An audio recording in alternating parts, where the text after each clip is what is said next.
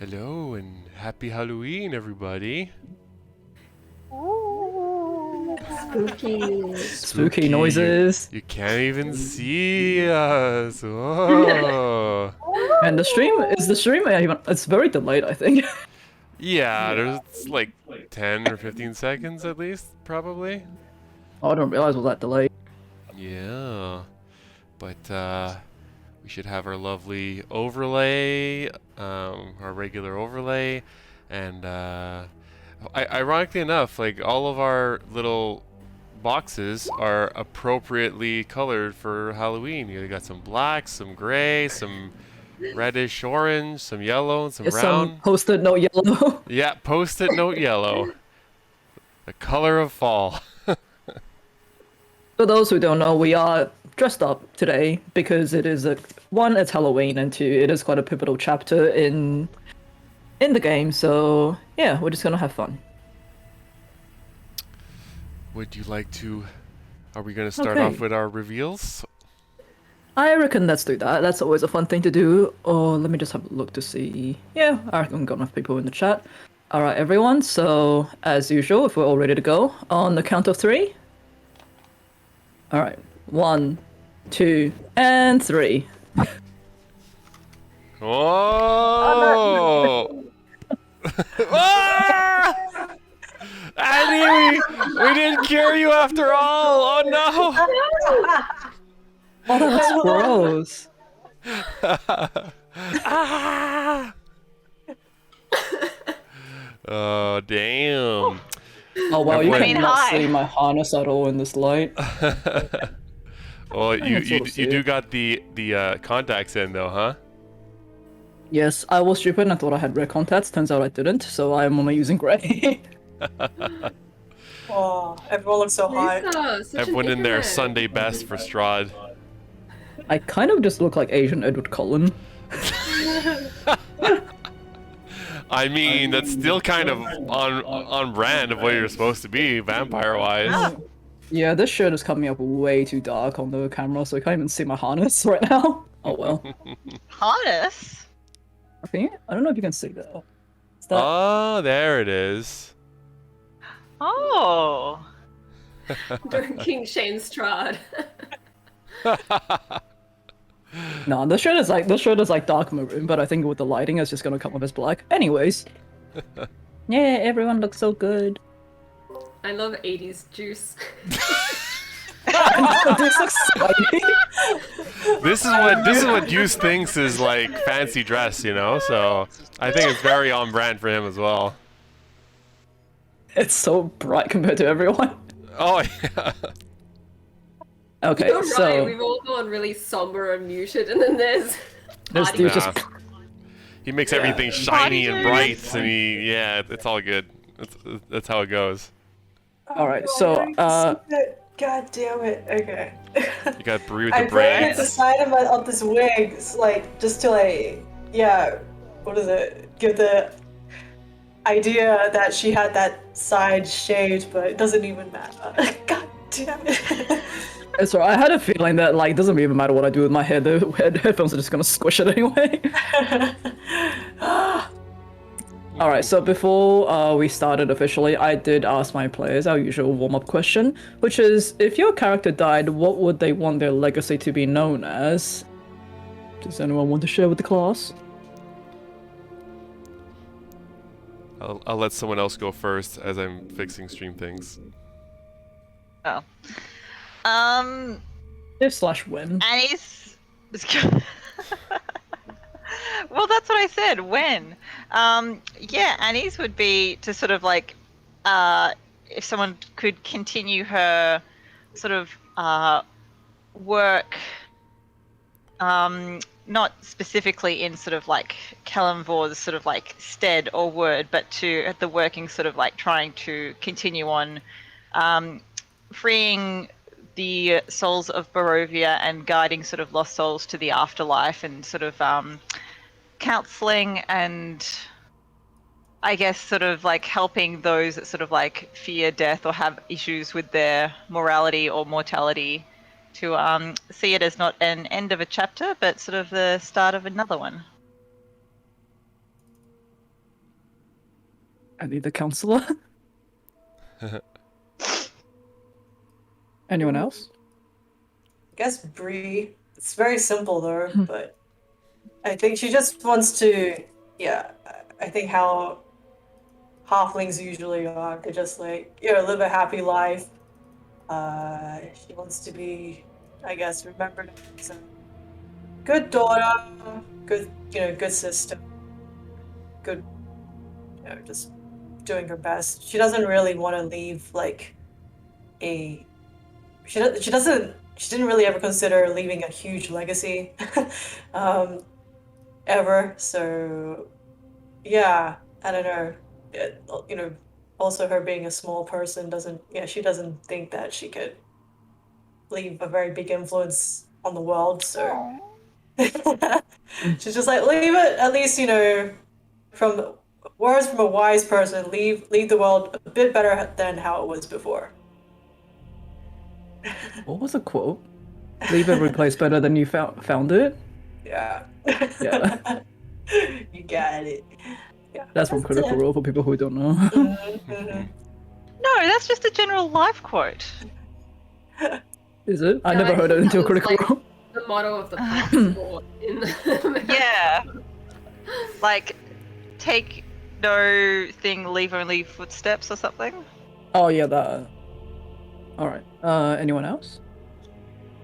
I think Desire is not overly concerned with the kind of legacy that she'll leave because she won't be there to enjoy it. She's more interested in her reputation while she's alive. But certainly she wants who she becomes when she fulfills her potential to be memorialized in as much art and poetry. I think she wants to be a muse. She wants that. She wants to see herself reflected in the power and the beauty and the authority of. She wants her to be an old painting. Yes, she wants fan art stream.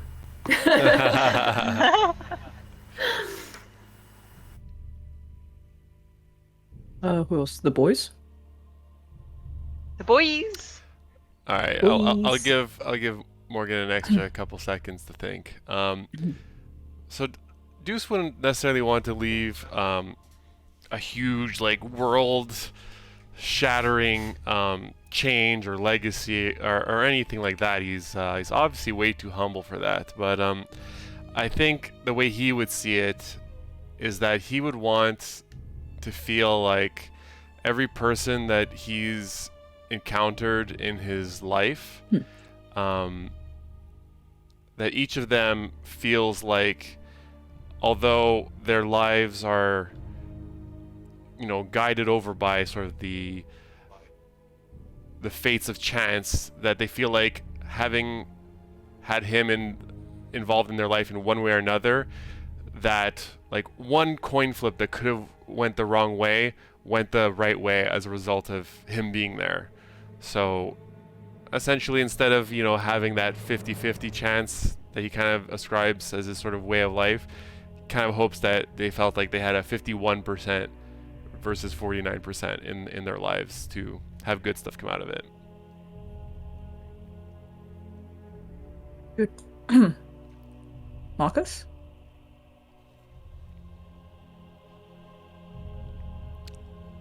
Sorry, just mastering push to talk.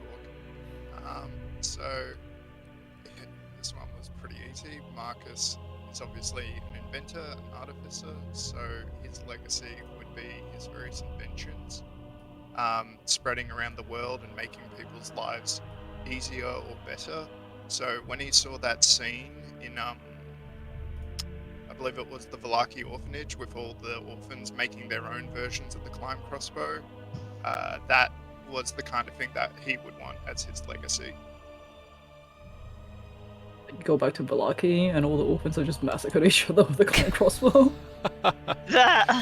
They did it for science, and that's what counts. Alright. Well, in that case, let me just scroll back up. Apparently Morgan is quite soft right now. I put him up a little bit for the stream, but if you can increase it a little on his end, that'd be good too. Marcus, speak louder. Okay, so, well, in that case, let's jump right into it. Previously on The Misfortunate Shepherds, talking to the ghost of Argynvost, you learn that he first came to Barovia after learning of a temple that housed evil vestiges. He aimed to keep those powers at bay, hence founding the Order of the Silver Dragon, where valiant knights across the land gathered to fight against Strahd in this great war. However, after the fall of the Order, these knights came back as vengeful revenants, hell-bent on ensuring that Strahd would never find true rest. Thus, they looked to destroy anyone who would try to put Strahd out of his own misery.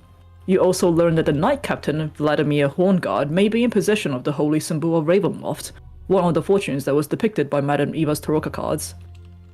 Argynvost tells you that his knights are no longer able to hear him, and that only exist in hatred and cannot be put to eternal rest. He informs you that there once was a beacon in the highest tower that cast this light across the area that protected the knights. However, something has extinguished this beacon, and he believes that without it, Vladimir and his knights would not snap out of their corruption. He also says that perhaps some knights may have risen in love instead of hatred and asks you to perhaps seek out Vladimir's partner Godfrey. Upon disappearing, he does beseech you to relight this beacon and help put the souls of his knights at rest. So you guys head your way to the beacon tower. You are ambushed by two phantom warriors firing spectral arrows at you from the turrets. But after Rosenthorn accidentally crashes through the floor, you all manage to dispatch the phantoms and arrive at the beacon room. And within the room, you find a giant coiled skeleton of a dragon, respectfully arranged as if it was just sleeping. But inspecting it, you notice that the skull of the skeleton is noticeably missing. Within the skeleton's ribcage, you find several belladonna flowers and easily retrieve them. You set up your ritual, and using the flower, you remove the curse of lycanthropy from Annie. Exploring the rest of the castle, you find Godfrey in his revenant form, along with a few others that seem to have kept their minds. Godfrey informs you that Vladimir is indeed in possession of that holy symbol of Ravenkind, but given his corruption, he doesn't even remember Godfrey himself. Godfrey also says that he was the one that laid Argynvost in the tower, but the skull was stolen by a witch several centuries ago. After promising him that you will restore the skeleton of Argynvost, he escorts you out of the castle safely.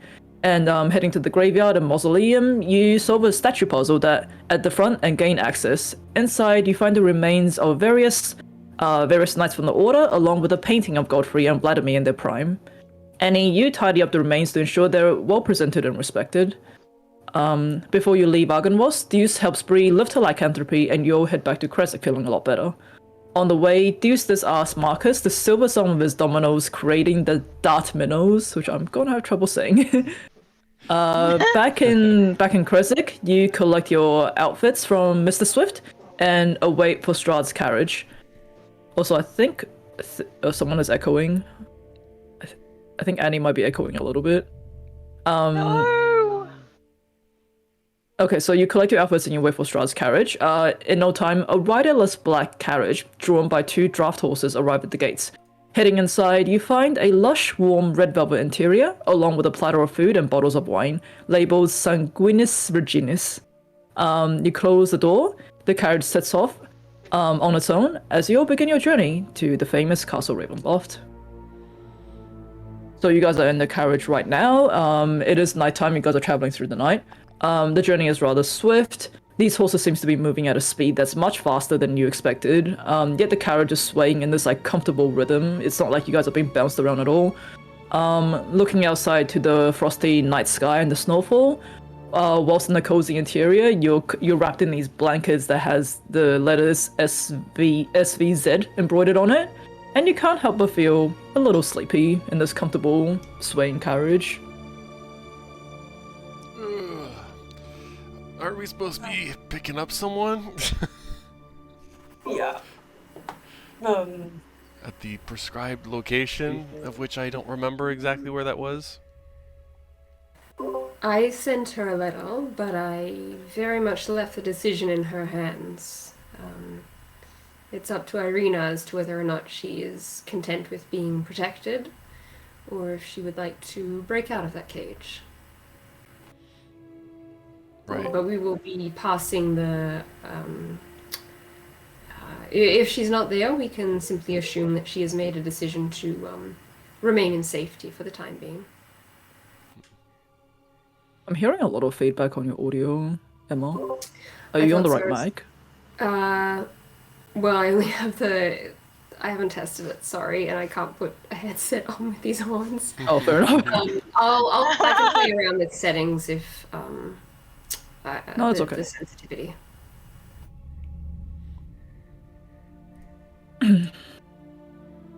Okay. Anyone else want to do anything before I continue? I think we ransacked the carriage last session Yeah, and that went we well. couldn't find Yeah. anything. So.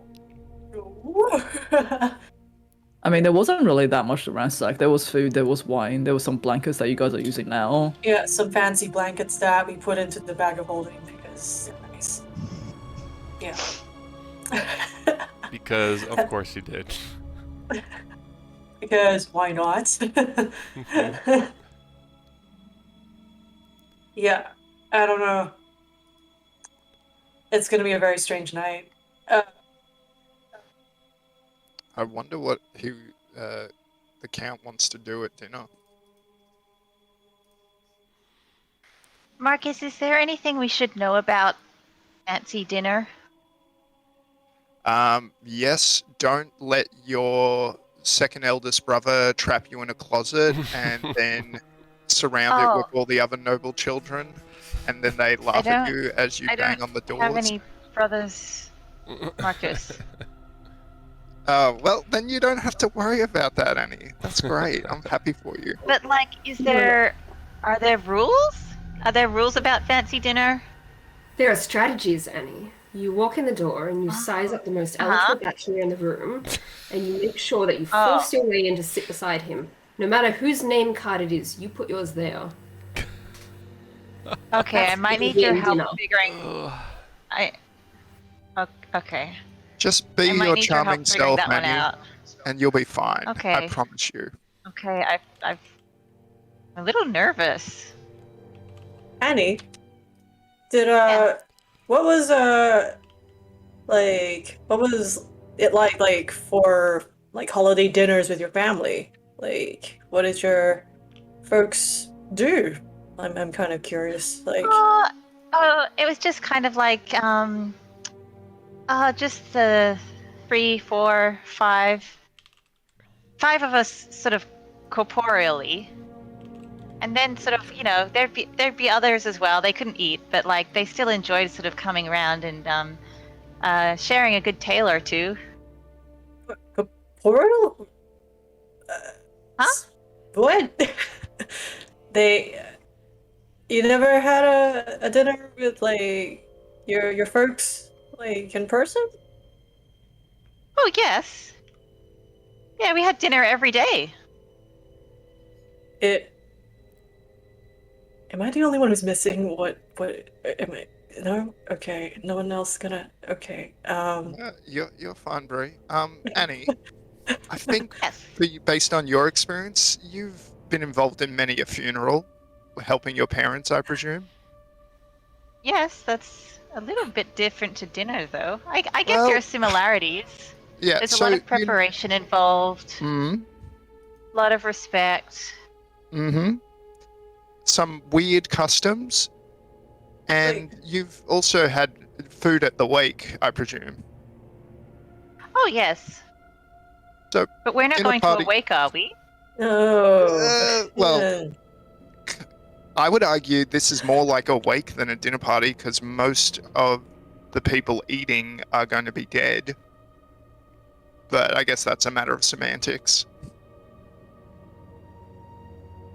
So, Dinner is simply another type of ceremony, Annie, but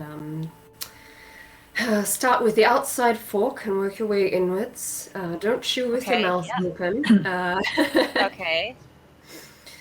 And generally eat what's offered to you. What if I don't like it? Don't be fussy, it embarrasses your hosts. Oh, okay. Yeah, you just leave it. You just leave it. It's okay. Like, What if it's maggots? What if it's maggots again? Well, fortunately, you've developed a taste for them early on in the Desire. nice. Be nice, God. Yeah. We need to be No. all as close and on the same team here, heading into the maw of the enemy, essentially. I think we need to focus a little bit more on what we're hoping to do while we're in the castle, more so than how proper, although being proper might put Strahd at some level of comfort, thinking that we're acquiescing to his request for us to be here in the first place, but this It's is more that a tactical he's choice, right?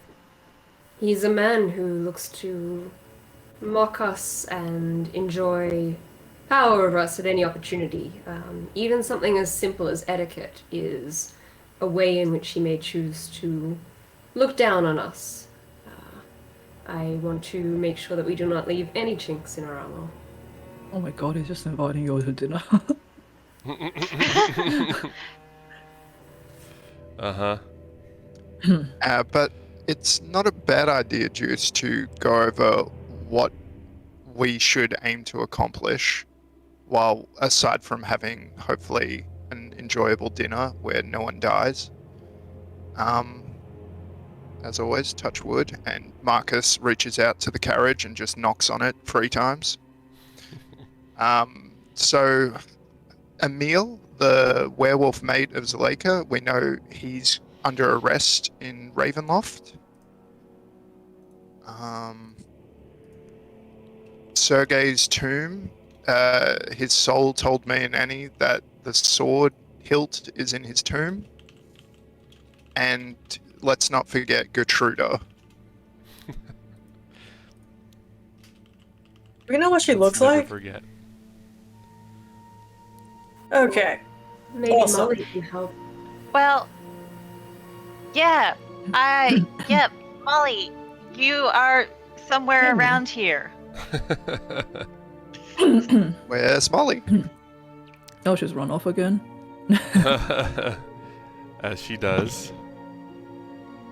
Desire, this necklace you gave me, it's too fancy.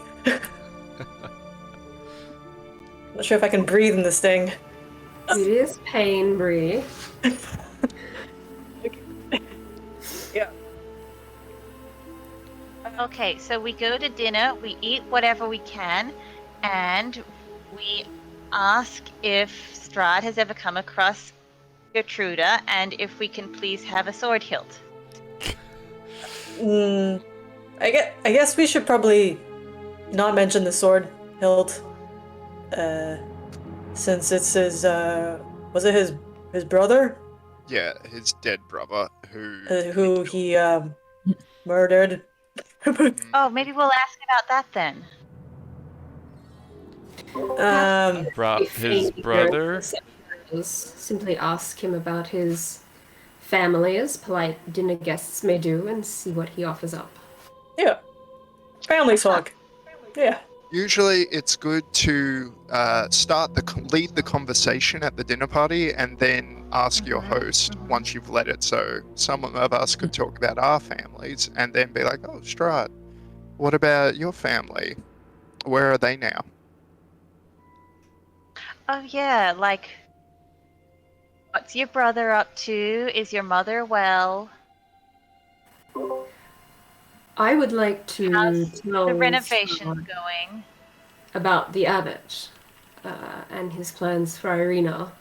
I do, of course, we will assess his feelings on the matter before revealing such a thing, but I believe that he may not take kindly to the idea that the abbot is essentially making him a body pillow imbued with the soul of his beloved.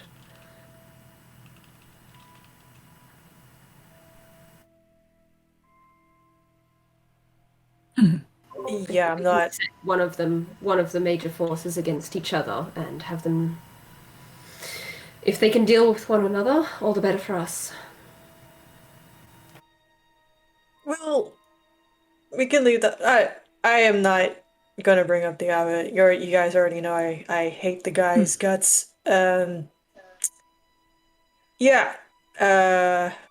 Good luck with that. Bree looks out the window. What does she see? You just see it's nighttime. The wood seems to be rushing by a lot faster than you expect, being in a carriage. It is snowing. However, the coldness doesn't seem to penetrate the carriage itself. It feels like you guys have been traveling for a few hours before the carriage starts slowing down to a halt. The door opens on its own, and in climbs the familiar figure of Irina. She's bundled up in a thick woolen cloak and mittens, snow's dusting her hair, and her nose is red from the chill. A big smile stretches across her face when she sees you all. "Ah, aren't I glad to see you all? It's been so long! Oh, hasn't it just? Ugh, How is wow. everyone going? You all look fantastic. I'm afraid I don't quite have the same. I'm afraid I don't quite have the same outfits in the tower, but here I am. Either way, Well, It's good to Oh, see yeah. you. yeah, really good to see you one at a here. time. Yeah. Yeah, welcome back, Irina. How's Waffles doing? Oh, you just see how much he's grown. I've been training him every day. He's actually quite the clever boy. He stops jumping on my bed now. I'm so glad to hear that. And I think Annie's going to take Irina's hands and just cast Prestidigitation to warm her up a little bit. Yeah. Okay, you Bree kind of closes. Yeah, Bree Yeah. closes the door. Mm-hmm. Gets it warm Uh, again. Yeah, so you kind of see like steam just sort of like evaporate from the snow on her coat, and she's like, "Oh, well, that's better." Um, I guess you might be quite surprised to see me here, but I realize, as much as I understand this for my own safety, I know it cannot be forever. I did get your letter as well, Miss Ravenswood, and in my opinion, chances are, if his eyes are closing in as we speak, if he has indeed to meet us all on the civilized terms, then perhaps this is our chance to really figure him out, right? Absolutely. That's, yeah. I think that. that's- I think You that. go first. Yeah. I think that from what we've seen so far, he's been able to find us essentially at his whim in any case. And while we don't think his intentions are the best, of course, we don't think he means you at least any direct harm. But of course, we wanted to leave the decision up to you as to how much to put yourself at risk, or how safe you feel. And after all, you've been sequestered off here, more or less by yourself, and I think it was perhaps unfair to think that you would want to be here indefinitely, essentially. So I think with the offer that he made, it might be the right time for this, so we're glad you're here. Yes, I mean, as I said, I know it cannot be forever.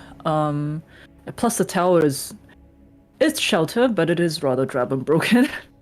Look, I come from a family of nobility as well, and nobles use dinners to get to know each other and show off their immense wealth. And unless something were to, usually they would be on their best behavior during times like these. I figured this is the best chance that we may have to really get to know him. And see, perhaps, negotiate, strike a bargain of some sort, to get you guys out of the mist.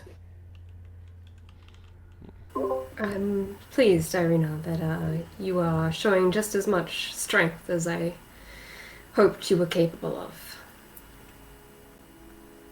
Of course, Miss Ravenswood. Well, shall we? And, the carriage continues to prattle along. Does anyone else want to do anything before I jump scene? Okay. Give me 1 second. We So there.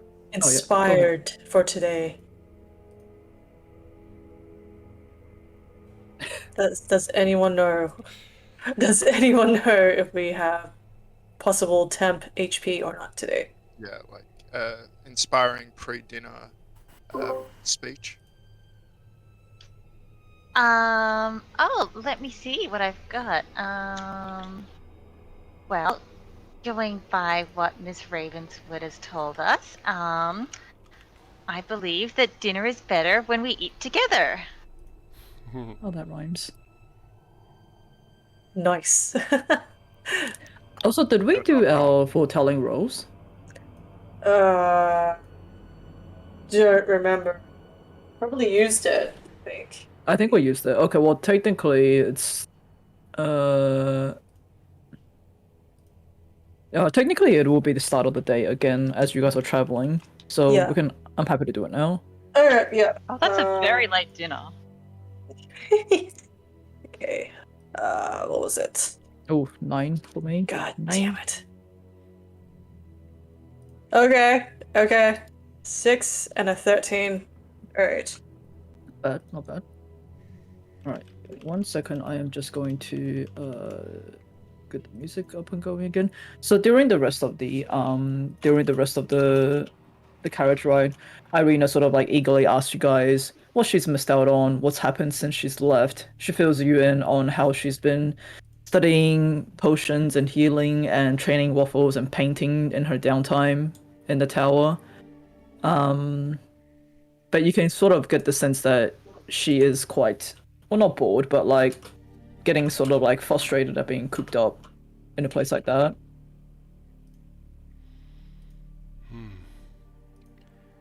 Sorry, give me 1 second. What is this stupid thing doing?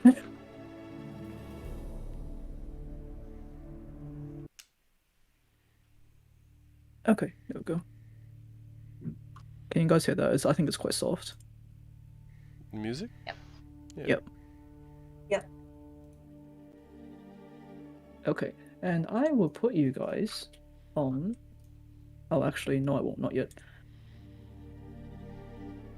So after winding through the forest, the craggy mountain peaks, the road takes a sudden turn to the east. And the startling, awesome presence of Castle Ravenloft towers before you all. And I do have a picture, I believe. Second. There we go. That's kind of the feeling we're going for right now. Ooh. Oh, yeah. All the crows have glowing eyes. Yes. So, the carriage comes to this dead stop before twin turrets of stone, broken from years of exposure. Beyond the guard towers is the precipice of a 50-foot wide fog-filled chasm that seemed to disappear into unknown depths.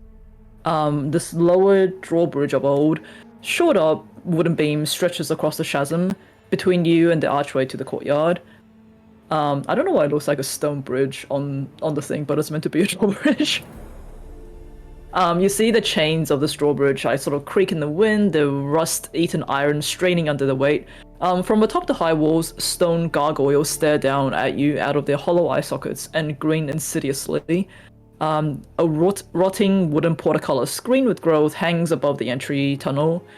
Beyond this location, you see the main doors of Ravenloft stand open. This rich, warm light spills from within, flooding into the courtyard. The torches sort of like flutter sadly on both sides of the open doors, but in the doorway is a silhouette of a small hunched figure. And I'm just gonna put you guys on the map now. One of the many, many, many maps I now have to use. Give me 1 second. Am I on the right map right now? Yes, I am. There are so many maps for Ravenloft, it's not funny. So you guys should be on the computer right hand side, left hand side. Sorry, what I'm talking about.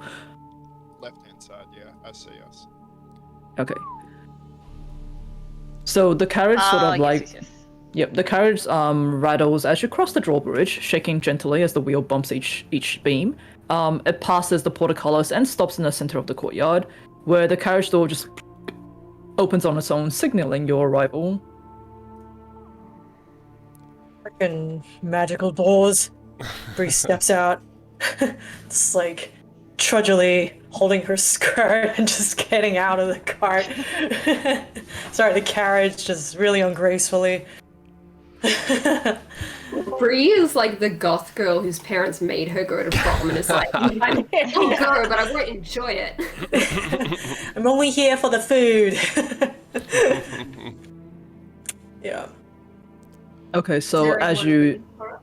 Yeah, so as you disembark, the figure in the doorway crosses the courtyard to meet you all. Seems to be carrying a lantern that's illuminating a dull glow. From this light, you see what appears to be this hunched mongrel folk. The left side of their face is covered in these like lizard scales, and they have the ears of a panther. And you see one of their foot seems to end in a duck's webbed foot.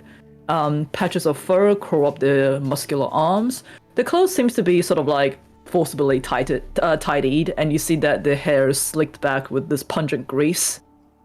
He sort of rubs his hands together and go, "Welcome to Ravenloft. I'm Cyrus Bellevue, the master's faithful servant and the head chef. If you were to gather your items and follow me into the castle, I have been instructed to bring you to the Chamberlain." Wonderful. Oh, thank you, Cyrus. One quick question. Have you been to Markovia before? Wait. Is it No, Krezk before. Krezk. And back in my heyday, yes.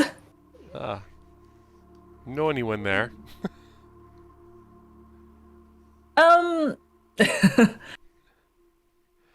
It's been a while since I've been to Krezk, to be honest. I don't remember much of it. Okay. When you're in my Inside age, my check. memory gets a little bit hazy, you know? Sure, inside check. 17. He's like being a little bit cagey about something. Oh, I was just gonna say, you You can- just look familiar. Right, Bree? Do I now? Do I remember this guy? Hold on. I don't remember. Roll a history check, I reckon. Oh shit. No history. Oh, okay, 17 again. Okay. You haven't met this guy? No. But he does very much remind you of the mongrel folk that you saw in the Abbey of St. Markovia. Kind of have the similar features, sort of like similar deformities. Can see a hint of human underneath, but it might have been so long that the animalistic parts have overgrown him already. Oh boy. Okay. Lead the way. Come on through.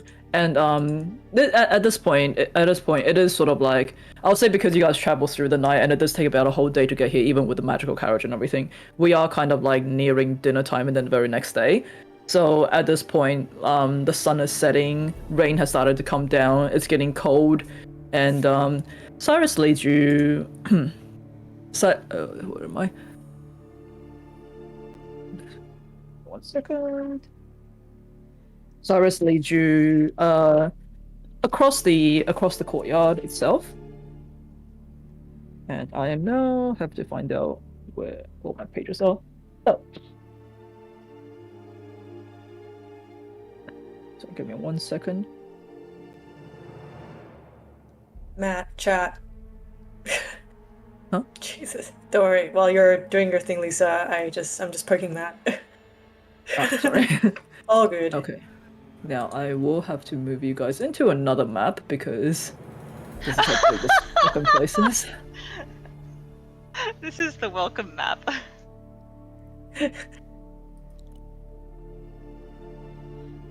Okay, you are still on the left-hand side.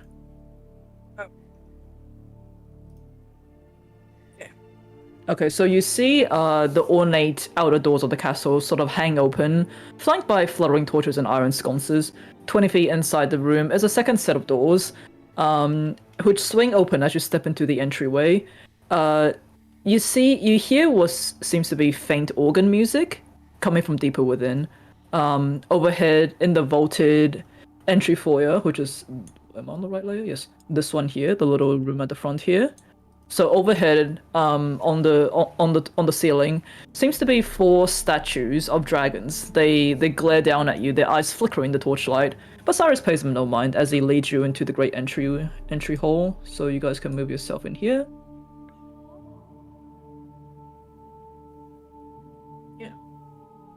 So you see what appears to be cobwebs stretched between the columns that support the vaulted ceiling of this great dusty hall that's dimly lit by a sputtering of torches and iron sconces. The torches cast this odd shadow across the faces of what appears to be 8 stone gargoyles, squatting motionlessly on the rim of this domed ceiling. Cracked and fading ceiling frescoes are covered by decay.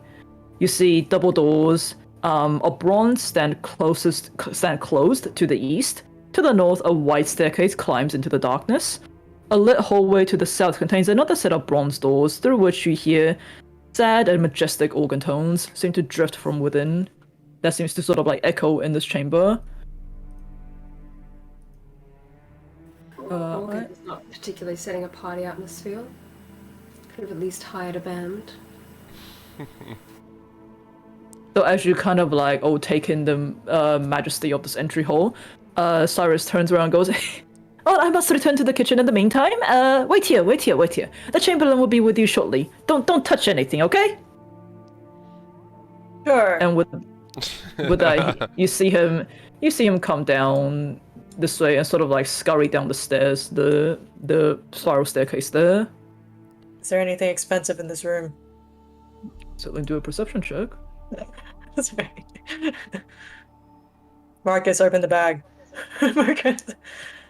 26. You do notice that these ornate gargoyle carvings are, they are aged, but they are very well done. However, you do surmise it might be quite hard to like pluck them off the walls because they seem to be set within. To your south, you do see what appears to be a large suit of armor that's nestled in a small alcove. What kind of weapon does it have? It doesn't have a weapon, it's just armor. Oh, we've had bad experiences with just armor. Does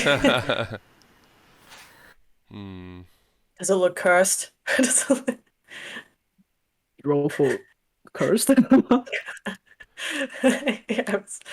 Okay, I guess look, I'm just gonna see if it's possibly trapped. Oh fuck. It looks great. Priest is gonna look So are you at actually walking up to it to have a look? No, I am just gonna stand here. It was just from this distance, really. I'm not even sure. Yeah, I just wanted to see the weapon mostly. So, yeah. Well, it doesn't have a weapon. It's just sort of standing on its own. But you see, this armor has what appears to be this like veins of like ruby red that runs along the arms and legs, as if it's like outlining blood vessels of some sort. And even against the light, you can swear that you see them sort of like pulsate slowly with an inner glow. And this impressive set of armor just stands silently as it stares down at you all. And through the doors here, am I on the right layer? Yes, I'm on the right layer. Through the doors here, you do hear the faint tinkling of organ music, the somber tune sort of floating, echoing into the great hall. That's where we're likely going to be going. Juice is just going to take a look up these stairs quickly. I just want to see what's up here, just out of curiosity to everybody, and then just like look and then like dart back down. Free follows. Free follow. Wait, hey guys, we were told not to go anywhere. We're just checking the stairs out. It's okay. We missed our exercise today from being in that cramped carriage. We're just stretching our tiny little legs. Yeah. Okay, so as the halfling sort of like dart away from the group and up the stairway, you turn a corner and Deuce, you very, very nearly bump into the figure of Rahadin. Oh my Oh, we were hoping you'd be here. We were just getting some good exercise on these really tall stairs here. Oh yeah. Right. Yeah, it's just the thing we needed after that long, wonderful carriage ride, to be honest. But Yeah. a little bit, Do you little wanna- bit cramping up here, you know. Do you guys want to do a deception check? I will support him by stretching very just really Sure. hard. Yeah.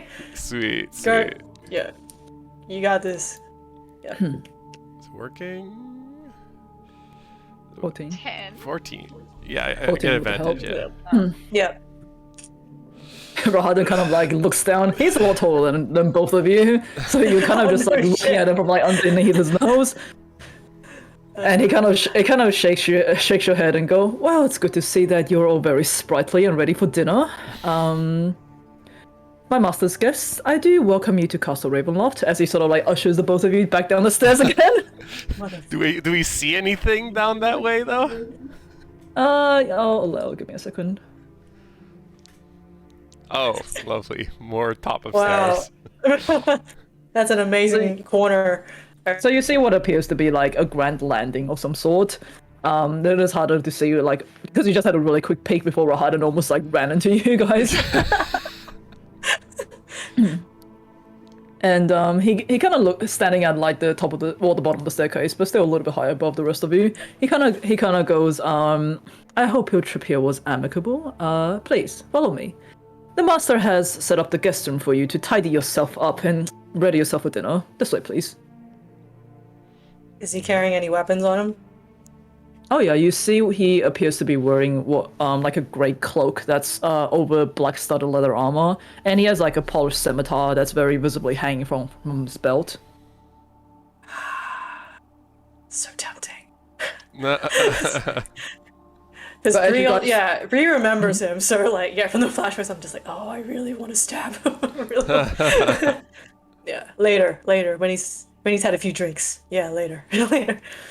Yeah. So as for the people who are like within 10 feet of him, as he walks by, you do hear what appears to be like echoes of just like screaming and crying, just like in your mind, as he walks by. It seems to follow him as he goes. And Zaya will say, I think that organ needs tuning as he passes. oh, sorry, give me 1 second. Well, give me 1 second. The organ is a great heirloom of the Zarovich family. Many who has lived here has learned how to play it. Oh, I just simply heard a screeching for a moment. Perhaps a component has rusted. My husband does enjoy tinkering. Perhaps he could take a look at it later. I will say that, like, I know you're saying this now, but the tune on the organ is being very expertly played. It sounds Oh like... no, it sounds... I'm trying to throw the fact that he walks past and there's all of a sudden screaming. Desire's kind of throwing Oh, okay. about that. A jab. Sorry, I thought you were talking Just about, throwing like... shade. He's pretending Yeah. like to make a comment on the organ, but it's just commenting on the screeching that the screaming that we're hearing as he walks past. Okay, so I take back what I said before then. And he kind of looks at you and goes, I suggest you get used to that. The earlier the better. This fucker. Okay, so he leads you guys down towards where the armor is and leads you up the stairway. This way. So I will now have to take you guys into several maps because this is Wow. as you guys just start climbing the stairway. This dusty sort of like cobweb filled staircase.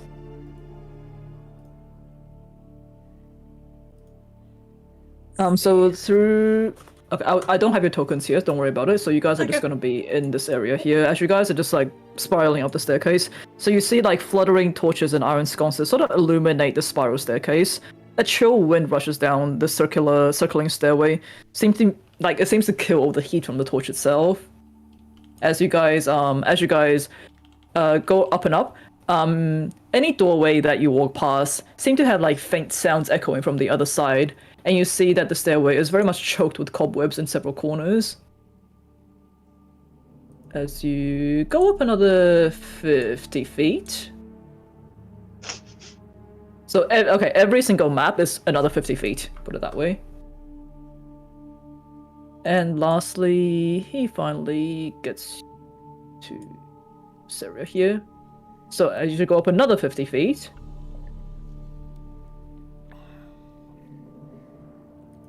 Oh, I should have copied your tokens over. Give me 1 second.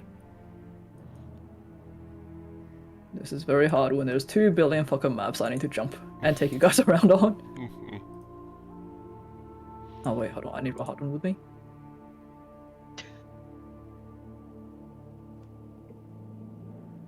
Copy. And...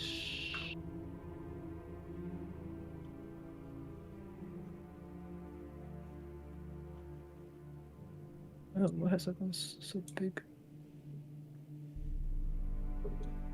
Give me 1 second. Oh my god, tokens everywhere. Why is that one not?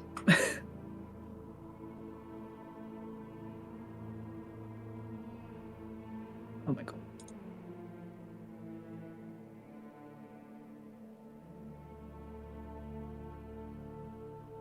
Okay, alright. I can see things now. Sorry, there's just a lot of things overlapping each other on this page. Alright. Good you guys. So you're all sort of like on this landing here. I don't know why you're all clipping into each other. Never mind. You're all just on that landing. Okay. Yep. Okay, so you guys come up to a dark landing that's sort of like 10 feet wide and 20 feet long. This cold draft of wind rushes down the spiral staircase at the northern end of the east wall and sort of like whistles mournfully through this area.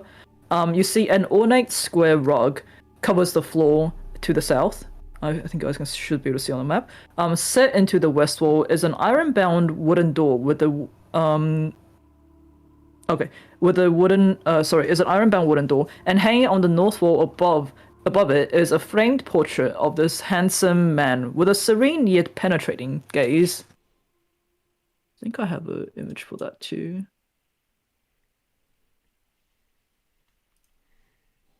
And you can see that, like, despite having climbed, like, you know, so many steps, Rahadon doesn't seem to have broken out of sweat at all.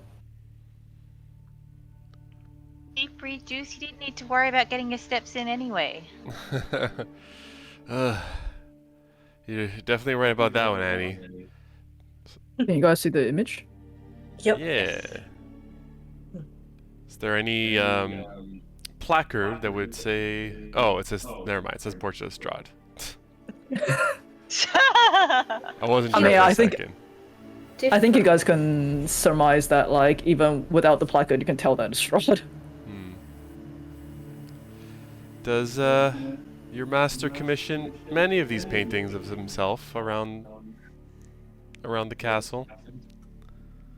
Plenty of nobilities in their time have gotten their own portraits painted by infamous painters around the valley. This has been merely one of them. And I will say that you guys do recognize that the armor he is wearing in this portrait is the one that is downstairs in the entry hall, even though it doesn't quite fit the description. Oh, I knew I should have made Has that. Strahd always looked so lively to the rest of you? As well, sorry? So lively, so alive as he does here. I'm asking to the rest of the group.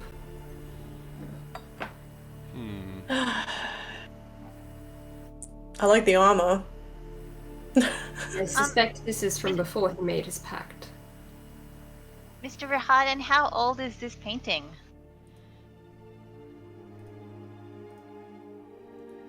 It would be several centuries by now. This was during the time... This Whoa. was commissioned during the time when the Lord himself freshly conquered this valley.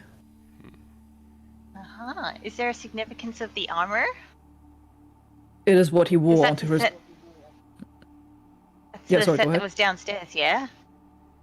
It is what he wore on his battlefield. The same armor that he used to slay many a foe in. It is his prized possession, and therefore it is on display in the Great Entry Hall. Is there anything else special about it, or does he just like it? I don't think there's anything special about it. That's me, you're talking, and also probably Rahadon.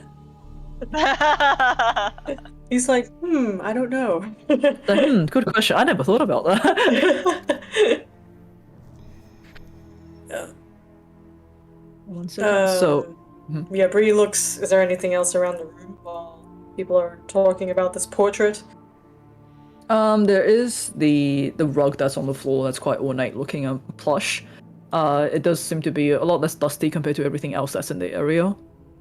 But where the fuck is Rahada's token gone? There he is. Okay, so he opens the door to this room here.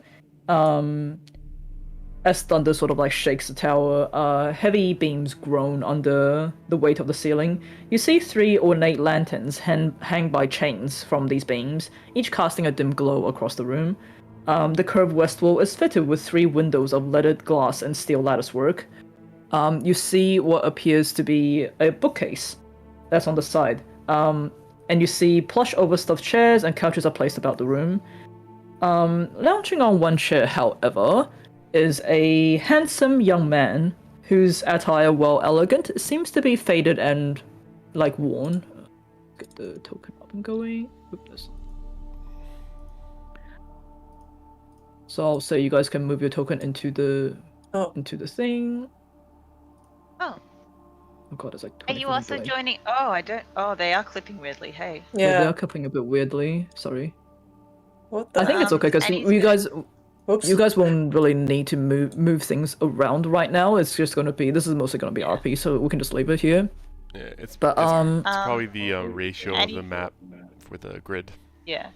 yeah. So And he's gonna go up to him and be like, "Oh, hi, I'm Annie. Are you joining us for dinner?" so you made it. Yes, I am indeed joining you for dinner. So nice of you to see new faces around Castle Ravenloft. You see this young man. He has like shoulder length blonde hair and like these really sharp features with like just an air of like mischievousness about it, and a grin sort of like spreads across his face as he sees you all come in. And at this point, Rohadin from the entryway still has his arms folded, and he goes, "Esha, the master has specifically requested that everyone freshen up for dinner, and I see you have done none of that once again. I suggest you make haste if you do not want to be late again." Oh, you're in trouble, mate. Esha is like, "I am indeed. Calm yourself, Rohadin. You might get more wrinkles. I merely wanted to just feast my eyes upon this infamous adventurers that have intrigued them so. They are cute, aren't they? Now I guess I'll be seeing you all later downstairs." Your butler does worry too much. I look forward to seeing you again at dinner. And he kind of does this like big flourishing bow and goes, "Of course, my lady." But as he gets up, he sort of like throws a quick wink at Marcus as he as he sort of like God damn it! exits the room. It seems our reputation precedes us, at least in this castle. We're apparently well known. Marcus, do you know that guy? You're on mute. Why can't you? Me? No, No, Marcus. Marcus. There we go. God damn it! Now I've forgotten what I was going to say. But basically, Marcus smiles and nods back to him as he departs. Do we know who the Escher is? Oh, is Rahadin still there? Rohadin's still there. Rahadin, who was that gentleman? I do apologize for his crassness. That is Escher. He's one of Strahd's newest consort. He often breaks rules, and he is. Let's just say, I do believe the master is a bit too good for him. What makes you say that? Where is that lad from? Where's what's the form? Sorry. Where is the lad from? Where is he from? I believe he was a traveling minstrel, entertainer when Strahd first picked him up. I do not know where his original hometown is, nor do I care to find out. You can tell that like Rahadin and him, they probably don't get along very well. Rahadin is very much a stickler for the rules, and Escher doesn't seem to be. It's basically Bree is just your trying not to sitcom laugh in the odd couple. back. Might we be running into other of Strahd's consorts? I've heard that he has many, and just curious how many we might be running into while we're here. Indeed, the And rest how of many are there going to be at dinner? well, there is Esha and there is 3 others that will be all joining us for dinner tonight. Fun. Plus a few servants, of course, to ensure that the dinner is well catered for. But okay, so he does also show you guys this room here. Now I know there's only 1 bed, but just pretend there's enough room in there for everyone. Okay, so what you guys see when you go in there, you see what appears to be this guest room. A large bed sits in there's 3 large beds now, sits in the center of this room. The 4 posts seem to support a black canopy trimmed with gold tassels. You see several comfortable couches are placed in the room, and you see there's a banded door on the west wall and a smaller unbanded door in the east wall. And he points out the door that's directly across you is a large closet. You're free to put anything in there that you need. But as per the master's request, however, Lady Koyana will be set up in another room befitting of her. If you would follow me, Lady Koyana. As he sort of like gestures towards Irina separately. At least Maybe- give her a choice. Yeah. Yeah, like, maybe she'd yeah. like to decide if she'd like to be by herself or not. Irina kind of like looks. Well, first of all, Rahadan looks around and go. It is by the master's request that Lady Koyana be set up in a room that's more befitting for her and a bit more private. Now, Rahadin, as I sense a fellow stickler for etiquette, I think you must agree that it's quite improper to have a young unmarried woman in a room on her own. I can assure you, the master. Acting as Irina's chaperones of sorts, keeping her safe from the more unsightly elements of Barovia. I would hope that we are following all the proper protocols here tonight. As I said, I can assure you, Lady Koyana will be safe. It is merely a place that is. How do I put it this way? It is merely a place that has a bit more room for herself. As I heard before, she was previously placed in quite the cramped sort of environment. Plus the master has provided adequate clothing for her to attend the party, more suitable than what she is wearing now. Would you at least mind if we could see where she'll be, so that if she needs to make her way or we need to make our way to her, I don't see anything wrong with that, unless the master has also said that she must be by herself at all times, right? I can assure you, the master means no harm. And I will say at this point, Irina does sort of like look towards the group and go, "It's okay. I'm sure we'll see each other at dinner very soon enough." I think Annie's going to pipe up and say, Mr. Rahadin, does that mean that Irina's room is even fancier than this one? Certainly, yes. Can The I master see has it? requested nothing but the best for Lady Koyana. Perhaps you may see it after dinner. As far as I am concerned, dinner will be very soon enough, and I suggest you all get Oh. ready. His eyes just Irina, nudge Marcus really quickly. Oh, I think Irina forgot we were holding on to something for her. What? Okay, I'm glad you had the same idea as me. Idea. But yes, you forgot one of Juice's lucky dominoes. This is like, oh yeah, shit. It's I forget. It's always my custom, but I always forget. Yes, of course. my luckiest of dominoes for you, and I hand her over one. See Rahadan sort of like raise an eyebrow, but it doesn't object as Irina takes it, gives you a small nod and pockets it. Yeah. Irina. Bree just grabs both of her hands and looks really girly and just is like, yeah, if you need help with like your hair or like with your makeup, you're always welcome here, right? Looks at like Desire and Annie. Right?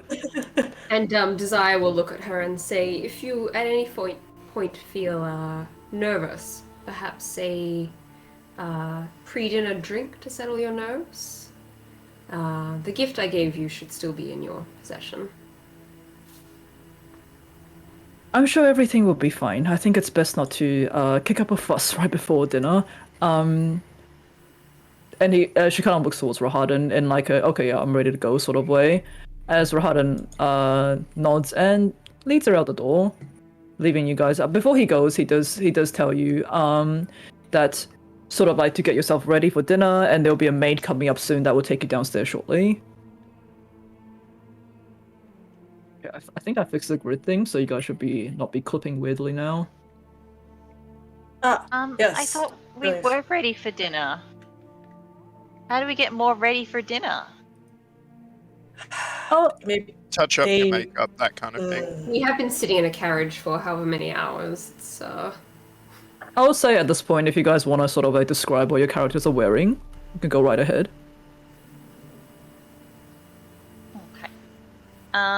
So Annie's kind of wearing this light blue gown that Desire picked out for her. It's kind of got a sort of squarish kind of neckline with kind of silver details that kind of go down, and it's got like a full sort of floor length skirt. She is wearing just her usual boots underneath that.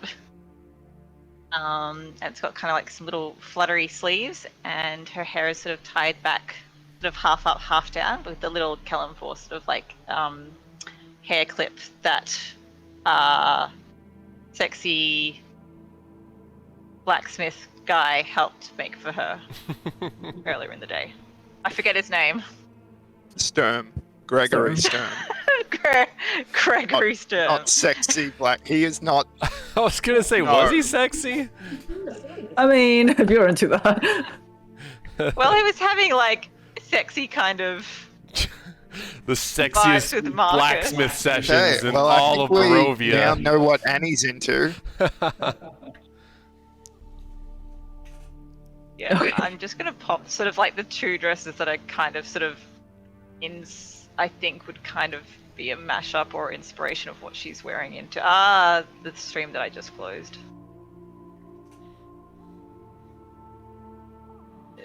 Someone else, yep. Bree's Is just anyone else wearing a wanna- black yeah. dress The end. and a choker and a necklace that Desire has lent to her, something like this. Not much. She's still keeping her boots on, but considering the dress is probably made for a human, it goes down longer. She's gonna try and hide one of her swords, like, Wonder Woman style, lines down the back. But, yeah, and, like, her hair is braided. Yeah, just nothing fancy.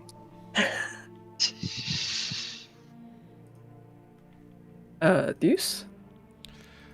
Explain your 90s get up. But Explain yourself. explain myself. So Juice, of course, he bought this at the shop in Kresik. He's looking very fancy with his very foofy red pirate style shirt with the long poofy sleeves and a nice vest underneath. But he discovered the overcloak that he had bought. Even for a halfling, it seemed to shrink overnight. It must have been cursed or something. It didn't quite fit him. So he's gone without it. But he's wearing his traditional headband as prescribed by the Oladrin Cleric Society. That's very mandatory. Yeah. I've just decided that's a thing right in this Out of a moment. unicorn. Yeah, a larger exactly. degrees headband. Yeah. It's how you know that he's a cleric of Eladra. They all have these headbands. I've decided right now. Like a gang. It keeps the luck in the head, you know. It centralizes it. What is that? Where luck is kept? Yeah, apparently now, as of this moment, yeah. Okay. What I'm sensing is that some cleric back in the line of Eladra worship was embarrassed about the size of their forehead and said, no, it's for ceremonial purposes. Yeah. Oh, I love it. Yes. Desire is wearing one of the dresses that she took from the Wachter house and had altered by Taylor Swift. She had a red floor-length gown, quite slim cut with a little bit of a train, and had Taylor make some alterations to modernize it a little, which meant putting a slit up to the upper thigh, putting some Which means we're removing a lot of fabric. Yeah, it took about 30% of the fabric out and decided that worked best for her. Very much inspired by the Megan Fox dress at the Met Gala, which I'll chuck a link to. She's not entirely appropriately dressed, but she's feeling herself, and she's put as many kind of gold chains and decorations hanging off her horns to really highlight those, and is wearing the necklace that she had made by Marcus out of the hag stones, which is 3 kind of black glass looking hearts, and the one in the center has a still twitching eyeball in it for her spell component. Okay. Marcus? Sorry, still figuring out push to talk. So Marcus would be wearing over, he would probably not be wearing his armor, but he'd have it in the bag of holding. So he'd probably be wearing a dinner suit, so a 3-piece dinner suit with a cravat. So a white cravat with a pin in it, a black pants, black vest. The cravat would have the Ravenswood crest as kind of a geometric pattern on it. And then he would have a velvet dinner jacket with grey lapels, and then on the back there is a big Ravenswood crest that's embroidered in gold. And that's what I think it looked like. The hat? Not for dinner. And no one has ever seen Marcus's naked head before. Well, the halflings still can't see it. They're too short. Yeah, they're still just admiring Marcus's knees. Yeah. Man, the knees. We're getting first butt, knees. We're getting shorter and shorter. Yeah. I mean, it's like Marcus looks weirdly short without the top hat. You guys can't quite figure out why. Yeah, Desire for see, once is as tall, taller than him with the horn length. Okay. So as you are all settling in, you hear a gentle at the door, and in walks a lady in her late 20s, early 30s. She's in this high-necked purple dress. Her brunette hair is tied up in a tall bun, and she has these big doll-like eyes that seem to shine in the candlelight. I'll just put her token in for now. Here. Oop, no, that's not what I want. Oh god, go away. Can you see her token? I can. Okay, so She looks like a creepy doll head. and she goes. Oh, okay. And when Desire just eats herself out a window. Oh shit. She's powdering her nose. There we go. And this girl goes, "Oh my goodness, pardon my intrusion. The master has asked me to bring some extra blankets for your comfort. The nights in the castle can be quite chilly indeed. When you are ready, I shall take you downstairs to the dining hall for dinner as well." And you see she is indeed carrying several extra blankets. Annie takes one and just sort of wraps it around herself. She's like, Is this how we go to dinner? Oh, no, honey, that's for the bed. Oh! Oh, yeah, of course. Takes off her shoulders and goes and put it on the bed. What's your name, miss? Oh, my name is Gertruda. It's a pleasure to meet you all. Gertruda! Now, And he yes, like that's rushes up to her and starts just kind of like blubbering and kind of like fussing over her, and like none of the words that are coming out of her mouth are kind of like making any sense. And then she kind of like, is this a... she's like, I don't know, she's like, oh my goodness, it's like we always known each other. But wait, did you say this was a woman or like a young lady? It's a woman. Like a teen. Can I Gertruda, just I've been looking Do- all over for you, and My Sorry, goodness, go do we ahead, know Bree. each other? Oh boy. Yeah, go ahead. did Bree want to do Bree. a check or something? Yeah, I wanted to do just see top down. What does she look like? Does she look more pale? Is there any marks on her? Like, you know? Do a perception check for me. Yeah. Uh-oh. 18. She looks. She doesn't look like extra pale like you have seen like Strahd, Rahadin, or Escher. In fact, I mean she is a little bit. She is a little bit pale, kind of like as someone who may have been like not seen the sun in a very long time level pale, but not like vampire level pale. If that's what you're looking for. Yeah, and also I just wanted to see if there's any marks on her. I mean, it's a little hard to tell because she's wearing a high-collared dress, but she doesn't appear to have any outwardly visible marks on her. Okay. Alright. She looks quite well leave- kept. Alright, yep. I let Annie go about her business. Oh my gosh, Miss Gertruda! And Annie pulls like Molly out of her bag, and it's just like, do you remember Molly? My goodness, you must have met my mother. Of course I remember Molly. Oh, I missed you so, as she kind of like brings Molly into her arms. And at this point, Molly is going like, shiny, shiny, shiny. Aww. My your mother sent me to she said she'd lost you and she couldn't find you, and she's awfully worried about you, Miss Gertruda. You see at this point, like, Gertruda's smile sort of like drops a little bit, and she goes, "Did she now? I expected as such. Look, I pay my mother no mind. She, no matter what my age is, she's always going to treat me like a little girl. I'm quite happy here. I'm quite happy here, to be completely honest. Much better than being cooped up at home." Have you written to your mother? She seems awfully worried about you. She didn't know where you were or where you went or what happened. I did leave a. Did she leave a note? I think she did. Oh, okay. I did leave a letter for my mother explaining where I am now and the reasons why I should be remaining in the castle. I'm not going back to my hometown. Not even for a visit?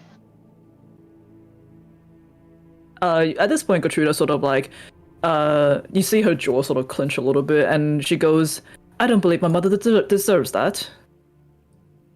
Well, why is that? She misses you a lot.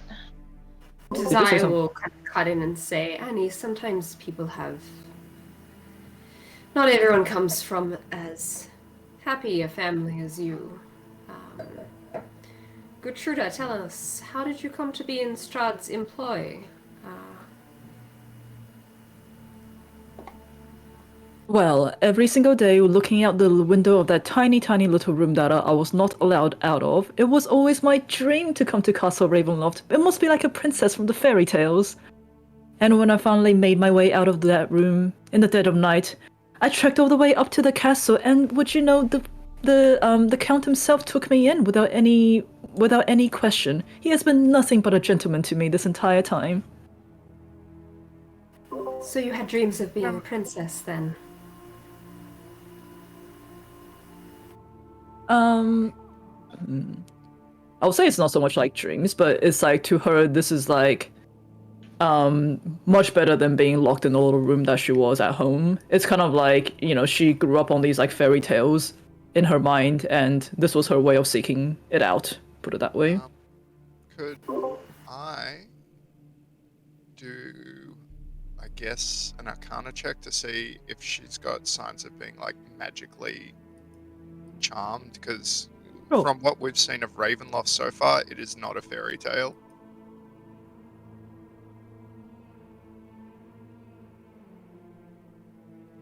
Is that okay? Yeah, sure. I said sure.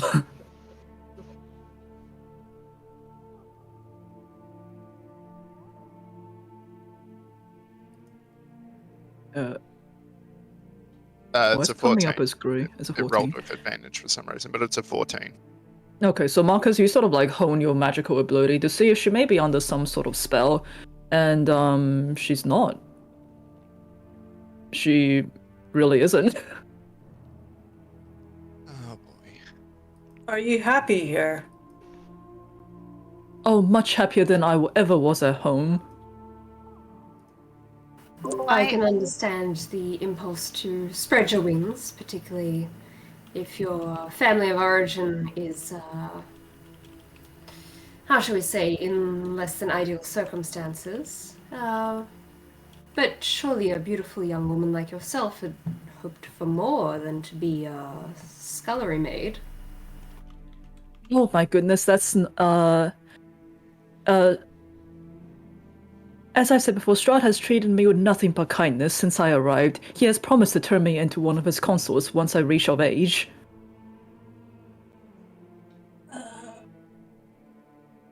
And believe me when I say I want nothing more than that. I do not long to go back to Barovia, where nobody helped me, despite knowing the fact that my mother locked me in my own room since I was 16. Nobody deserves to be in a cage, but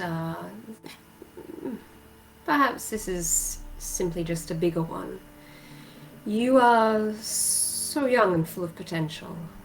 I think that you perhaps deserve a little more than to be the 6th consort in line for Strahd. But But that what is- would be better than serving such a wonderful master for the rest of my life? You can tell she's quite smitten. Oh god. sometimes a young woman needs to learn these kind of lessons the hard way. But we can only wish you the best. Oh wait. She was from Barovia, wasn't she? She was from Barovia, yes. Gertruda, Hmm. do you remember Father Donovich. Donovich? Father Donovich of the church. Of course. I mean, I hadn't seen him in a very long time, but as a child, we would go up to the church quite often. Do you remember his son, Doru? Very vaguely. I think I met him once or twice when I was just a little girl. You can kind of see where I was going. So Doru was similarly smitten with your dear Count von Zorovich and became one of his consorts. And then sadly, he spent the rest of the last 10 years, I believe, locked under the church. Well, as far as I am aware, it was Doru's own choice to go back home, was it not? Had he just decided to stay in the castle, the Lord would have treated him with the utmost kindness. Do you know what comes after you are turned?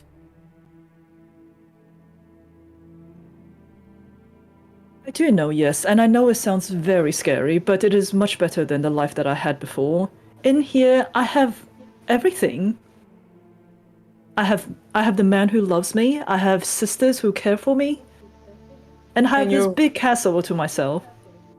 And you're Well, not willing to to herself, take, and you're willing to take the lives of innocents to survive after. Mm,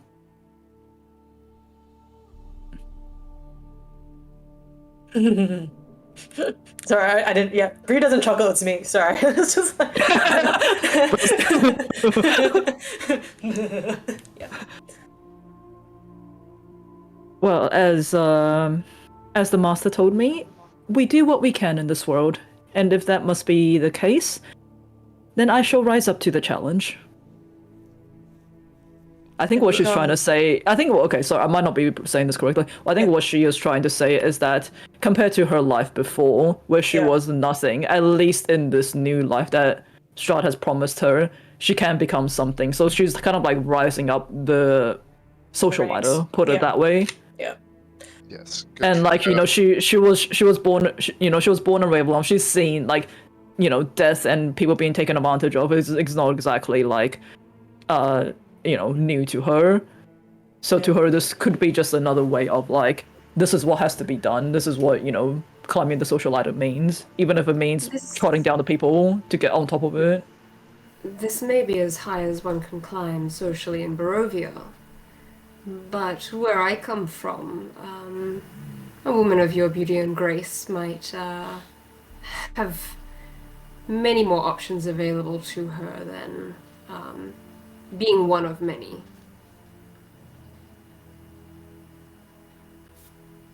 I understand what you're trying to say to me, Miss Ravenswood, but I assure you, Count Strahd has promised me the world, and even if I am to be one of many, me and my oh god, I was about to say sister wives. Don't say that. Well, it's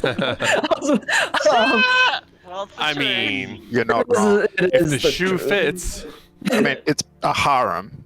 It's a harem, yeah. It's kind of it's breaching Mormonism right here, but it's yeah. I think what I'm trying to say is, you know, sort of like, sure, like she is quite in love with Strahd, as you can probably tell, and basically she believes that he is going to be able to offer her everything that she was denied of in both her childhood and adult life, and she basically wants nothing to do with her previous life anymore, because as the way her mother was sort of like locking her up in the room, to like compared to that, this is like so much better than she's ever had it. And, you know, Desire can relate and has some empathy for that impulse to escape your family. But I'll simply leave you with this. The thing that men do most naturally is make promises, but unfortunately you may find with life experience that keeping them is takes a lot more effort. I shall take your words into account, Miss Ravenswood. But the master is a true gentleman unto himself and others as well, as you will certainly find out during this wonderful dinner he has planned for you all. I'm certainly very excited to see how generous and how lavish, as you put it, this dinner will be. Certainly, if the master, as you put him, is so good to everyone here, perhaps he's being misjudged, right? Oh, of course. You all just need to give him a chance, really. He's put so much thought into this meal. He is. I'm sure, yeah, without a doubt, I'm sure. He is such a thoughtful man. I'm basically playing her like a Disney princess. Yeah. Gertruda. Like our friend here, Annie, you know, she has been thinking, like, she has not stopped thinking of how to save you, like from how your mother described your situation, and it has not been easy coming here. But I know you probably want to break chains from your family. But I think what will at least be a nice consideration is to at least write a note, so our party and myself don't. And if we see your mother again, we do not go back empty-handed. If I must, I can certainly do that for you.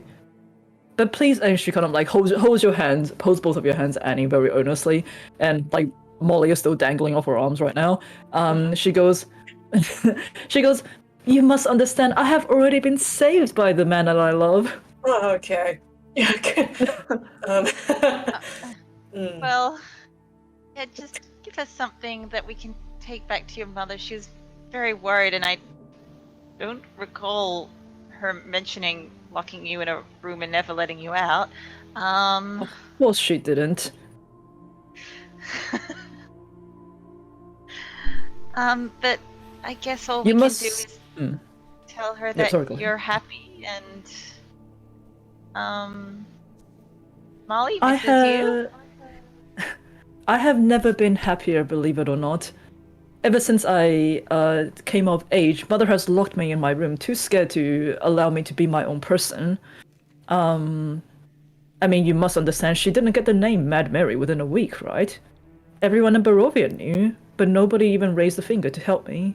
Do you think that's the kind of place I would want to come back to? Go back to? Well, there's lots of other wonderful places in Barovia. Is there really? Yeah, At the wouldn't you like to end- travel the lands? We've seen Oh, some she's talking about the amazing village. things. She's talking about the village itself. The village of Barovia. Yeah, the village. Family is family at the end. She did care for you for 16 years. And then she took the rest of that away. Bree, family is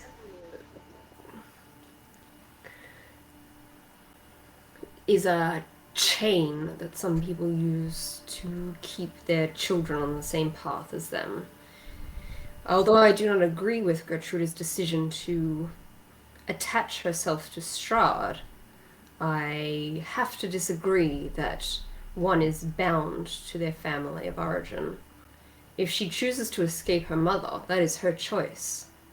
But all we can do is present a case for this not to be the ideal landing place for her in her search for freedom. And Desire kind of looks pretty angry at this talk of family and how important it is and how you should be loyal and attached to yours. She's not a fan of this line of argument. My wife is right. My wife. There you go. Oh, very cultured for dinner party. I like this. My wife is right. Family is the people you choose, and whilst it does seem like Gertruda has chosen her family, I just worry that she doesn't understand the full extent of what that choice means, but it is up to her. I just hope she realizes sooner rather than later that she's merely traded one prison for another. Yeah. I'm just, not all of us, we all can't have the same opinion, right? But I'm just saying, I don't know your history. I don't know everyone's histories. But I do know people need closure. Even if, you do want to burn bridges on the other side, people would like to just at least give them just a bit of peace before you set off on your own. That's all you could do, right? Well, I can write a letter to my mother, if that makes her feel any better. That's all. I think it would. She can't go on just worrying about you endlessly for years. That's quite cruel to her as well. No matter what's been inflicted to you, you can do this one grace for her, and yeah, as Bree said, give her some closure and stop put her If worries. If only she thought to extend the same sort of branch to me. But either way, I can certainly do that for you. But I do thank you for bringing me Molly, though. I have missed her so. And she's kind of like hugs Molly tightly.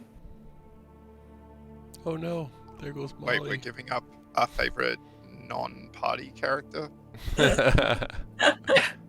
Annie, are you tug of warring right now? Like, she's taking it and you're just like,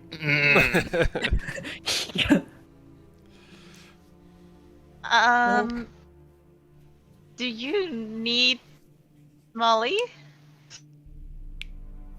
At this point, you see Molly. Molly, she's been going. She's got kind of been going shiny, shiny, shiny the whole time she's been in Gertruda's arms. But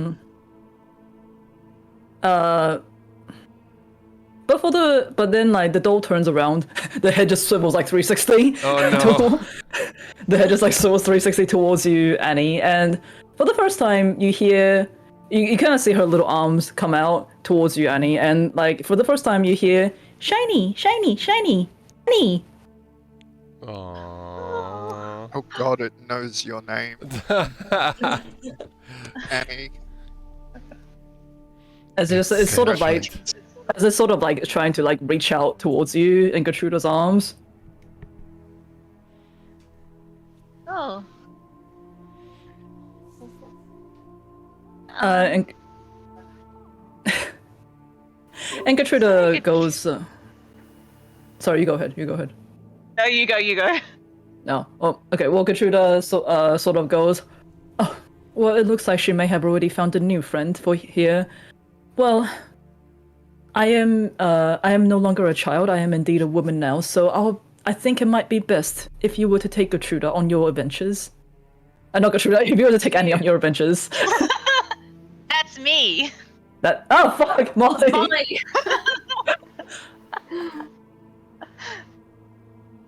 No, she was talking to Molly, wasn't she?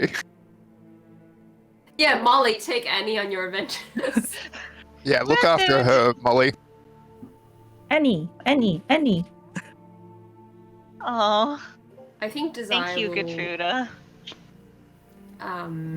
If, as Gertruda kind of prepares to leave, Desire will kind of take her by the arm. Oh no, she's not leaving. She's waiting for Oh. you guys. She's just taking you guys downstairs.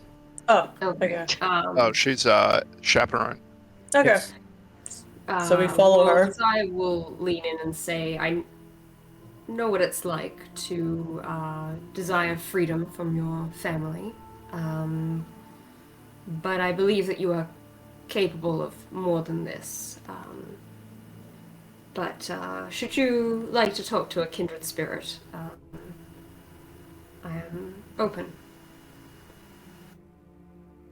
I'm sure you'll change your mind after dinner, Miss Ravenswood. All we all need is just an open mind.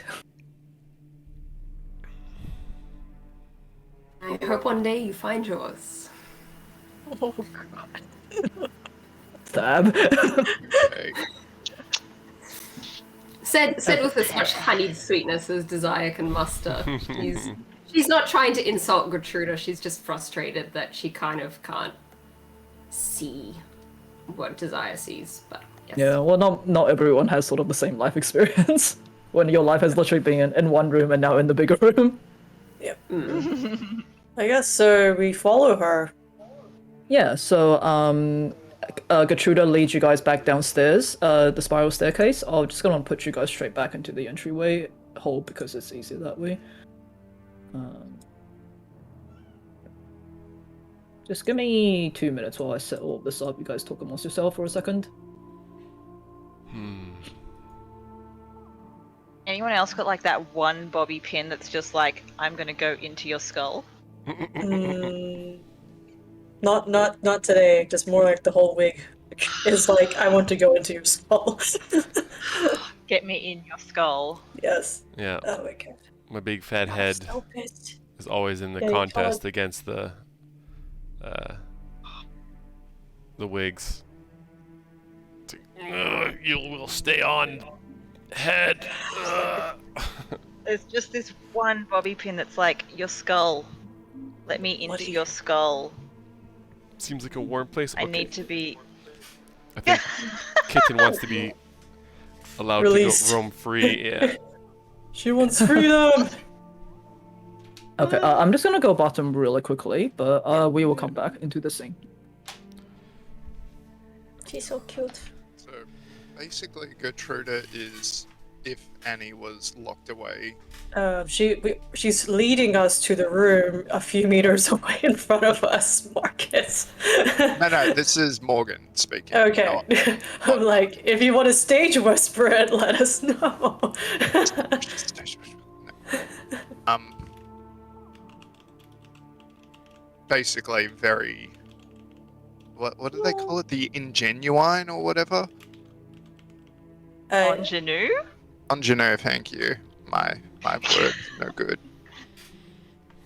Oh my god, Emma, that dress is stunning. Oh my gosh, can you give us a twirl? Oh my gosh, babe. Very Worth nice. every penny. Oh, oh my gosh. So fashion. So Yes, Fashion. mama. Can Yes, I everyone do a absolutely twirl while we wait? As Can in you do a You twirl? you can see Yeah, we my can all do track pants twirls. that I'm wearing with this. There you go. Oh, I should also show my necklace. I don't know if you can see it. Is dice. Oh, nice. That's really cool. That's really Oh, that's cool. really cool. I like that. Oh, I want one. I got it as a present, so I'm not sure where it's from, but yeah, it looks like a nice. really cool modern necklace, and then it's dice. And it's nerd alert.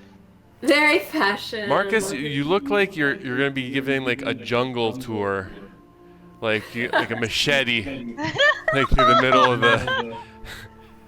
It looks like Yeah, what's his I name? do agree. It's kind of that safari hunter Yeah, vibe, but yeah. this is like we were doing the shooting, and it's like the artificer at work, so rolled up sleeves kind of thing.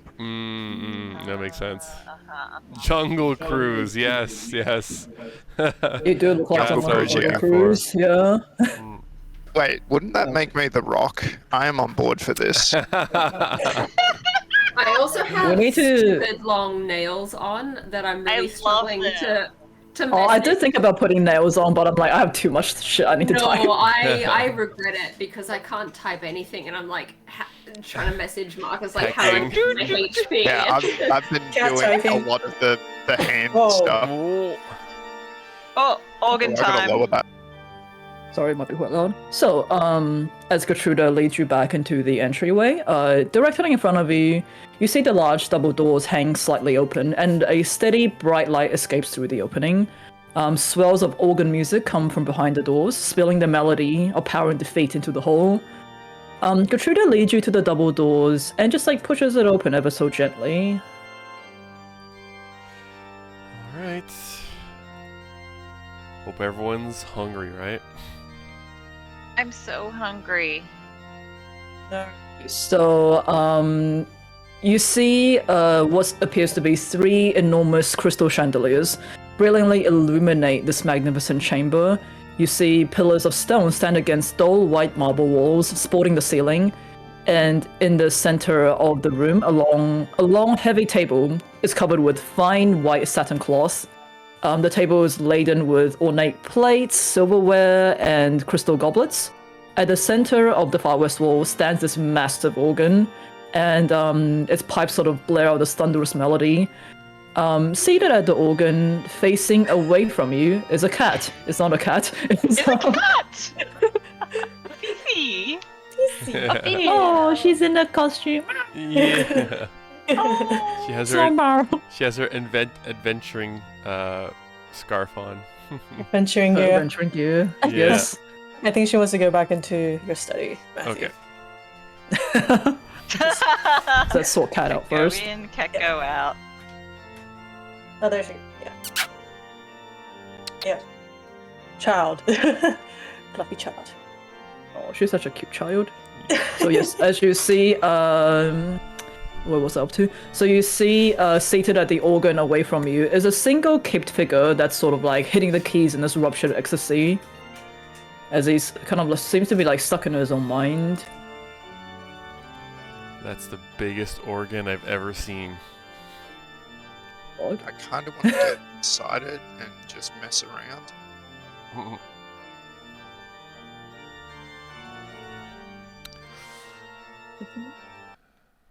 Okay, so I just closed my notes like an idiot.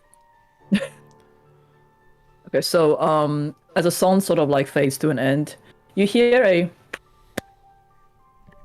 from behind you Oh, as you okay.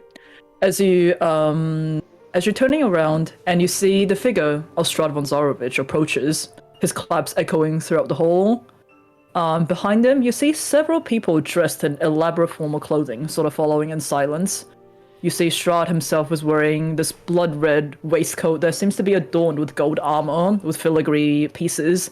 This dark velvet cloak sweeps the ground behind him. You see this high and tight collar that sort of accentuates his already sharp jawline. And turning back around to the organ, you see that the figure that was at the organ has disappeared. well, If what? that's Wait, a neat did he trick. just clap himself? Did he slow clap himself? And he goes, my esteemed guests, I welcome you all to my abode. Please, let us be settled before formal introductions are made. As he gestures for everyone to go into the room. Is there is- Irina Or in the group? found? You don't see Irina just yet. Okay. So feel free, because there's a lot of other people that are coming in, so feel free to just arrange yourself. I know it doesn't quite match up in terms of the seats, but best as you can.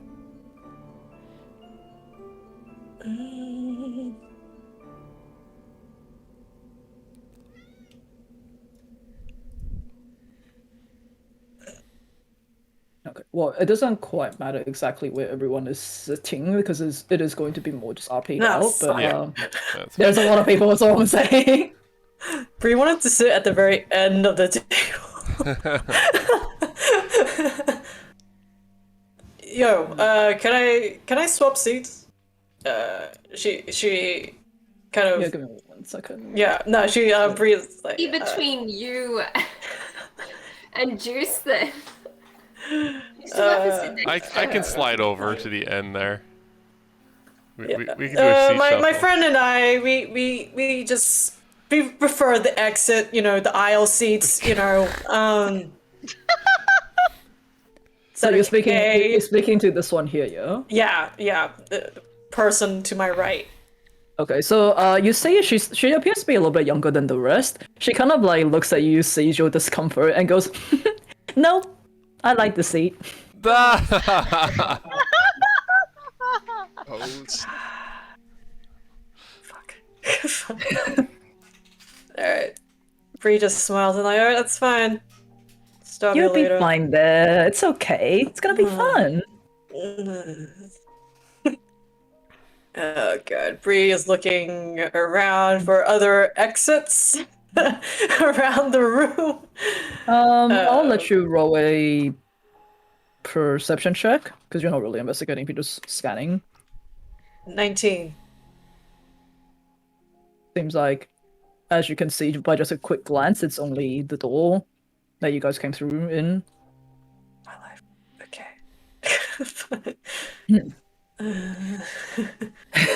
So as you'll sort of like take a seat, and Strahd kind of like looks around proudly at everyone and goes, "Oh, I believe formal introductions are required." And he gestures towards the lady that's on his right hand side, this one here with the gold headdress. And he goes, you see this like tall, slender, dark-skinned lady with a deep purple hair. Her cheekbone seems to be protruding like knives almost underneath her chiseled face. Her sharp eyes and pursed lips kind of gives this air of seniority. She's in this white dress, this really beautiful white dress with a detailed corset. You see her neck and her wrist and forehead are adorned with these like large bands of gold jewelry. And I would say Annie, with your keen mind feat, she is the one that you saw at Doru's funeral, albeit in a different outfit this time. And Strahd gestures towards her and goes, "This is Ludmilla, my most loyal consort who has been with me the longest. She came to me as a brilliant young lady and has now grown into the resident spell mistress of the castle. Her recent experiments proves that she is the brightest of the lot. I'm sure she will provide ample conversation for knowledge-seeking folk such as yourself." And Ludmilla just gives like a very curt little nod to the rest of the group. Doesn't seem to smile much, quite devoid of emotion. Marcus nods back. Sorry, I'm trying to see how I can hold on to this wine glass with a mic boomstick in a way. But Strahd gestures towards the one that's sitting beside Ludmilla. You see this really beautiful young lady, like a face that could only really be like nobility. And despite her like really heavy makeup, you can tell she's actually quite useful and like has this like unnatural beauty underneath. She's holding her chin up just a little bit higher than the rest, kind of as if she's like looking down at everyone that she's coming across. She's in this blood red dress that with like this impressive ornate collar and turban. You see silver jewelry with like floral motifs adorning the look. And Strahd proudly goes, "This beauty here is Anastasia, the diplomat of Castle Ravenloft. Her nobility and sharp wit is unmatched throughout the lands. Her exceptionality at the vampiric arts proves to be just as ravishing as her appearance. She's sure to delight anyone who enjoys a sophisticated event." I'm gonna put the names down. So you call Ludmilla. Oh, that's not how you spell it. And this one that I cannot spell ever. Anastasia. Oh, whoops. In capitals. Oh, I have it as a title on my notes, that's why. Ludmilla, Australia. Gotcha.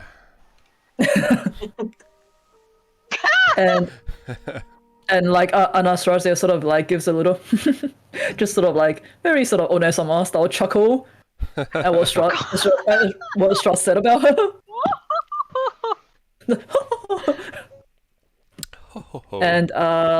And he points towards the young woman that you were just speaking to, Bree, and you see. Oh, my music is still going. She looks to be someone who in her early 20s, definitely the youngest of the lot. She has like short black hair that frames her face, upon which she wears this animal skull mask. And she does like, despite her slender frame, you can tell she's actually quite toned and muscular. She kind of reminds you of like a dancer of some sort. Behind the mask, however, behind her mask, in her eyes, there's just that slight crazed look about her. She's in this like golden dress with like strings of pearls that's like covering her shoulders. See long gloves that's like covering her slender arms and fingers. And Strahd goes, "My youngest consort, but the most spirited, Volenta, is a master tactician and can blend into any environment. She is a ferocious and dependable fighter and is a force to be reckoned with. She may be young, but her skills are unmatched. Those who pride themselves in their combat only have her to prove yourself against." Polenta? Oh, fuck, I was not looking at what I was typing. Polenta, like polenta. Okay. Valenta. And you see Valenta. Not gonna accidentally say any of the other mispronunciations at all, for sure. I totally was not looking at what I was touch typing, so I was like, oh, what the fuck. But you see Valenta kind of like just twirl a bit of her hair in a very giggly, childlike way. Oh, God.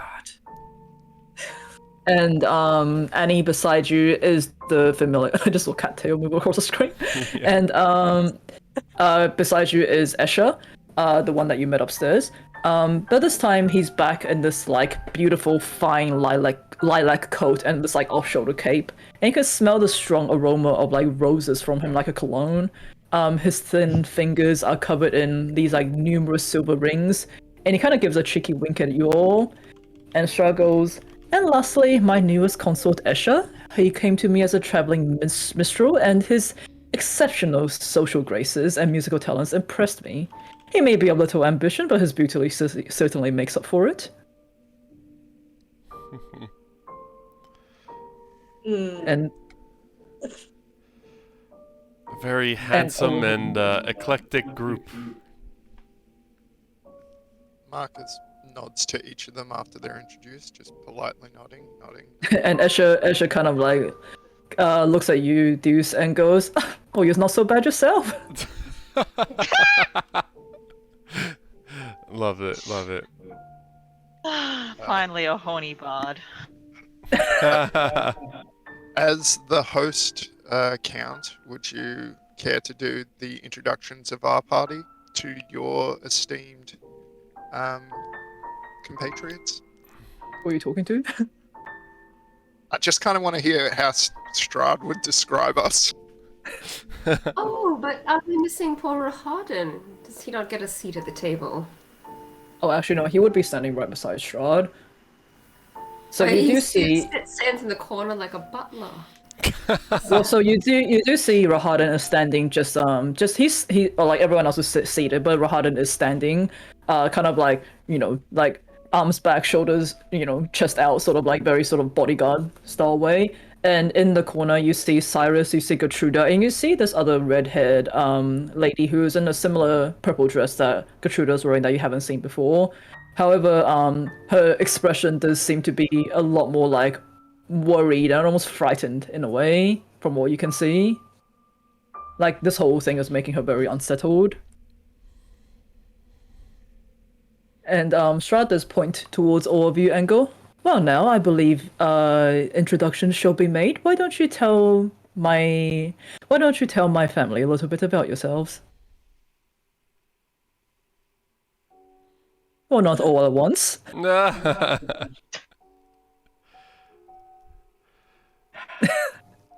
Deuce looks over at the Ravenswoods and will telepathically say into their heads, "You have all the nobility and social grace prepared. I'm sure you're well accustomed to making introductions." So I'm just saying this telepathically to them. Alright, very well. Marcus, I assume we were seated? Yes, you are seated now. So, yes, so Marcus grabs his... Unfortunately, I don't have a wine goblet on my person, but just imagine I'm doing exactly what you're doing right now, Lisa. Oh, this is grape juice because I'm a baby. It's Marcus Ribena. So Marcus rips his goblet and says, "It's a pleasure to meet all such esteemed company. My party, I am Marcus Ravenswood, fourth-born son of Count Ravenswood. To my left is the most beautiful woman I have ever laid my eyes upon, and And at that, Anastasia is like, It's getting catty early. and whom I am fortunate to call my wife, Desire My Ravenswood. wife. And on my right is Annie, or Miss Anubis Pireshade. Hi, I'm Annie. She's an endless source of joy and optimism, payment. and we enjoy having her around on our expedition. Opposite me is Brianna Willow, or Bree, and she is one of the most effective employees we have ever had.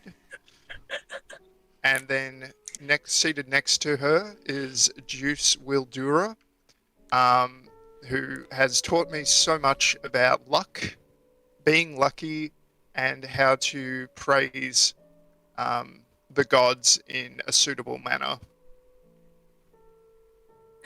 You see at this point, like Escher sort of like elbows you a little bit, and he goes, kind of whispers down towards you and go, "Dang, he's married already?" Sorry, buddy. But also, aren't you? Yeah, but like Desire knows. Yes, you know. Escher, what instruments do you play? Oh well, it's been a while since I played, but I'm particularly adept at the harp. I have quite nimble fingers. Oh, me too, but I've never played the harp. Maybe you could show me? Like, after dinner. Like, I think it's kind of rude or something if we get up right now. Yeah, it would be. Yeah. Do you know what's for dinner? Oh, I'm not too sure, to be honest. I know Cyrus and the master himself has come up with a 4-course meal, if I remember correctly. Okay, cool. Yeah. Okay. Desire will raise a glass and say it's been quite some time since I had the opportunity to dine in sophisticated company, and I do so hope tonight can change that. Well, and Strahd also raises his glass and goes, "Now, allow me to say that I am most delighted to have such presence in my castle tonight. I pray that we shall reach a deeper understanding of each other by the end of this meal. But before we toast, you are in my house, and I expect nothing but the utmost respect for your host, as I will have for you. There will be no drawn weapons at the table tonight, for we are meeting in a civilized space. Now, to dinner." Oh, As you see, aren't we missing someone? Wait, does Hmm? is that including that whole thing of like guest right or whatever? Is that what he's talking about? what are you talking about? So you know, in Game of Thrones, the whole The reason the salt Red and Wedding stuff? was so bad is because all of them had guest right, so you couldn't harm them in your house because you said you'd look after them. You give them salt and bread. Yeah, that's the one. Thank you. I never got that far on Game of Thrones. Uh, But I think basically it's like there is no fighting tonight. At least not from their side. All right. Well, obviously, if you guys were to suddenly start fighting, they're not gonna be like, "Shit, just kill us." You know what I mean? Feels like it Aren't would we be a forgetting bad someone? idea to start fights. Yeah. Great. Well, thank you for your hospitality, Count, and for honouring the important noble traditions of being a good host and guest right. We appreciate that. There shall be no drawn weapons at this dinner table. Of that, I can assure you. Of course, Mr. Ravenswood, we are merely here for civilized conversation. This music is a lot louder than I thought it would be. Give me a second. Yeah, Bree just kind of shuffles the dagger a bit, like more hidden. around. Deeper in the back. Yeah. Damn it. So, and at this point, he gestures towards Cyrus and goes, "Cyrus, if you may." And Cyrus and Gertruda and this other redhead woman, they're each pushing like a cart that has like covered plates on it, and the three of them fill your goblets with this dark purple wine, and they put the bottle on the table in case anyone wants more. And you do see on the bottle is the words "Champagne Dooley Stomp." A rare vintage you have there, is my understanding. Don't Of see course, this there's just not anywhere. much. There's not much around in Barovia, after all. We do have a bit of a reserve stock left that I only leave for the special occasions. Hmm. Well, we appreciate you breaking out such vintage wine. Though, hopefully, if the winery may begin producing more of that vintage soon. You have to speak up, Morgan. You have to speak up. Okay. Thanks for breaking out the vintage wine. Hopefully the winery will have more of that soon. Yes, let us toast to the downfall of whatever is thwarting the Mardikovs from producing more of such fine drink. Let us toast to that indeed. Cheers. Headphones. Yeah, I'm using this mic from this.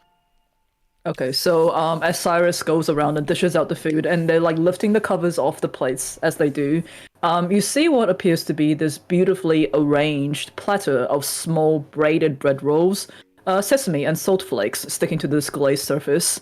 You see fresh sprigs of rosemary cover several ramekins of what appears to be different oils, and Cyrus with this like big flourish and goes, "For our starter, we have speciality known as challah bread from the small town of Shone, known for their exquisite homely bakeries.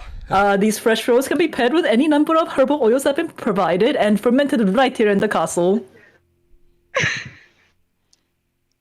Eavesdropping bastard. Excuse me, Cyrus. I have heard Yes? that you can use these breads, like you can soak them in egg and then add some sort of sweetener and fry them up. Is that true? Well, I've certainly not thought of that. I think that would be amazing. Maybe a dessert dish later on. You see him pull out his notebook and start writing furiously. All the while he's sort of like giggling to himself. You can tell the guy's probably a bit mad. Well, the line between genius and madness, it's a fine one. Is Irina not joining us for dinner? Oh, Irina is merely resting a little bit after her long journey. She'll be joining shortly enough. Cyrus. Can someone roll insight? Yeah, Yes? I was. I'm rolling inside. Yeah. 22. Nice. 18. He's not lying, from what you can tell. She will be joining later on. Who's here now? She's gonna miss out on the bread. What the hell is this queue? Seriously. Okay. So you see everyone dig in, and are you guys partaking or just sitting there? Yes. Bree is touch very again. unnerved. Bree is very unnerved. Marcus is just going to quickly do a good old purify food and drink. You wanna do a stealth? That's VSM, yeah. It Yeah. would be obvious, yeah. Let me check out what the components are. In the meantime, Desire might gesture to the red-headed girl standing by the wall and say, I hate to be a bother, but I sense that my pet is becoming quite anxious being cooped up in these dark stone walls. Would you mind taking my bird outside and letting it fly free for the rest of the evening? And she's kind of Otherwise, like, it might end oh, up yeah. picking up my food. And she kind of like scuttles over to Love and in this sort of like choppy, sort of very scared voice, and she goes, yeah, I can certainly do that, ma'am. She reaches towards Love and like, oh, please don't bite me, sort of way. So I'll say, Love, be a good girl and keep an eye on things for me. Sorry. It just reminds me of the whole like holding a bird like a snow cone thing that's there, like a poking back. I cannot scream.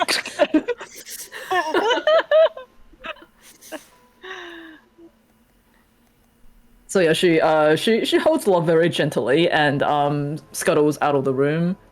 Are you just wanting Love to fly around the castle, or? Yeah, I want Love to fly around the castle and like look through any open windows that she can, and I'll kind of periodically check in with her when she kind of. I'm assuming that she can get within 100 feet of me. Every now and again, she'll just do some loops of the castle and see if she can particularly see Irina and make sure that she's okay. Okay, sure. I'm gonna put Love's token out of the way then in that case. And Rosenthorn is just like sitting pretty at the side. The prettiest, yes. The Yep. goodest boy. Yep. As And for- Desire will lightly touch the arm of the servant girl who was attending her and say, "Thank you, you've been ever so kind. Can I call on you again if I need anything?" Of course, ma'am, of course. I'm always here to serve. She kind of like almost like jumps a little bit at your touch. Okay. So, as I see Marcus, because I think I've seen him like sort of do this before, I'll say, "Oh, Marcus, are you saying that that prayer over our food, that blessing that I told you about from Oladra? I do find that saying a little something before starting to eat is very very respectful. I didn't know that you had already memorized it, but yeah, that's a great idea, perhaps." I didn't want to draw attention to it. Oh. It's now you something have. I picked up from you, Mr. Wildura, and I've just been doing it ever since. Can you both roll deception checks? Sure.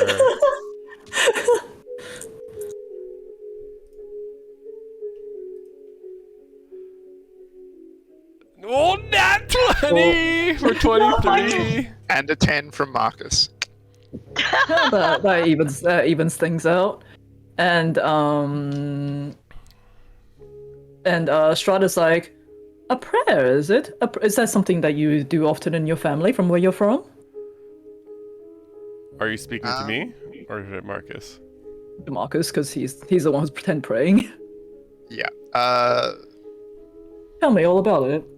Oh, of course. So my family is not particularly religious. Lathander, or the Morning Lord, is the dominant religion back home, but we're not particularly religious. However, ever since having Mr. Wildurin, our employee, I've been picking up bits and pieces, especially around Aladra, his patron deity. And I do respect the worship of luck, because I feel I've been blessed in my life countless times. And Marcus leans his head towards Desire, just like gesturing. So I respect his religion quite greatly. Very well. Well, you must tell me a little bit more about your lord there, Mr. Wodora. It appears that Oladra is not a deity that is often seen in the mists of Barovia. Indeed, she's not.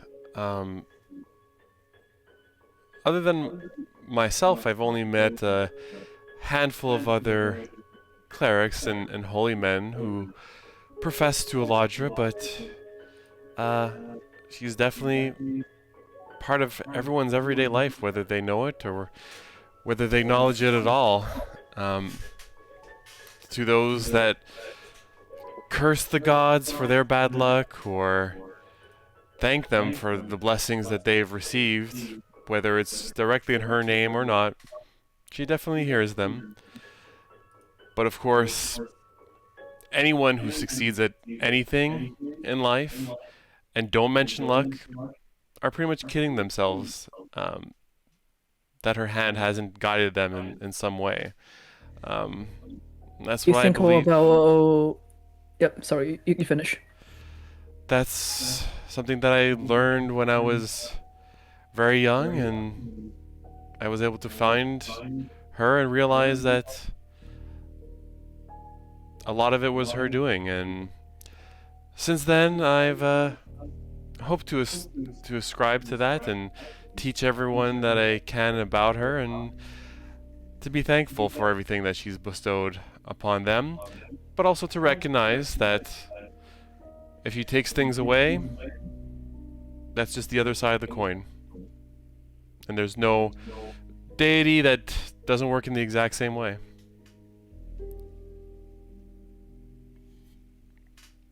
A man who lives his life by the idea of luck. I can respect that. I'm not particularly a fan of the idea of fate myself, as I like to believe that my actions are in my own hands, as is everyone else's. But what's to say, right? In a world, there seems to be so much more that we do not understand. There's Yeah, go ahead. There's definitely an element of your choice, and the choices you make determine the luck that you get.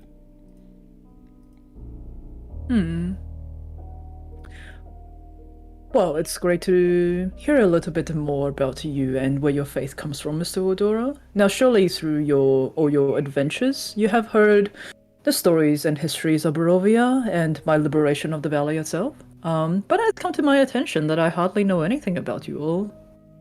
And at this point, he kind of like picks up a bit of the bread that you guys are eating, which is like very delicate and decadent. The oils have this like rich aroma that is like somehow still quite light. The sea salt flakes kind of gives it this nice crunchy texture at times. It seems simple, but clearly a lot of work has been put into this simple dish.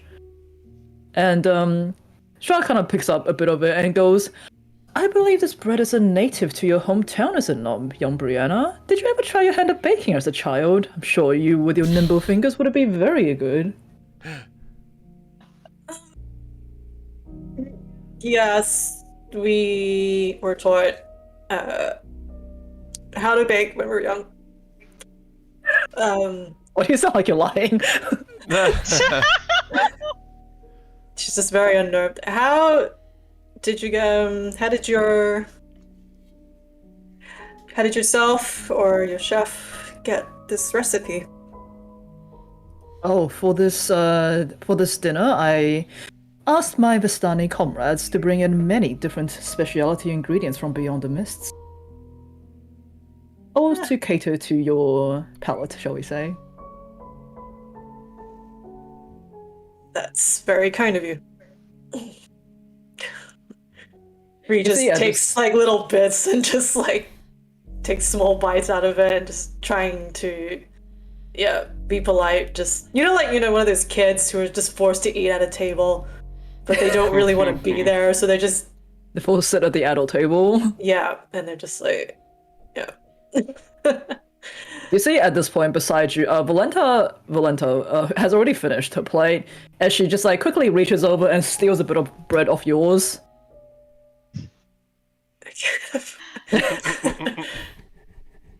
That's fine. And she's like, she's giggling, seeing that you're not trying to like tell her off or anything like that. She didn't even ask if you were gonna finish that.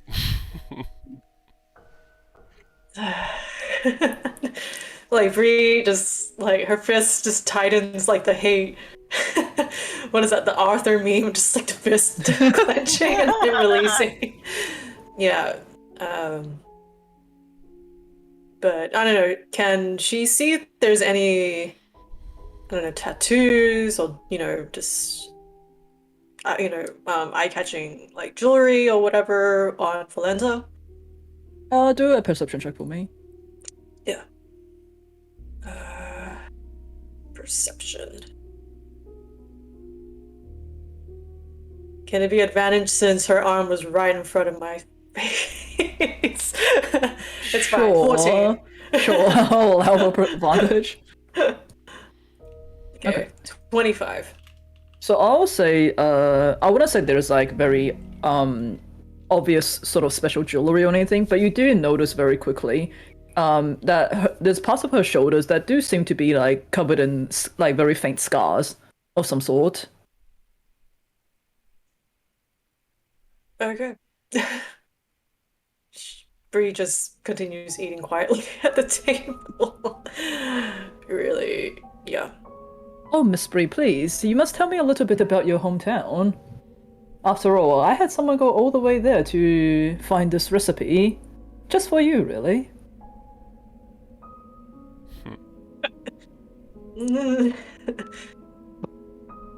So, well, if you ever have a chance, it is a very nice town by the sea. Mostly halflings, and we do love our baked goods and desserts.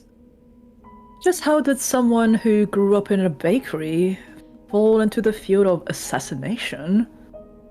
What a fascinating turn of a career.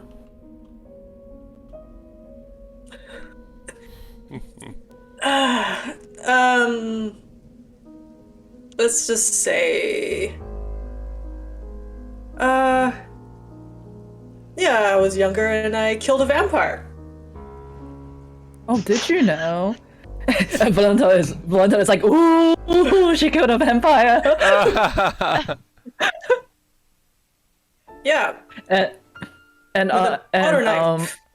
With a butter knife. Is making shit up now? I don't remember this part of the backstory. Anastasia is like, Marcus yeah. Pocket watch and it's like, okay, it took Bree all of 10 minutes and 51 seconds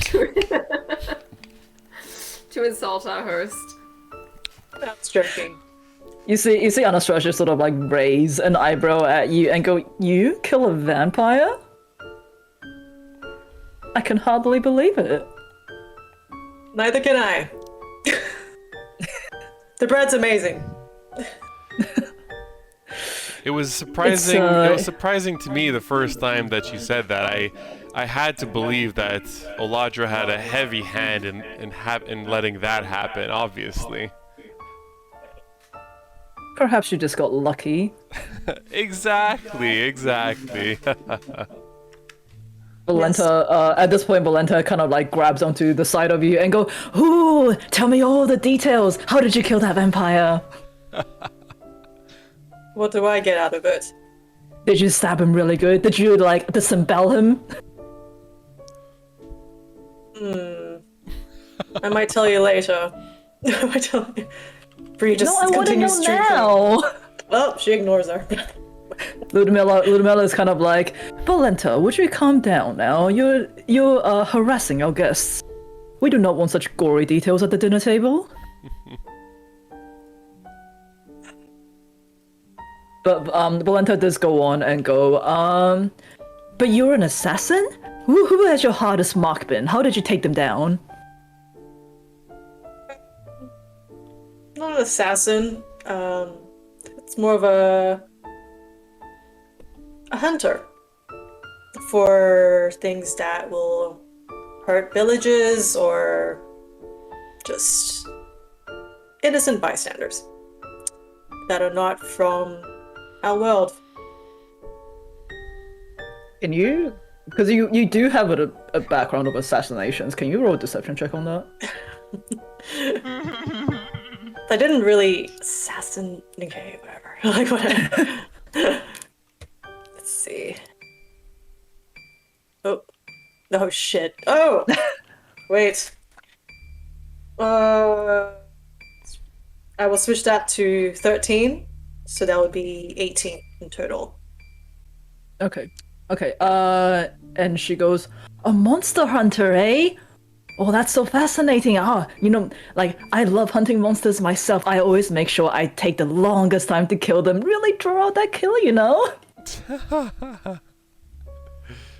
Lovely. God.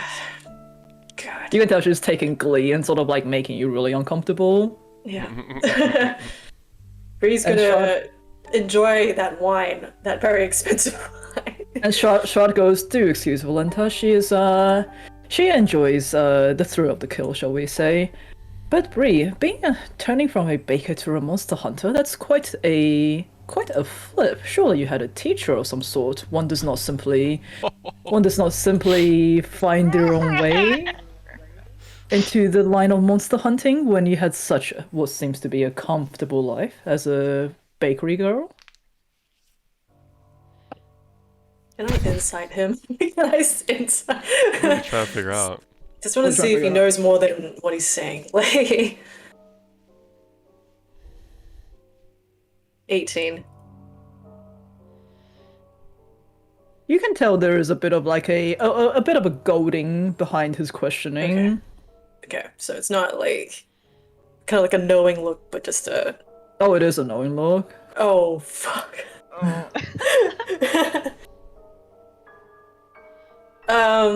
Of course, I met many people on my journey from many guilds, hunting guilds of the world outside, but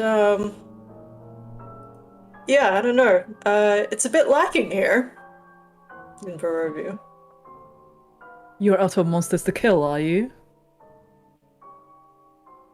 No, I meant guilds or hunters here themselves.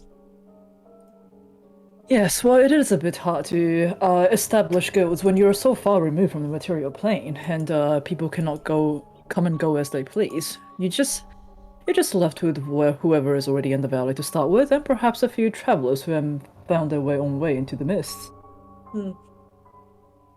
Yeah, it's a bit unfortunate being stuck here.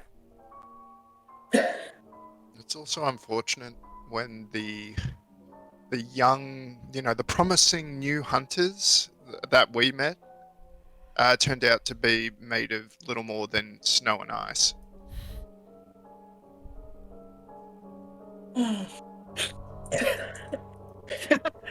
Everyone takes a nervous.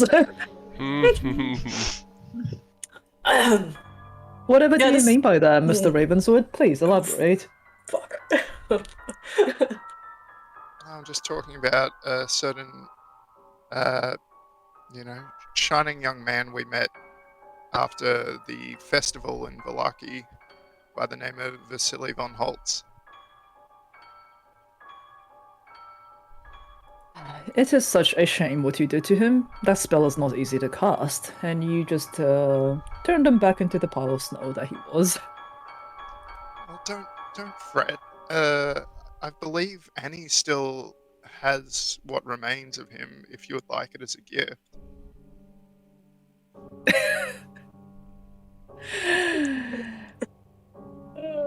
And he's like pile of snow. Like, that's mine. The snow is not what is God, hard. what The snow is not happened to what the is hard to silly cast water? about though. The snow is not what is hard to find in terms of ingredients for that. Either way, he was merely a little experiment I had running along. I was able to embody him in the times that I wanted. And with that, I got to spend a bit of time with my dearest Irina. But as you have said before, you have found your way to Valaki, you found your way to plenty of other cities. How has your time in Barovia been so far? Who's he talking to? Yeah. No, the everyone? general table. Like, I'll say with these questions, unless it is directed at someone, you're all welcome to speak up. Enlightening. Transformative. Practically full of character. Yeah. Yeah. Yeah. How's life? Oh, jeez. Unending, shall we say. Hmm. About you, young one, you have not spoken much. As he looks towards Annie.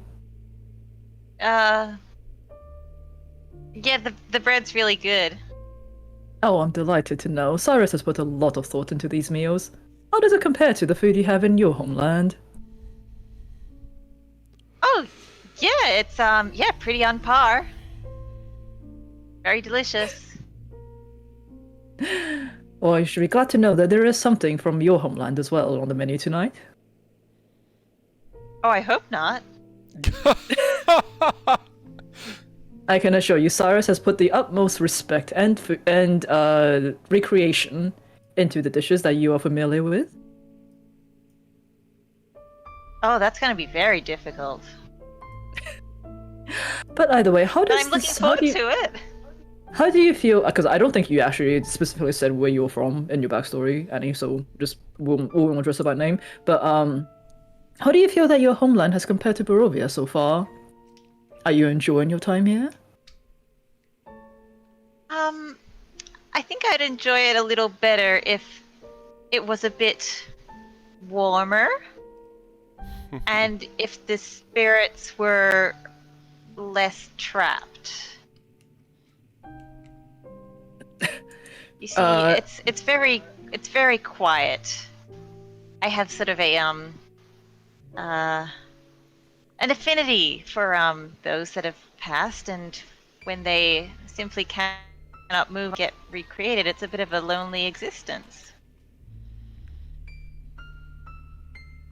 I do feel for the spirits that are trapped within the dome of this plane. It is, however, not my choice. As much as I would like, I would also want them. I would also want them to be freed. Well, let's free them then. It is not up to me, my dear. It's not me who is keeping them trapped. It is part of my curse that they are trapped within these walls. Well, so if you could, you would change that?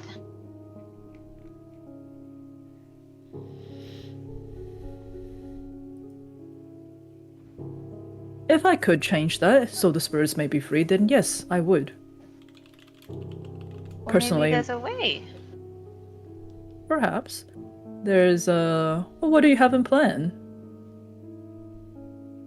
Oh, I don't really know. It kind of depends on what and how they're keeping it here. I think you know more about that than I do. I just know that it's happening. It's not something that I am really comfortable going into tonight, unfortunately. Maybe another time then. But as I said, I'm here to understand have a little bit more understanding about each and every one of you. And you see at this point, Valenta is kind of You can see like this whole time Valenta is sort of like scouring the table, looking at each and every one of you, but she does notice the locket that you have around your neck, and she points that out and goes, "Is that from your hometown as well? What's in it?" Yeah, it's from home. It's personal though. What's in Tell your us. locket? I don't have a locket. What's in your locket? No, Sounds like a you. commercial, yeah.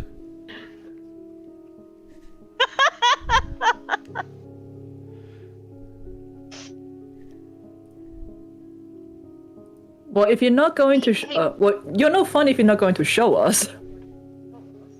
Well, you're not even showing your face. And I thought that was like customary. You're not meant to wear hats or masks at the table. It's unbecoming, right, Marcus? That is correct, Annie. Fine, I was just trying to scare everyone, and you see she does take the mask off. Just, I don't have a token without the mask off, but pretend she's taking her mask off. There, is that better? Now you can all see my yes, pretty you have little such- face. You're gorgeous. Aw, stop What do it. you do for? What? You're the tactician, right? In a way, yes. I just like killing things. Oh, okay. I suppose that's nice then. Good for you. I mean, I guess someone who likes killing things would get along with someone who likes preparing dead bodies. Like, your work kind of feeds into one another. I suppose so. Oh, It's, do you deal with a lot of dead bodies? Yeah, I used to. What do you do with them? Do you also like decorate them or like dismember them and string them up? What do you do with them? Oh no, decoration mainly.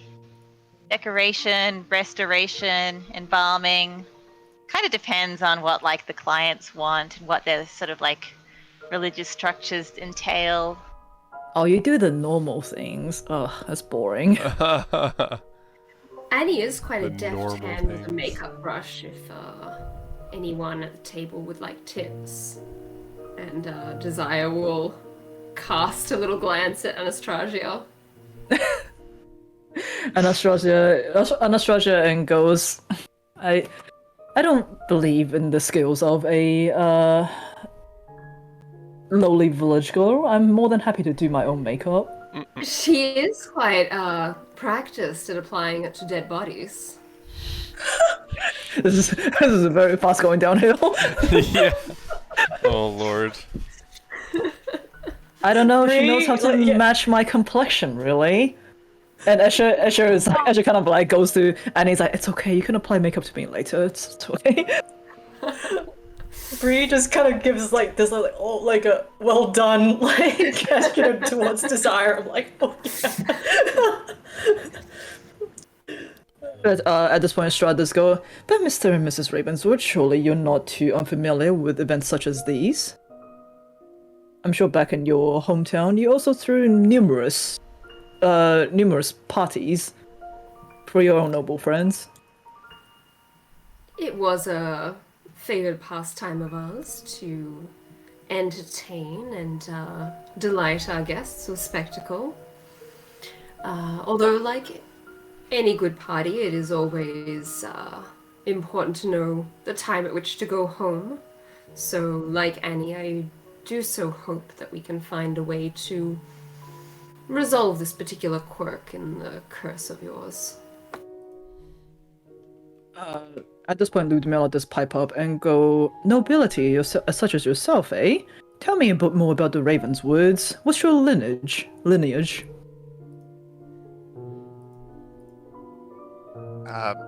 Well, Miss Ludmilla, the Ravenswood name goes back. What's her last name? Ludmilla... Oh, I'm not gonna remember. Ludmilla Vilasivic is her full name. Holy God. Miss Vilasivic. The Ravenswood lineage goes back, I believe, 8 generations, with forefather Gaius Ravenswood, merchant, founding the business and eventually buying his noble title, We reside out in the Sword Coast in a forested area. And what businesses did you, this is Lord Demillo speaking, and what businesses did the Ravenswoods deal in? Well, What earned them their fortune? as you might expect, given the wood in our name, it was the timber business. Ah, yes. Furniture, perhaps? No, this was during a great period of upheaval and social unrest, so it was actually the manufacture of armor and weaponry using really strong ironwood. An armorer? How very fascinating. Did you ever think about imbuing this armor with magic itself? Oh, I have many thoughts regarding that subject.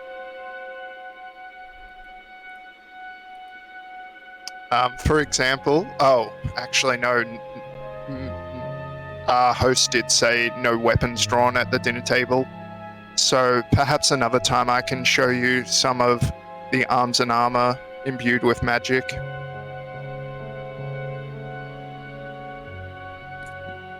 Excuse me. She goes. She does not cough like I do. Yeah, just take your time. She goes, how very fascinating. I've always been quite a fan of the arcane. You must show me some of your creations another time. It would be a pleasure.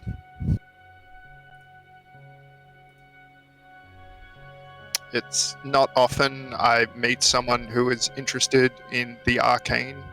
Have you heard perhaps of Mr. Blinsky, renowned arcane developer and artificer in Vallaki? That boorish toy maker in Vallaki? Well, once you get past his attempts at creating a facade for his customers, he's actually a very knowledgeable and interesting man. He's helped me design several magical items. Is that so? What has he designed for you? Well, Annie, would you mind showing off I believe they're tin soldiers? Oh yes, they're right here under my skirts. Or the The Annie skirt doll. tin soldiers Perhaps come the out. Annie doll is better.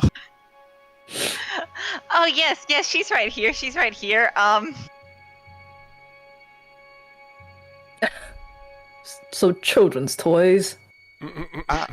But these toys are imbued with arcane power, and so I believe that doll in particular has the power to provide safe passage.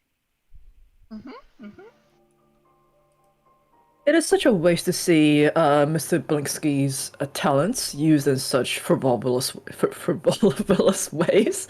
Frivolous? So what? Excuse me. But Perhaps to you it may seem frivolous, but as an artisan, I presume you are an artisan yourself, you must pursue that which is your passion, and whether it's toy making, or in my case, arms, armor, and tinkering to create new inventions, whatever is your passion, that is what you should pursue, regardless of whether it's frivolous no or one gonna not. say that word to me. I'm not quite the tinkerer myself, to be honest. My studies focus more on the mix of biology and the arcane. Tinkering is not quite a field that I have tried my hand in just yet. Biology and the arcane, you say? Yes. Have you heard a tale of the abbot at the Abbey of St. Markovia? I have known of the man, yes. Have not Yes. had the pleasure of meeting him myself. Well, perhaps he certainly works in biology, as our party can attest. But Is that so? Perhaps I need to pay him a visit then, in that case. I do believe our old Cyrus over here has a history with him already. Yes, we could tell upon arrival. Quite the magnificent creature, is he not? She says that like completely serious. He's certainly one of a kind. At this point, Cyrus does I assume everyone says or mostly finished their starters. He does sort of like gather him, Gertruda, and this other third servant. They're gathering everyone's plate, sort of cleaning it up as sorry, God, I keep coughing today. So they clear everyone's places. They ensure your goblets are full with wine before they sit down to the very next dish. The cover is removed, and you see a small bowl of what appears to be this fancy stew decorated with delicate flowers. You notice that there's as she's putting it down, the red-haired servant's hand seems to shake as she's putting the food down. And Cyrus goes, and next for entree, we have a chicken and goat cheese wild rice casserole paired with edible flowers harvested from cemeteries of renown. This classical meal has been finessed with only the most luxurious ingredients sourced from beyond the mist by our Vistani comrades. And he kind of like gives a deep bow as he like backs away from the table. Bon appetit. So Yeah, go ahead. so are you guys partaking or are you just sitting there and looking? Deuce is hungry. Yeah. Bree just takes small bites. Just very wary. So, this stew is like, it's really hearty, it like warms you from the inside almost. The chicken is juicy, the ghost cheese is fresh. Like, it's been a while since you've all had like really fresh ingredients, especially, things that's like not a wolf steak. The delicate flowers almost give like a little pop of sweetness with every bite. And Annie, I would say you do recognize some of these flowers as to be the ones from the cemeteries that you and your family owned. And Strahd also digs in, and he goes, I do love when traditional things are given a new revival. In a way, they never quite die, do they? But what is death to us in Barovia anyway? Surely you've experienced them much on the roads? A little bit too much in places that you really shouldn't expect death, and to those who probably don't deserve it, or for those who it's probably not their time as well. A little bit too much in this land, unfortunately.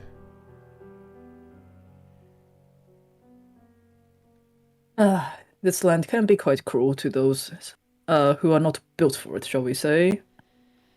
But with the way the souls work around here, like I said, we never quite die. Tell me, do you fear, for a man of the cloth like yourself, do you fear the idea of death? Or is just the fear of not accomplishing everything you wanted in life? Accent time. Really? Now? Yes. Talk about death. Thank you. In French! Great. Great. Okay. Give me a second. Well, La Mort, as we say. Where I'm Rolenta from. burst out laughing.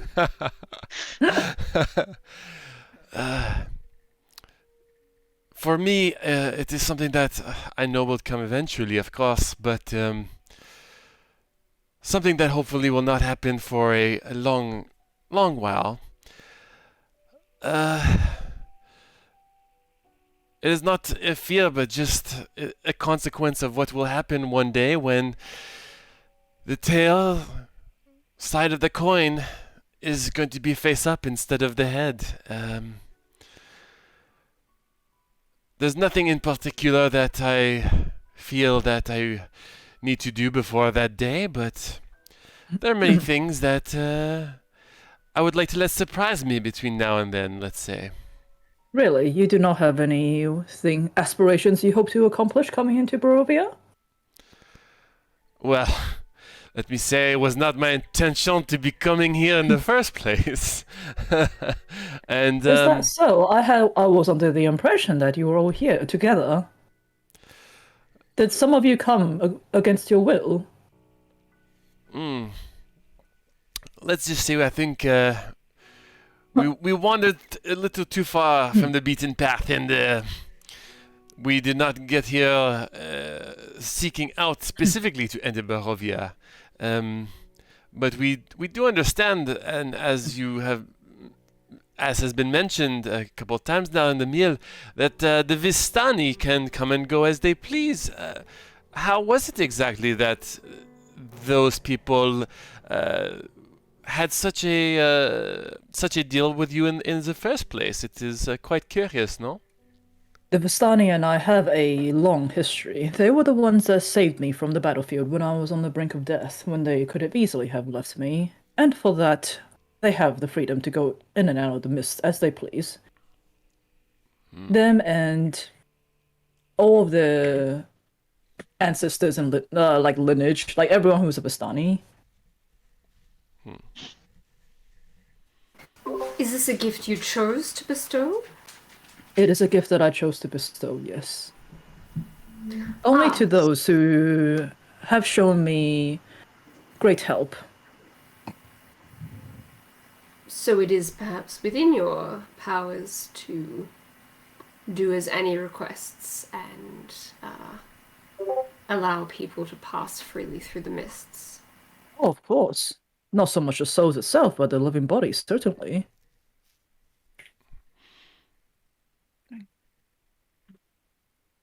So I'm just trying to get my music back up and going. So does that mean that if the Vistani were to die outside of the mist, their souls are still here? No, Vistani souls are not tied to the demiplane of dread.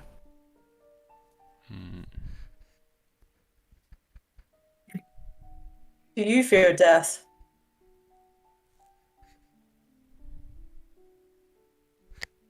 Yes, I do. I feel as any man who wishes to accomplish all that they can in life, they fear having their time cut short. I do not enjoy what came with the perk of immortality, but it means I have the rest of my life to find out what to what? A turn? I totally thought you said to bone. And I was like, what? To bone? He's clearly doing that. I mean, It's yeah. ready to burn.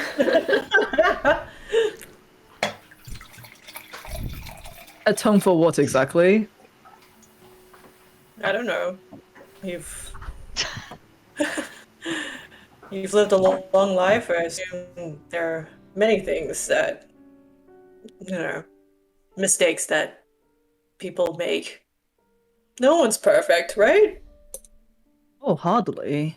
Yes, I have made plenty of mistakes, such as losing my beloved over and over again, as that is part of the curse. Unfortunate part of the curse itself. It is frustrating, to say the least. Not only do I not feel the sun against my skin, food turns to nothing but ash in my mouth. I may be alive, but only by the very faintest definition. Doesn't sound very nice. Are you in pain? No, I am not, young one. No, not physically, but Spiritually, mentally, emotionally, metaphorically. theoretically. Perhaps. It aches me that me and Tatiana cannot live our lives together. Every time she comes towards me, it seems that she is violently ripped away and killed by this curse. I'm merely trying to save her. Does that mean she's in trouble right now? Perhaps. At least within the walls of Ravenloft, I can protect her. But outside of it, something would eventually kill her in the most gruesome way, as I have seen many reincarnations of Tatiana go by. The only place she would be safe within this valley is within these walls itself. From what we've seen, she seems to be capable enough and has done very well on her own so far. What makes you Yes, think that some unfortunate change of chance can't happen in here? A loose nail from a chandelier, a plate armor falling over. What Crushed by a is vending different here? machine. What's that? Like crushed by a vending machine. Yeah. All kinds of Hippopotamus. That causes a lot of deaths, Happens by the home. way. Crushed by vending machines and being crushed by cows is a very common death. And as I've seen many times throughout my time in Barovia, curses seem to be much stronger here. I imagine the curse on you must be most strong of all. Indeed. Believe me when I say that it is frustrating living my life with this curse. How I very much wish Tatiana and I can just live our lives as normal human beings, but it is not the case.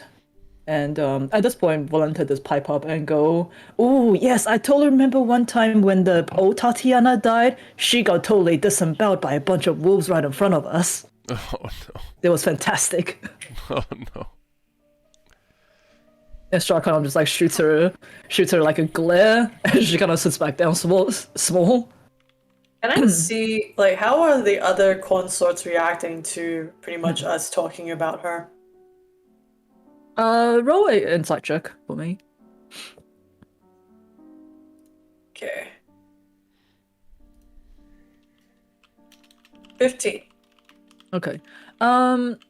Volenta seems to find it more funny than anything else. The fact that reincarnation of Tatiana is just dying over and over again. Ludmilla seems rather like unfazed by the idea. However, you see Anastasia seems to have this like anger that's sort of like bubbling underneath her, and like she does not want to hear Strahd talk about Irina in such an affectionate sort of way. Escher is just kind of like trying to hide himself as small as he can in this whole conversation. Interesting. Okay. In a kind of like nervous kind of way, or just more like And, like, I he am not doesn't part of this really- conversation. Yeah, like he doesn't really want to draw attention to himself, you see. He's just kind of Okay. like slowly digging into the casserole in front of him. Okay, so all right. Okay, I was just kind of curious. Yeah. And Strahd does go like, but make no mistake, just being an immortal has made me rather empathetic to the death of others in Barovia. I've tried to stop those that I can, but sometimes even they can get away. You know, I even sent forces to the old bone grinder for the hags, but every time they would just disappear into the ethereal plane and hide out for a few days.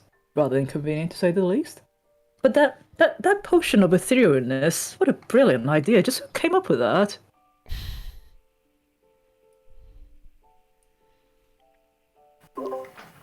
We had some help from an elderly healer in the village. You know how wisdom tends to accrue with age. I can hear Winston in the background.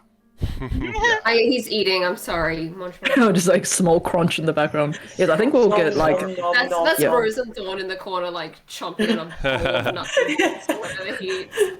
Can I insight check to see if I can tell if if he like already knows like who might have been able to like provide that for us?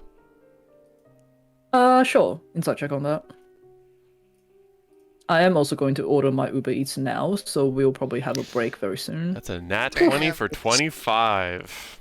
How many crits? I for you think so it's far? 2. 3. Dang. Good for me. I think it's a little less him asking who provided the potion of etherealness itself, and more like it's like, wow, which one of you came up with that sort of idea? Okay. If you know what I mean.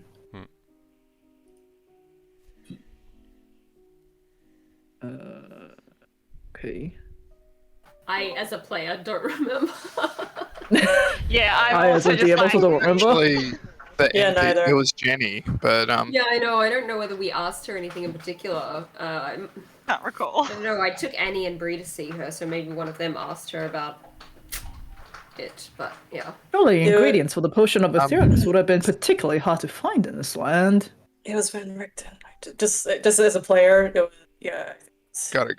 Yeah. It feels like it's been over several months since we dealt with the that matter of the hags. So I hope you'll forgive us if we can't quite recall whom came up with the idea. I do But know still, it was my wife marvelous said- how you dealt with them. mm, Sorry, you go ahead. the healer woman was the one that created the potions. The healer woman. Who might that be exactly? Oh, some old biddy in town. People go to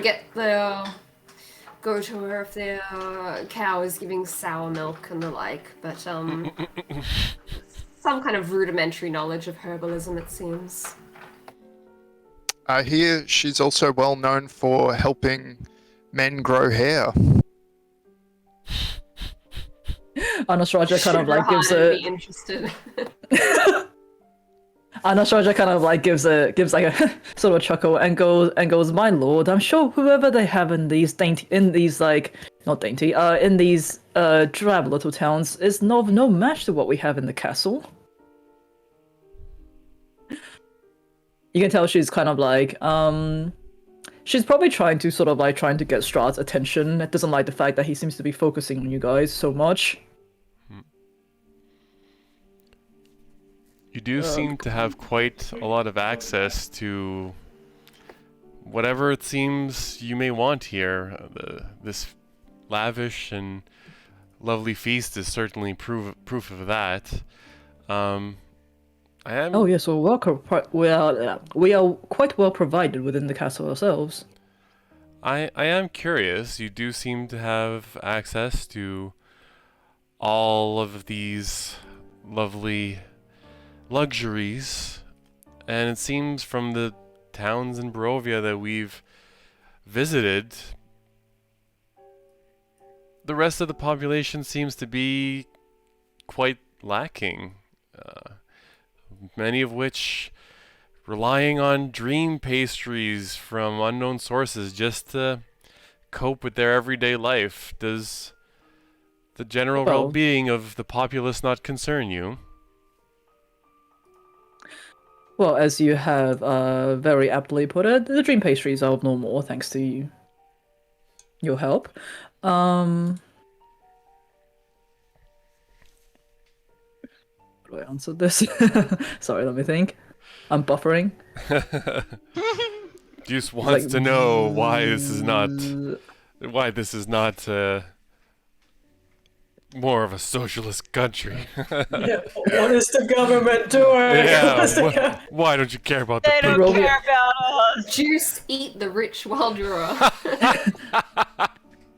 Barovia does have its own burgomaster already. Surely it is up to them to govern their own town. Are burgomasters freely elected in Barovia? Some and are we indeed, but essentially some hemorrhaging them.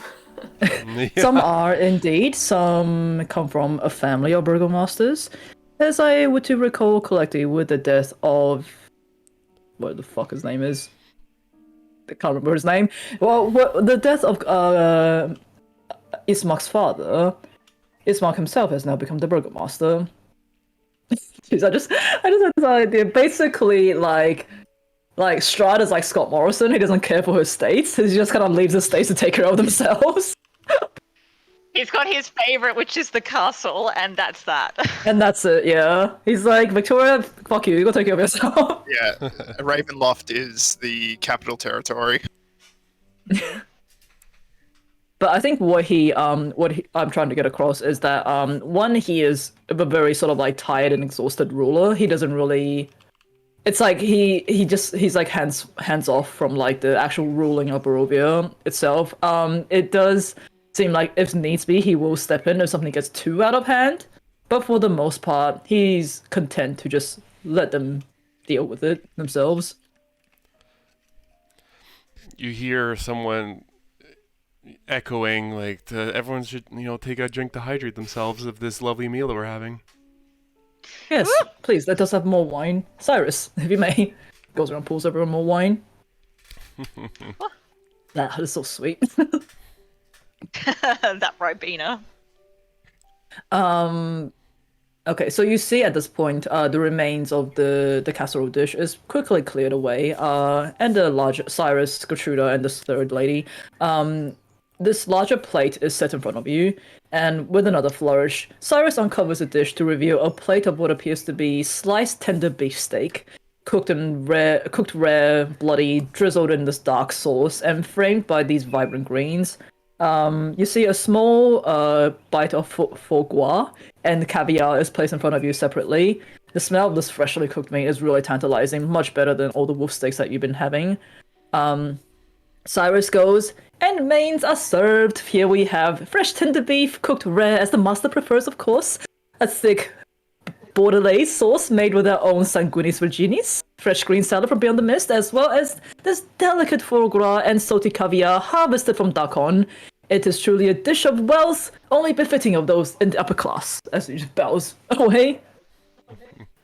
Now, this is more like it. While I do enjoy dabbling in the cuisine of different regions and classes, certainly this is the kind of fine dining I had come to expect from Castle Ravenloft. I'll say Desire at this point, when the red-haired servant is dishing out the plates and everything, she drops a small note into your lap, very quickly and very stealthily. And so it kind of gives you like a quick nod before going back to serving the table. Can I read it under the table? Do you want to roll a stealth? If you want to open and read it? I'll knock my fork off the edge of the table and say, oh, clumsy me. I'm simply so excited to taste this. And Astrasia is like... and I'll bend down to reach it, grab that, and look at the note. Okay, you open the note really quickly, and it just says the simple phrase, "Not everyone here is an enemy."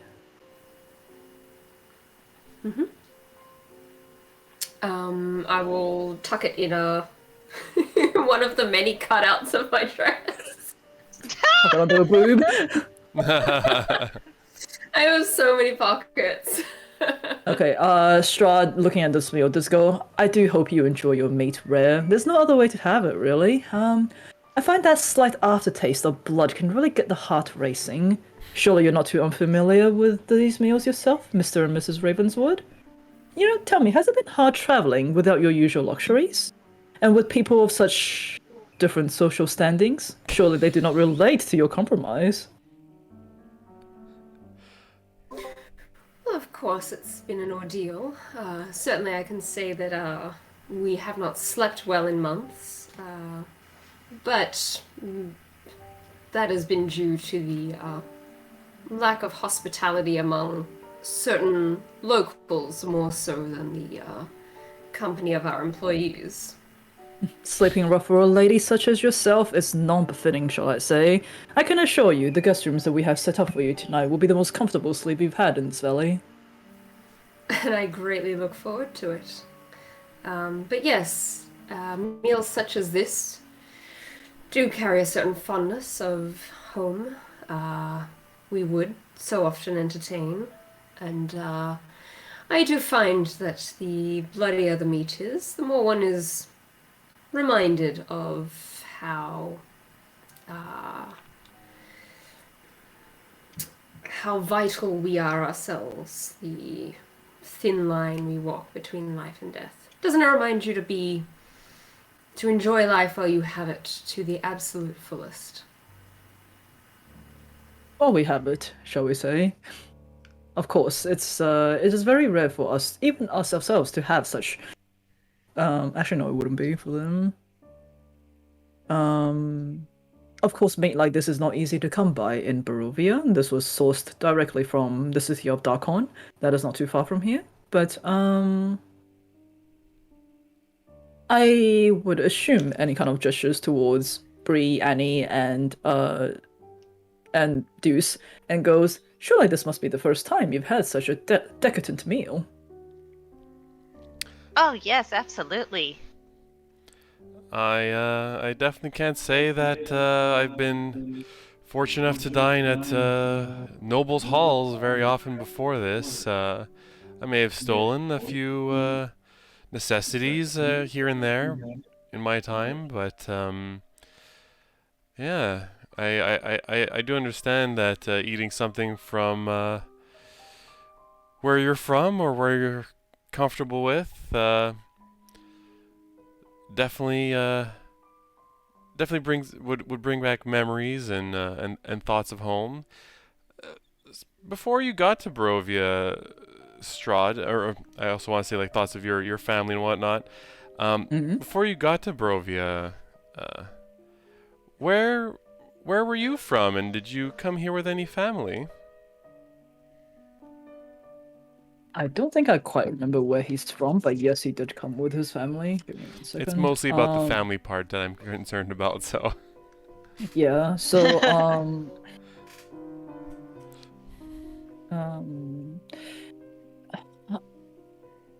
I came with my mother mostly. By the time that we had reached foot in Barovia, where plenty of our family's enemies lay, my father, King Barov, had already passed.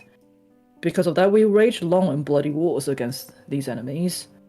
And eventually we cornered them in the last of the mountains before we slayed them, and then eventually took the valley for ourselves. I built this castle in my mother's name. Her name was Queen Raven. Fuck, I can't pronounce it. It's such a long name. I Oh, think it's that's a funny name. Rabenovia. hmm. I'll type it out. I know how to type it, but the pronunciation. No, yeah, I think it's that.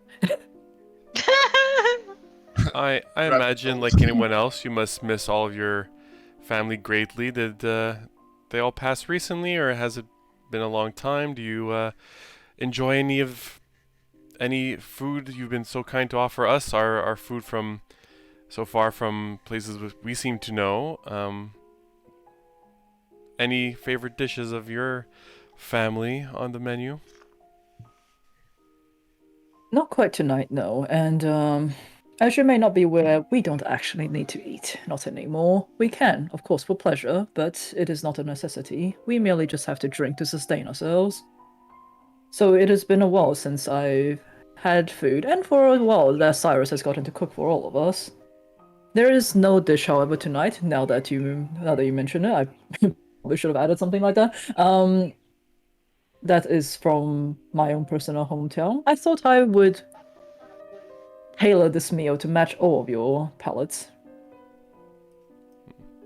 What an absolute tragedy, then, to be surrounded by such luxuries and be unable to enjoy what you partake.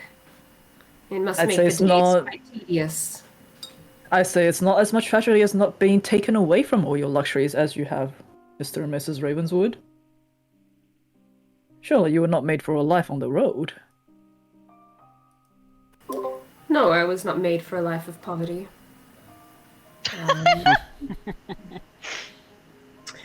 But I have found a surprising depth of resourcefulness in myself as we have set out on this journey. And just how did you two meet these three? Well, as my husband has said, he is an hobbyist artificer. There was a creation that he intended to test that requires places of great spiritual activity. So, seeking to be a supportive wife, I placed a notice for bodyguards to accompany us there, to make sure that my husband could conduct his experiments in relative safety and security. Underemployment day, shall we say? I do hope you're getting paid well for all your troubles. That is something we've been meaning to discuss. Exposure. Ludmilla is like, you meant to tell me you're not getting paid? Well, we've shared in the spoils of certain things, but in the way of official paycheck, it has been a while, but we're keeping a tab for when we depart from this land, and I'm sure they'll be more than happy to fulfill the terms of our contract. The contract was quite clear that it was for a single occasion, not per day. Tizaya writes her contracts ironclad. And Ludmilla is like, my goodness, even if we were to employ anyone, we'd make sure they get paid handsomely for their troubles. I'm sure everyone in your employ here, and Deuce looks towards everyone sort of against the wall, is well compensated for their efforts. Do I notice And any Anastasia, of them? Yeah. Anastasia kind of like leans towards the table, towards Desire, and then goes, exploiting the lower class. I like it. When I say what I said, do I notice anyone of the servants looking off by what I suggested or anything like that? I think you would say the red-haired lady definitely looks quite off. She seems to be just like looking around nervously, especially after dropping the note in the lab. But everyone else don't seem to be like to them this is their home. You know, of course they're not getting paid because they live here. You know what I mean? This is to them, it's not a job. Mm-hmm. But okay. So I would say Strahd does go. So you followed the Ravenswood into the mist in order to test their creation. Surely you have personal aspirations. What about you, little one? You haven't not been speaking much. Tell me, what did you hope to achieve coming into the mists? Or perhaps following the Ravenswood into the mist, shall we say? Or being dragged, either way? Oh, well. Why are you speaking? He's clearly referring to Juice or Brie. That was directed to my apologies. Apologies, sorry. It's okay. It's okay. No, that was to Annie. That was to Annie. Oh, At sorry. He least for said now. little one, and I'm like, Annie is pretty Marcus little. very literal. Fuck you, Marcus.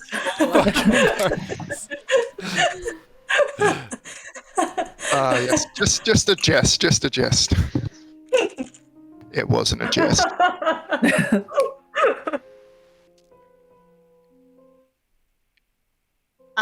Well,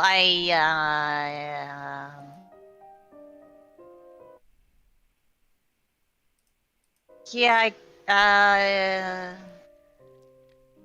this steak's really nice. Is it not? Yep. It's a very nice steak. Did you? In fact, I think, sorry, what was, let me get my notes back. Where are my notes? Back here, notes. And he writes into I- a little box of conversation starters. So the weather. It's dreadful as always. Yes. Oh, Cyrus. Do you mind? You probably see that Annie's kind of been putting aside like little bits of each meal on like her bread and butter plate, to like save for Irina for like when she comes down or later, so that she doesn't miss out. And she's like, "Oh, do you mind just keeping these aside for Irina? I don't want her to miss out on how good this steak is." Oh, it's no need, absolutely. I've already taken Irina's share up to her room. Oh, why is she eating up there? Oh, well, she was a bit tired upon getting ready for the dinner. Sorry, this is not him stumbling, this is me stumbling. She was a bit tired upon getting ready for the dinner. she had chosen to take a bit of a rest before coming down. She said she'll be with us very shortly. At this point, can I mentally kind of check in with Love, see if they're within 100 feet and see through their eyes? Give me 1 second. Let me just see where Irina is exactly and whether you'll be able to see her at this point.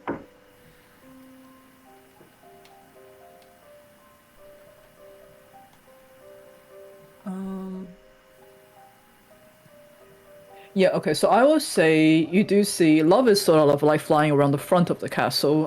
Within one of these windows, you do see Irina. She is in a large room all by herself. It's a very spacious room, a bed at the very end, couch at the other.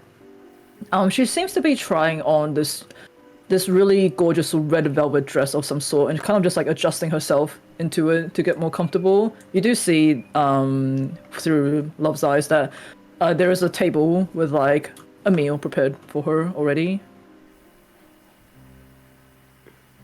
Okay. Desire will say to Annie, as our host has repeatedly assured us, he has the best interests of our guest, Irina, at heart, and she'll kind of try to make a meaningful nod, like.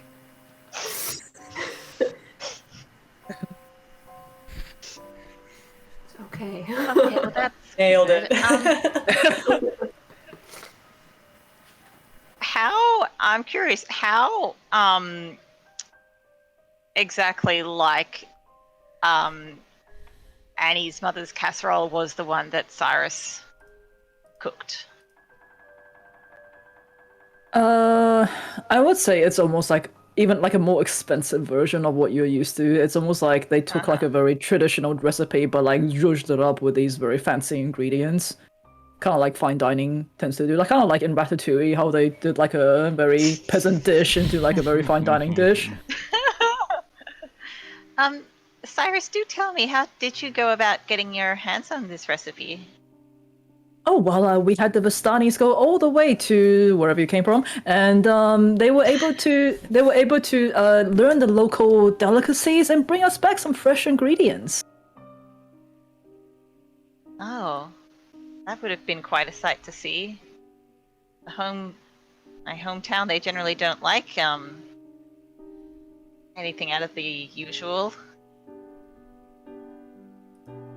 Yes, they did say that the Vistani comrades did tell us that they weren't exactly given the most welcoming of receptions. But they have their charms and their wiles. I'm sure they befriended a few locals. Oh, I'm certainly sure they didn't. Is your hometown racist? I don't remember if it was. I'm getting that vibe here. It's very very Is your hometown like conservative? incredibly so. You get ostracized for sort of anything out of the ordinary, so Well, perhaps Annie, the power of the coin overcame their power of hatred of the outside. yes, I might have to speak with the Vistani and see what tales maybe they came across. Well, speaking of Vistani, which clan is it that you sent? I would say it's not a clan that you guys know. I see. We have made some connections with the locals. I was simply curious whether it was anyone that we had met. I don't believe so, no. Plenty of the Vistanis do work in, how do I say this? It's not so much that like they're working for him, it's a bit of like a symbiotic relationship. As in like they're free to come in and out of the mist for trade and for travel, but he in turn is able to get like imports from outside the mist. With no tax. Yeah. Strahd still with dodging tax. Tax evasion, Strahd. But either way, little one, you do seem to come from a rather complicated background. I'm sad to hear that you don't have much of your own aspirations here in Barovia. Are you Well, merely tagging you along to see- make You see, a lot of the aspirations that I've come to grow personally attached to tend to stem from your the situation of curse and what has befallen the land, etc. So it's a bit of an awkward situation, I guess. And also, I'm to believe that you or your army wiped out this land's followers of Kalimvor. That's not a name I've heard of in a very long time, but yes, indeed we did. They had... One of their followers had snuck out a very precious heirloom of my family's, which is still lost in this time, by the way. They were properly... Oh, what was it? It was a necklace of some sorts. It belonged to my mother. But What does they it were look like? properly... It is shaped like a sun with a most gorgeous ruby jewel studded in the middle. Gorgeous, gorgeous. But these followers were dealt with appropriately when their deeds were found. Well, I feel like that's a great misunderstanding. And to wipe out an entire faith in this land like that, that's...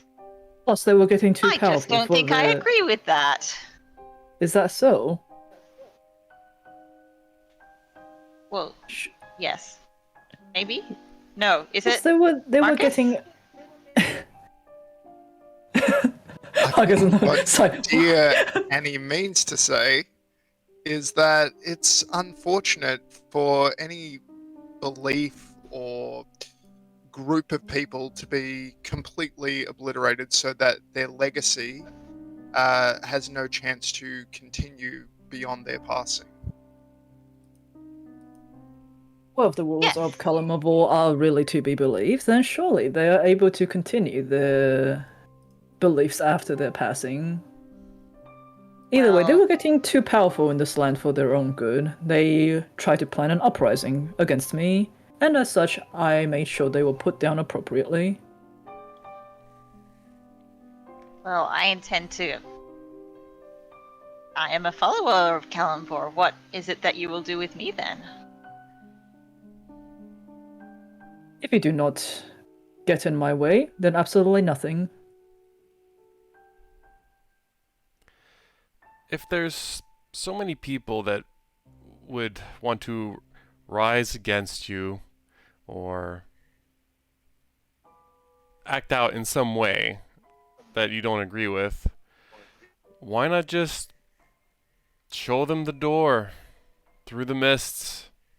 Let whoever doesn't agree with you leave of their own volition. Why bother with the bloodshed and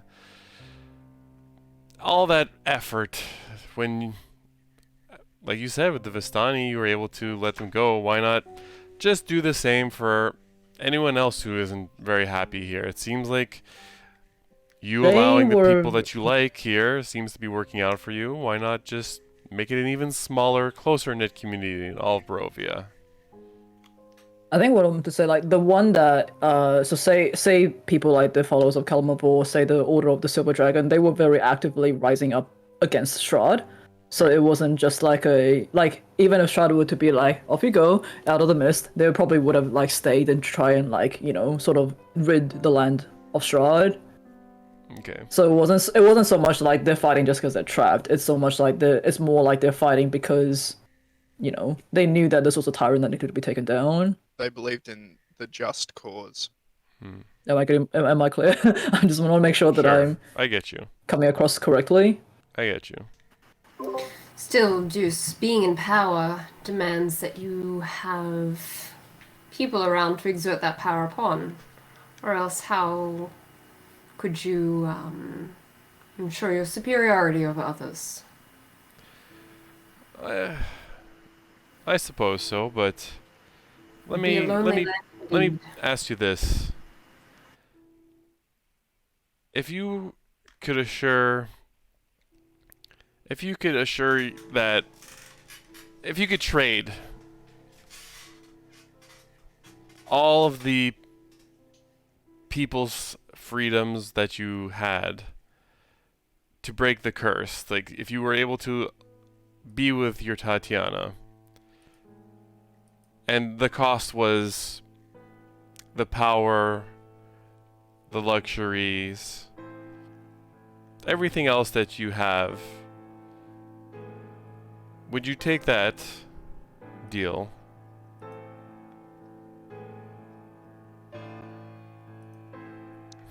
The music is swelling appropriately. Yes. It knows. You know what? I've never quite thought about that.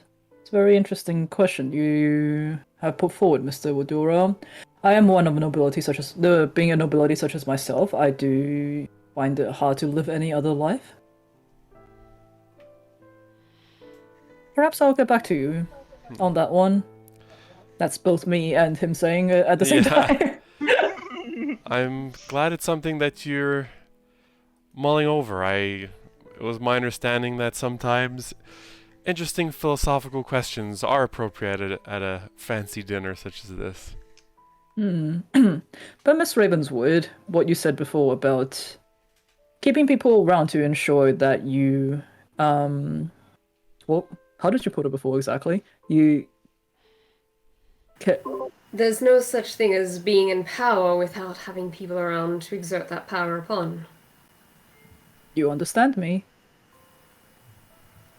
I understand the mindset of the nobility, although some are more altruistic with their time, such as my husband. The core of it is that society has rungs like a ladder, and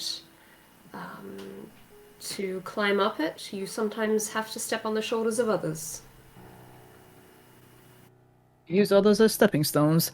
Plenty of nobility have come from that train of thought, shall we say? I'm sure you are not. I'm sure you are also in agreement to that. Hence why you have people under your employment. I've come to appreciate the unique traits offered by those we travel with. I'm not looking to advance my standing at their expense. At this point, Valenta is like, Valenta kind of like leans towards you, Bree, and kind of goes, and she can literally just like stand on your shoulders. That's why she only hires the shorter people.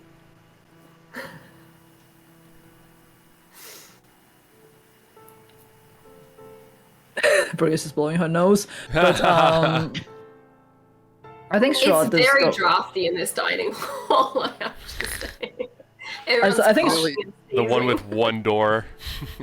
yeah, I think some sort of conditioning system for the air might be a good idea. just like air purifier, get this dust out of the room. Yeah, sorry about that. Sorry. But young Annie, you say that you are here to free the souls and restore Kalamavor over again. Are you not? Yeah. That sounds like a good way of putting it, doesn't it? Then just what are you doing with this band of travelers? Surely you don't have time to be testing Mr. Ravenswood's little trinkets? Oh, but I do. Very big Shit, I help. can't. Thank you, dear Annie. It's very adorable to see that the three of you are willing to put so much effort into ensuring that the Ravenswood's goals are met. I do hope they do the same for you. We've all been What a Yeah, I job. hope so pretty. too. We've all been pretty good at helping each other in the for the the greater good of the group, having, as we said, being here in Barovia without means of leaving, and we've, at least for me, found many different opportunities to do some good. And in my case, at least for the children that I've seen, they've seemed to have it quite difficult in this land with many monsters and of the human and non-human variety included. Bree being someone, as she said earlier, well able to handle such monsters is a boon to be able to handle and dispose of those monsters, and that's just one example of the ways that we found we and the rest of the party have worked well together, and I see nothing more noble and purposeful and having a reason to exist and continue here for at least a little while longer. You seem to have been benefited from our being here as well, if it's not the hags or the werewolves or other apparent thorns in your side that we didn't even know were there.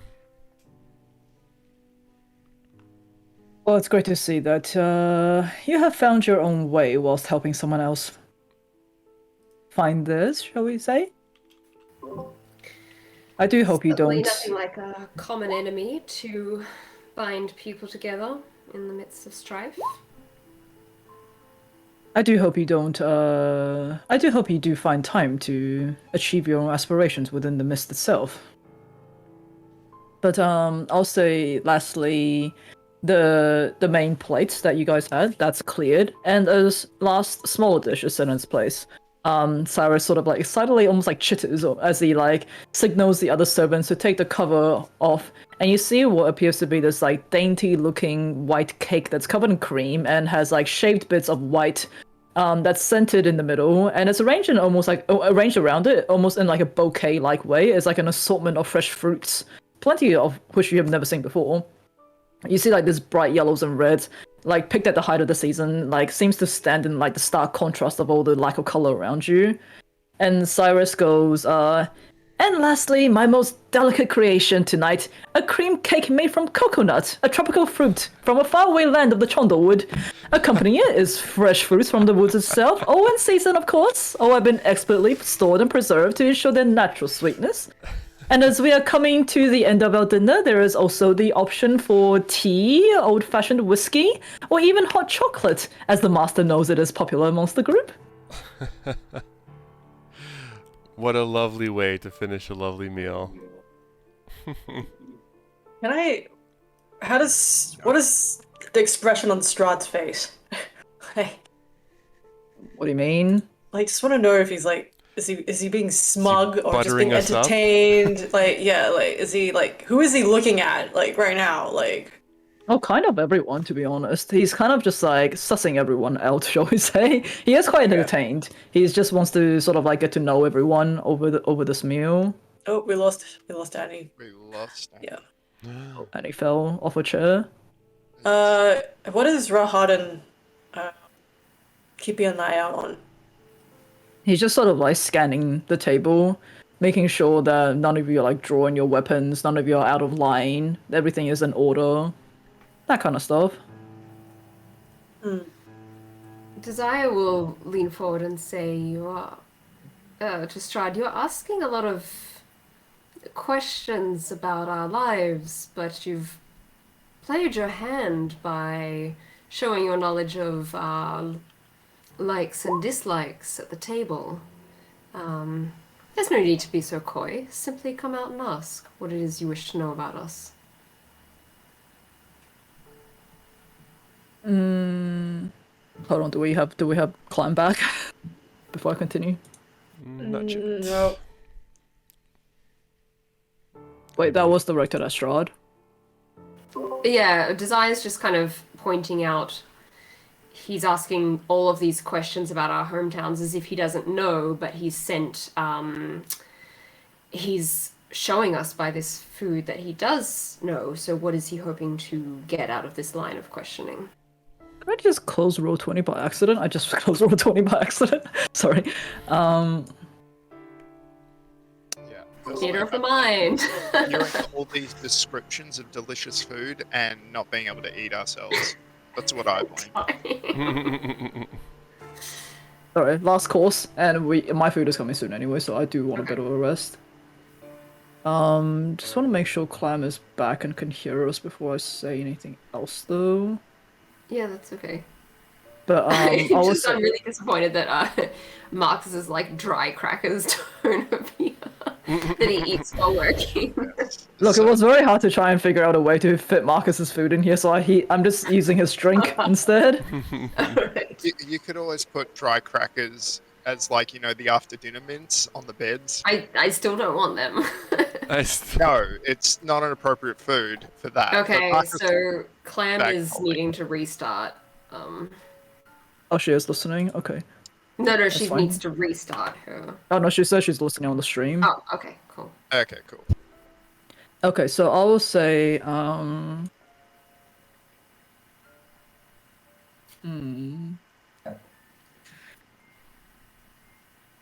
Very well, since you want to cut to the chase. Ooh, how do I present this? Actually, can you roll a persuasion check for me? Yes. 21. Okay. Give me 1 second as I find my notes.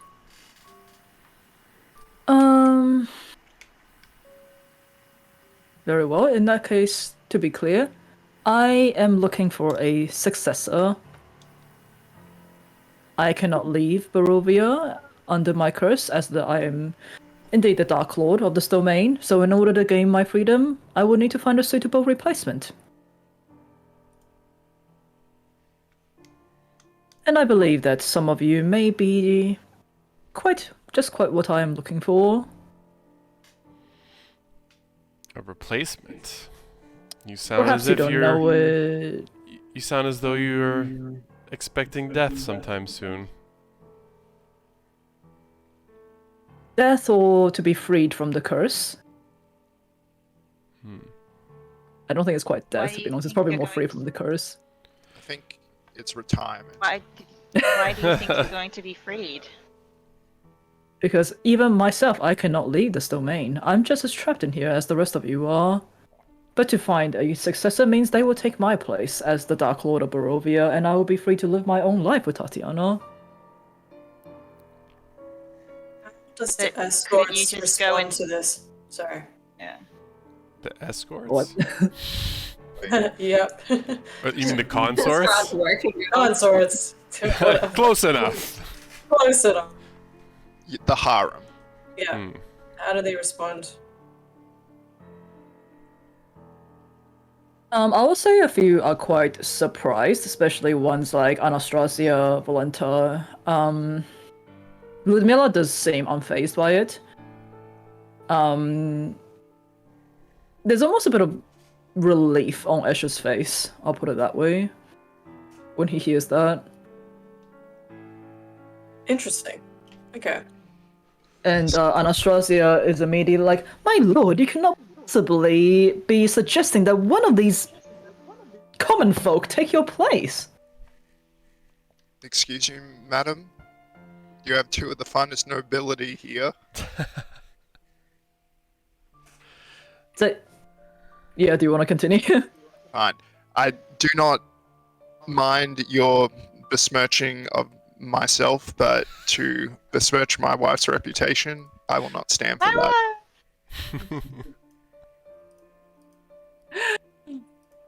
And Strahda's like, will you two just calm down, Anastasia?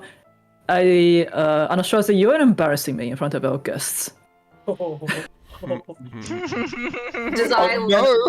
this most genuine smile that anyone at the table has seen from her? And you see Anastasia just sort of like sit down, like you're just like fuming right now. But as I said, yes, I am indeed looking for a successor, one befitting of this domain. What would that Strahd. entail? It would entail one who knows what needs to be done, even if it may seem cruel or dark on the surface. Plenty of adventurers have come and gone, but none have really passed the test. None have deemed I have deemed none of them worthy to be a successor. Why do you need succeeding though? Why can't you just dissolve the plane? Not up to Let me, no. everything go back to how it was. The curse will be moved on to someone else. Yes. Are you On aware that that point, there's another who thinks that they rule this land? And who might that be exactly? The abbot of Isaac. Saint Krezek. Markovia. The abbot of Saint Markovia seems to think that he is the one who rules Barovia, and that his job is to keep its citizens, such as yourself, content and malleable. I don't think I'm not sure if it's not me not getting things across correctly, but the abbot doesn't think he rules Barovia. It's mostly he doesn't take ownership of the valley. It's more just like he's quite happy to. He's like, if we keep Strahd content, then everything else will be fine, right? It's not so much he's like he doesn't have. Am I getting myself? Am I getting across right? correctly? But I mean, Are you he trying to doesn't necessarily lie to him take- about that? No, I think that he doesn't necessarily. Maybe I'm not wording myself correctly, but he doesn't. Although the abbot doesn't think he's taking like an active role in the ruling of Barovia, he still kind of thinks of himself as the highest authority or power there. I have merely He heard. called himself their Strahd and the others as just different size rats. I have indeed heard of this abbot. Have not had the chance to meet him myself. Indeed, From he what- thinks you are such a child that you could be appeased with some kind of facsimile doll of your beloved Tatiana. He seeks to kill Irina and use her soul in this abhorrent flesh golem.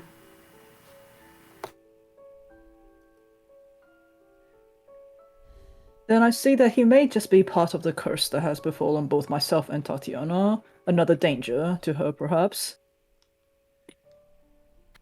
And I hope that you will be true to your word in seeking to protect her from such things.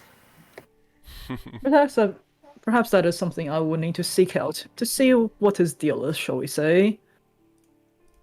As the kids say, what his deal is. I'm losing my mind right now. It's okay. Do you want to take a... But I'll stop asking questions. I just need to eat. hold on a second. I'm just gonna double check what my things are. Just the last thought on the whole Oh, yeah. successor 5 moments. business. Mm-hmm. So the successor will take on the mantle of the Dark Lord and the curse. Are you not concerned that your Tatiana, because of the curse, will continue to perish, even if you yourself manage to escape? I do not believe my. I believe my curse is. Okay, how should I say this? From what I know as a DM, like his curse does include Tatiana dying over and over again. So by passing it on to someone else, in his understanding, is that will sort of break the curse on her as well.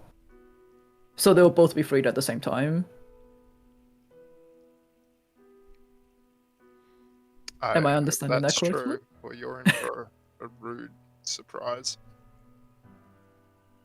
But either way, Cyrus has really gifted us with a truly spectacular meal, has he not? I hope everything tonight was tailored to your taste. Having a bit of sugary sweetness is always a delight to end a meal. And I do hope we have reached a better understanding of each other. To an extent, I'm sure we have. From the gifts that you left me earlier, I think that you understand us all better than you are letting on. But at least we've had this opportunity to talk face to face. Perhaps I just wanted to hear it come out from your own mouths. But either way, I do feel like the night upon us is still young, and if you would like, I will gladly provide you a short tour of my castle, the presentable parts at least, and perhaps we may end the night with a dance in the grand audience hall. But if not, you're also welcome to retire up to the guest rooms for the evening. Tour sounds amazing. Yeah, I've never been in such a big castle before. Let's check Yeah, it I'd out. love to see around. Yeah, for us small, poor folks. You see Anastasia kind of like lean towards Ludmilla and is and under her breath, but not quite, kind of just goes like, "This is probably the biggest place they've ever seen in their lives. Those poor folk."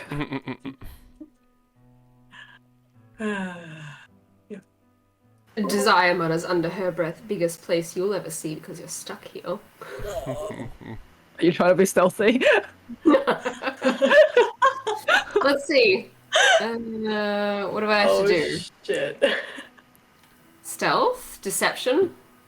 I mean, you're not really deceiving. You are just saying under your breath, right? Yeah. Oh no. hang on. Where's this? Once per short rest, yes. I'm gonna take a nap after dinner, like 20 stealth. Could not be laughing. No, she does not hear you say that under your breath.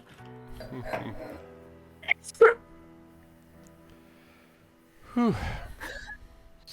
I'm gonna go have a lie down now because I need my short rest. Excuse me, so much talking. But yes, I would say we can have a bit of a break here, and when we come back, we can have a tour of the castle, shall we say? All right, sounds good. We'll be back shortly.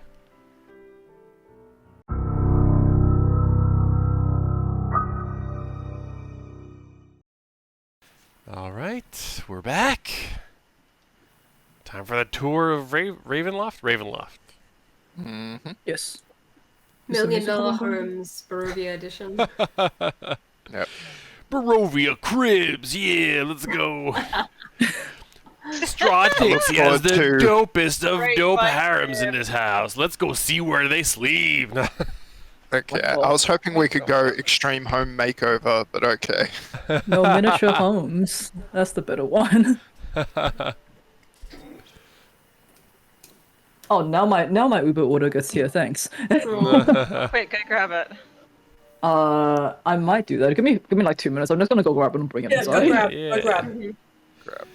We'll pretend like Well, Strahd actually got hungry. He's like, oh, I'm gonna have a snack as I go on the tour. I don't think we want to think about what kind of snacks Strahd might Yeah, be carrying with 'cause- him on the tour. Are we gonna be just like cool with that? Yeah, it could probably just be grabbing Let's one of his look. mates. There's just like this snack. anemic-looking maid that's just like walking around next to him, just like with a straw on her neck, you know. Yeah, in her I'm neck. worried about that. I don't know. I'm trying to think of a way it could be looked as a snack, and I don't know. That's the first thing that came to my How mind. personally attacked do you feel by Strahd? Asked a lot of probing Yeah, questions. Strahd was really coming for you. Really You into and me. Bree, I think. Doesn't like to have Kellamvor. Maybe we're the two most in-line successes. I hope not. That's terrifying. Yeah, do you want Yeah, I'm like, his attention? I don't know if it's just my understanding of it, but I'm like, I don't think it works like that. I don't think you can just be like, okay, Curse, go to this person now. Like, I mean, he thinks it works like that. Nobody here looks very happy. He's not making an appealing proposition. yeah, like, get trapped forever. It's cool. Okay.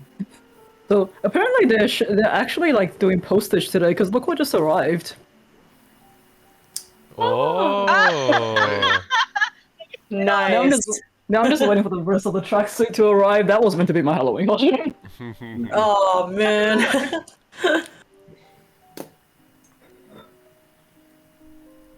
Okay. So, let's see here. Previously on dinner. Previously on dinner. You all had great dinner. Oh, could I missed out on the description of the cake. Could I please get that once more? You see a cream cake made from coconut, tropical. No, hold on, I'm reading the wrong parts. So it's a white-looking cake, dainty-looking. It's covered in cream, shaped bits of white, and arranged around it is fresh fruit that's like almost arranged in like a bouquet sort of way. It's a bread top Or- coconut bun. Yeah, no, Oh. it's not. You know, actually, I had to Google like fine dining coconut cake. Is that a thing? Is this a thing? Apparently, it's more. Yeah, it's not really fine dining, but whatever. Yeah, I'd eat it. I mean, I don't really like coconut, but either way. I love coconut. I do too. It's delicious. No. It's the main component of lamingtons. Ah, that's why I like those.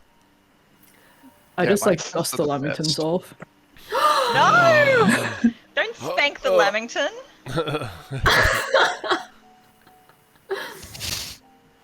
Ruining the cake. Sacrilege. It's un-Australian is what it is. That's what that is, I'll tell ya. I mean, I also don't like Vegemite, so. Eh. Sandra Well, nobody says, really dress likes up for Vegemite, picnic, which is do it. awful, I think because that it's was taken to directed at really you, good Lisa. It's too. What was that? Sandra said, dress up for picnic, do it. I'm assuming it was I'm addressed as you. I'm so tired. I'm just gonna look like I had to walk out in this, and my neighbor saw me just then. I'm very keen on what you're wearing. I am very keen. It's just this. I'm just wearing a shirt with a harness right now. I'm keen. I'm keen for Lisa in a harness. That's a really weird way to put it, but okay, give me 1 second. I'm just gonna get things. That's the power of the keen mind, I suppose. Okay, so I think what would be easier in case instead of us like moving all the tokens everywhere, I'm just gonna point out like which direction you guys are going, just to make my life easier. And to the exit. Yep. So Strahd gestures for his brides and Escher and everyone else to go and set up the audience hall. Strahd and Rohadin at this point. He leads you guys out into the entryway hall that you guys came in from, and gestures towards the suit of armor that is on display. And he goes, "Yes, this is one of my most prized possessions. I've kept it in pristine condition even after all my conquests. My trusty suit of armor that has carried me throughout many a battle. Did you know that there is a special sort of a contraption inside that sort of fits it to anyone who wears it? Fits to size to Even anyone who me? wears it.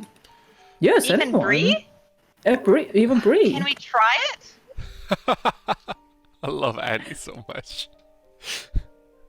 Perhaps not now, little one. It is merely for display only. It's a display model.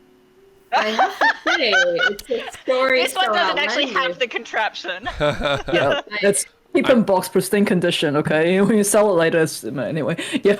Marcus It is is such an outlandish idea that I'd only believe it if I could see it. But as you say, another time. I can't imagine how much Marcus you must, upon hearing this, be itching to see what the mechanics of that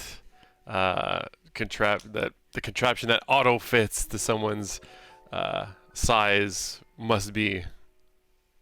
Oh, certainly. But as our host has said, we can't tarry too long here, but perhaps later. Actually, Mr. Ravenswood, if you seems you being so interested in mechanisms, mechanics, and the sort, would you like to try it on? I would Yes. like to investigate it rather than try it on, Mr. Count. Mr. Count. Mr. Count. Sorry, I called him Mr., but then I'm like, oh wait, he's a Count, so just ignore the Mr. Oh, I Count. will not. Oh yeah, count. One suit of So- magic armor. I should Ah. study it as Before I try it on, can I investigate it? Oh, actually, no, it'd be Arcana to Sure. see the magical contraptions that make it do its thing. Oh no, I thought the music just stopped for a second. 15.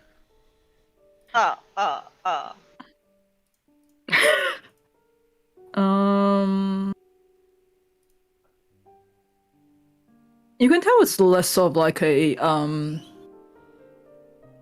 it's kind of a mixture of mechanics and arcane at the same time. So it has sort of like interlocking place. Just imagine it like a transformer. It has like interlocking place that whoever wears it inside, it just seems to like slide over on top of each other to fit the wearer. Of course, if it's something that's like outlandishly, like, you know, you try and put it on a dragon, it's not gonna work. But like for most humanoids, it seems to be able to. Yeah, I'll say it could work for halflings as well. Halflings aren't dragons. Humanoids needs at least like a body and 2 arms and 2 legs. All right. If my host insists, I will gladly don your armor. It will be interesting to wear, I would say, a historical artifact such as this. Please be my guest. All right, Marcus dons it. It takes you a while to get into it, but once you do, you, because Strahd is taller than you, so once you do, you kind of feel like the armor just sort of like creak around you as it just sort of like form fits to your body.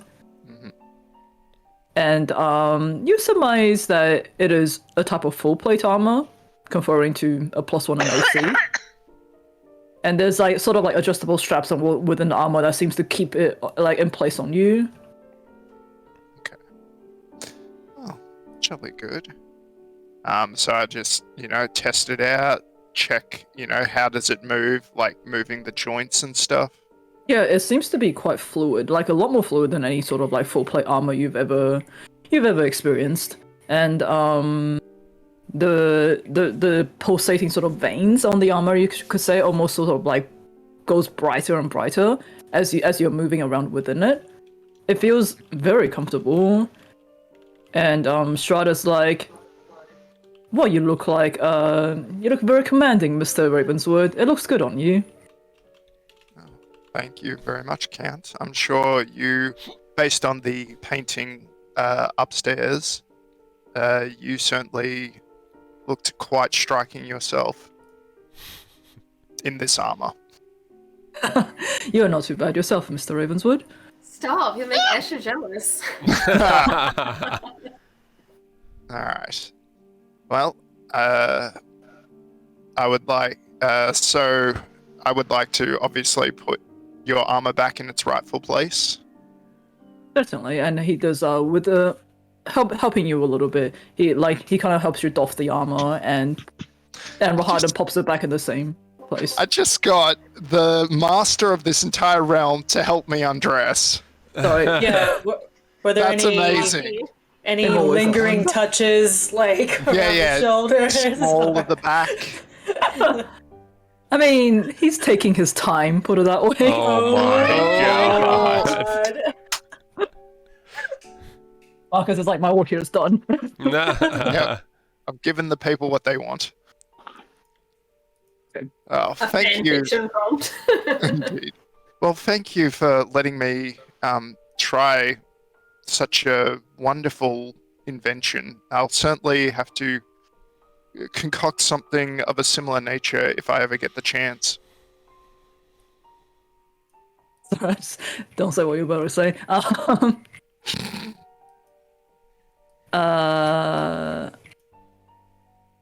Well, of course, it's always going to be. You're always welcome back into my castle, Mr. Ravenswood. I do enjoy talking with people who are particularly knowledgeable and passionate about their crafts. Wonderful. But I'm sorry, we've gotten a little sidetracked. I know often my wife tells me, Why? you've got to pay attention and, make sure you don't disrupt the social flow. So let's continue the tour, shall we? You're doing just fine, Mr. Ravenswood. Worry not. And he. I don't know, maybe Strahd is just gonna fall and start hitting on you. I don't know. I'm liking the Castle of Flirts. Okay, so he takes him and Rahad, and leads you guys down into this area here. Mm-hmm. You guys can see.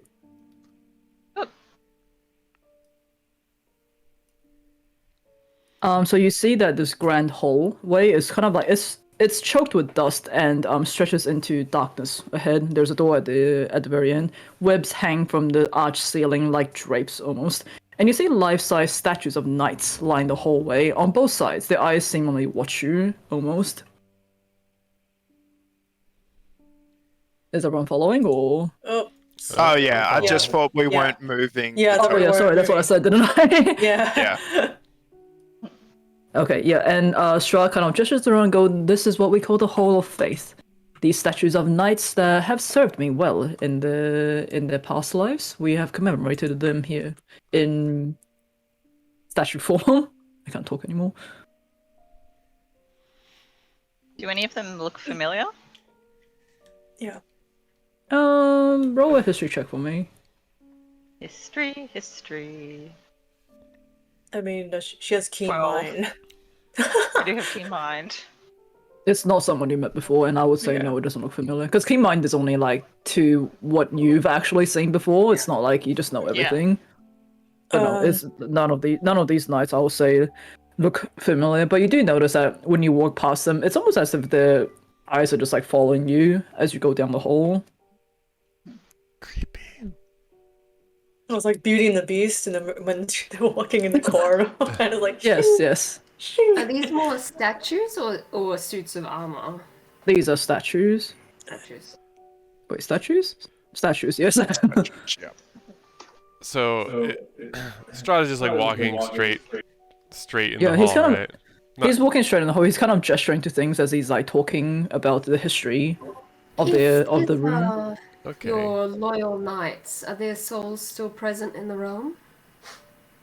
Or did This they was die? before the curse took hold of me. These were loyal knights that were serving the Zarovich family. I thought to commemorate them after their death. Of course, this place could use a little bit of cleaning up, but it is hard to keep a castle such as big as this one clean. I shall give Do you not Helga have talking to you later on. prestidigitation?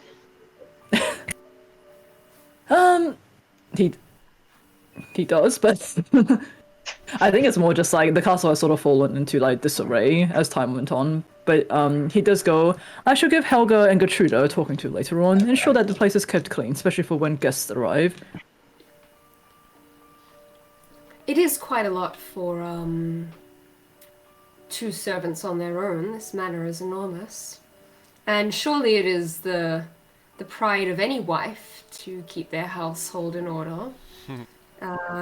Surely one of your fair brides could perhaps take an interest in the management of and the cleanliness of the estate.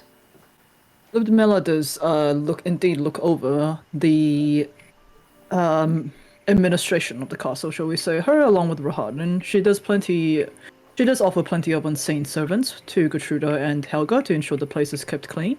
She has been, however, quite busy with her experiments lately and has been preoccupied. Of course. Anastasia seems to have a keen eye for detail.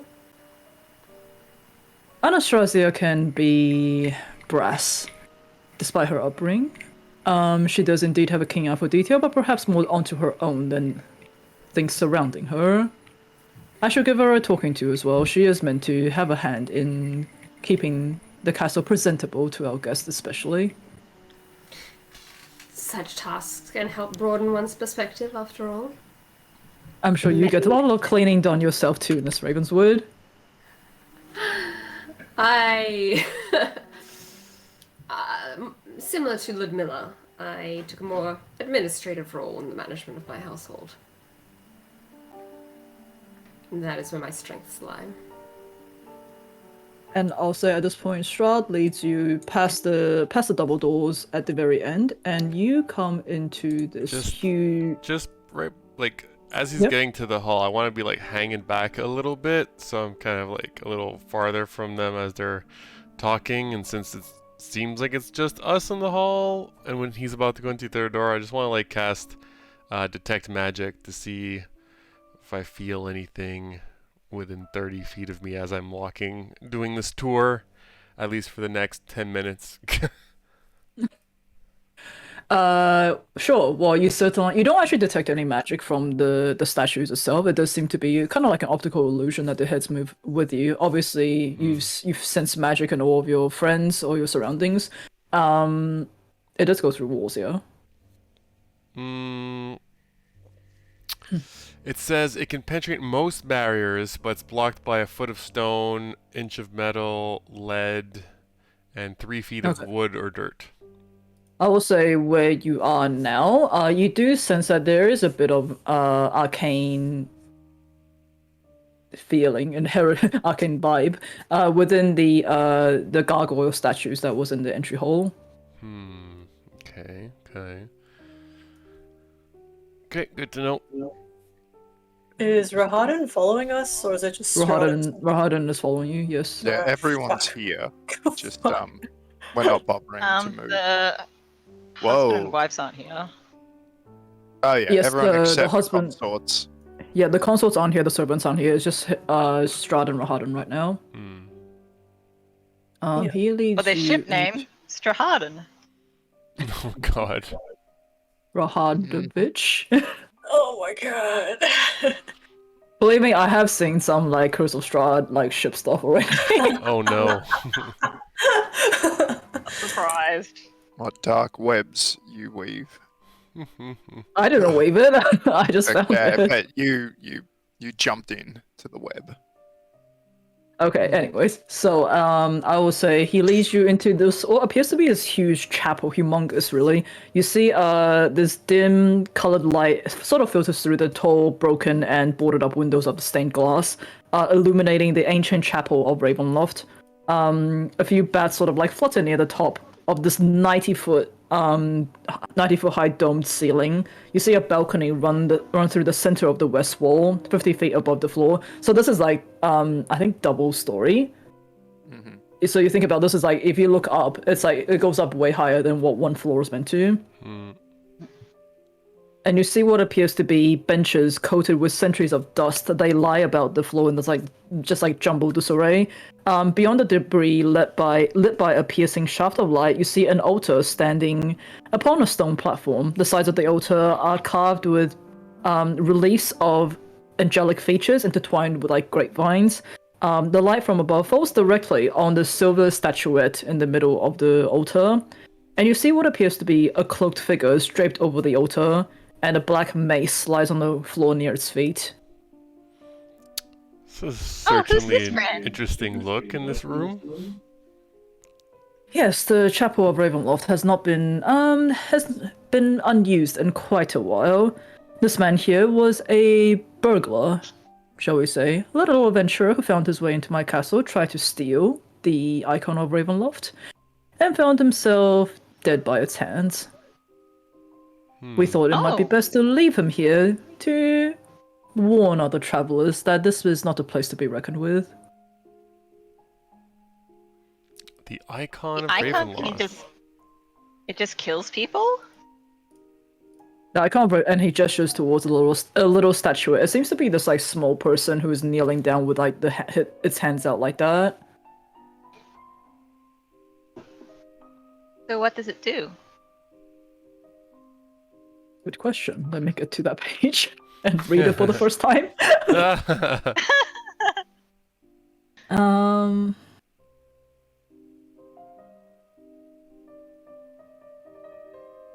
The icon of Ravenloft was given to us by an archpriest known as Cyril Romulik. He's an old family friend of the Zaroviches, and it was given to us to consecrate the castle and the chapel. But it is a old family heirloom, and it is definitely not meant for anyone else to touch, as you can see. Oh, so just touching it did that to him? Mm.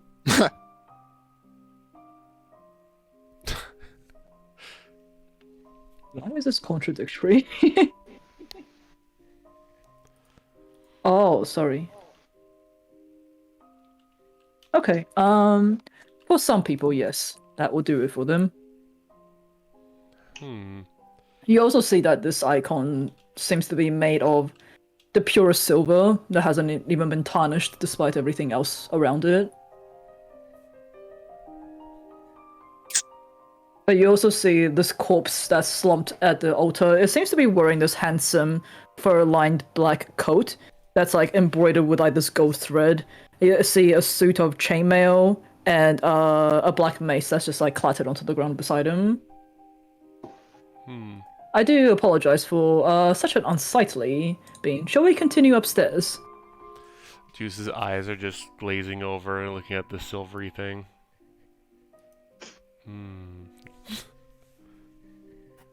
You've kept this chapel here. Are you a worshipper yourself?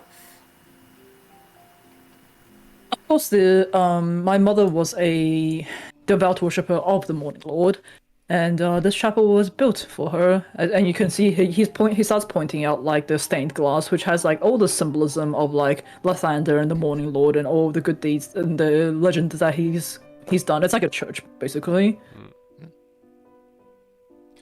I do wonder though, obviously this this item here has some power and some value. I'm sure you have some place where you keep treasure items or valuables. Why not keep it there with them? Oh, of course I do have my own treasury further down beneath the castle, but I suppose considering that this icon was made to consecrate these halls, it was best to leave it here. It's kind of like, you know, like those like statues of Jesus you find in church? It's like you wouldn't just put that in the basement if you have a church, you know what I mean? Makes sense. No one puts Jesus in the corner. What happened to the bones that you took from the Church of the Morning Lord in Vallaki?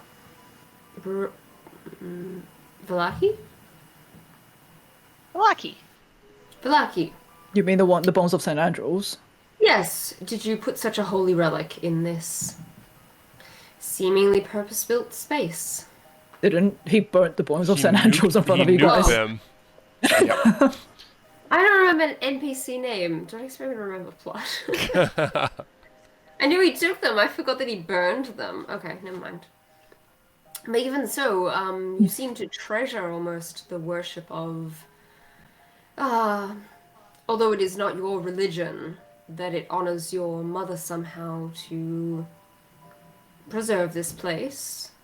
I can't imagine that doing that sat well with you.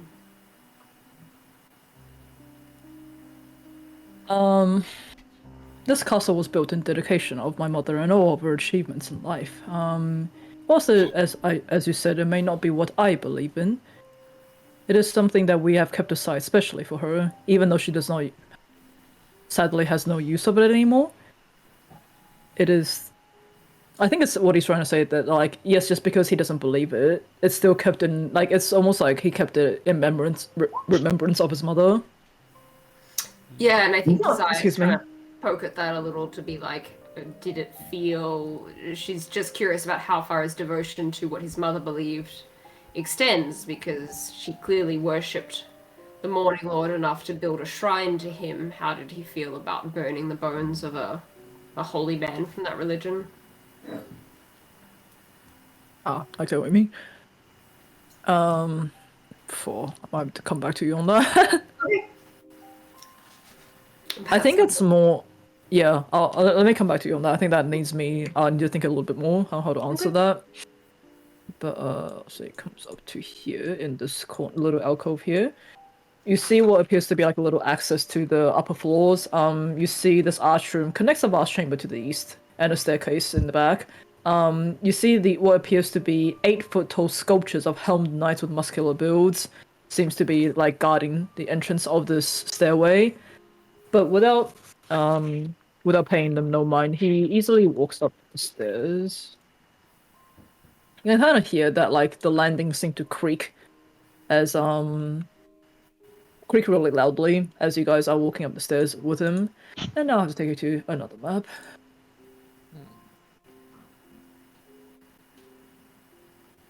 DM, I actually wanted to ask all the so like the chainmail, the silver thingy, like and the mace, like were they just kind of like scattered there? Like were they kind of loose looking? Well, the body is still wearing it. The mace is on the ground. Yeah. Is Rahadin still following us? Rahadin is still following. Rahadin is kind of like at the end of the group, following the group right now. Yeah, I'm kind of near the end. We can probably pilfer it later. Just make a mental note. What, Marcus? I can't hear you. No, out of character. Mental note it though, because honestly, Bree we just forget. keeps a mental note, but she saw the little sparkle in Deuce's eye over the silver, and yeah, so she just kind of gives it a side glance along with Rahadin behind the group, and I'm like. You can like as you sort of like turn around to see if Rahadin is like following you guys. He seems to like lock eyes directly with you. Where is your? Oh, there it is. Sorry, I'm just making sure I get everyone onto the same map. Okay, Rahadin, Marcus, you go over there. Is that everyone? Yes, that is everyone. Okay, so as you guys come up into the balcony area of the chapel below, you see what appears to be sculpted stone railings enclosing this long balcony, which overlooks the chapel. 2 ornate thrones stand side by side in the center of the balcony, covered with dust and strings of cobwebs. The thrones face away from the double doors that gives access to the balcony from behind. As it kind of just like it's made to overlook the balcony itself. And king and queen, it seems. Yes, my mother used to sit in this very chair and look over the congregation below, and plenty of other people as well. I have taken plenty of visitors of Ravenloft up here, people like Duchess Desilnia, Piddlewick, and plenty of notable people of Ravenloft's past. Looks like it's been a while. It has, indeed. Have we ever heard that name, Duchess something? Desilnia was the surname of the guy whose skull you're now using as a summoning tool. Oops. What's in? Lol. But I don't think it was her. I think it was a relative of hers. No, it was the guy who fought. Oh, didn't he fight Strahd? Something like that. That's why I picked that skull. Anyway, he can't pick a skull out of the lineup. It's fine. Yeah, I'm just assuming you don't have the skull out walking around with it. I mean, it's like I don't know how big my component pouch is. It's gilded. Make it fashion. She's actually just wearing on this like thick gold chain. Just imagining it's like a fucking in a Pokeball, just like boo, just comes out when you need it. But he's Strahd is sort of like waxing poetic about like notable guests that have like stayed and visited Ravenloft in his past. What am I looking at? And he says, he says, this used to be one of my favorite places in the castle. Kazan designed it especially for Mother in order to overlook her congregation. But if you, hold on, just put the name in the chat. Kazan and Artemis, sorry.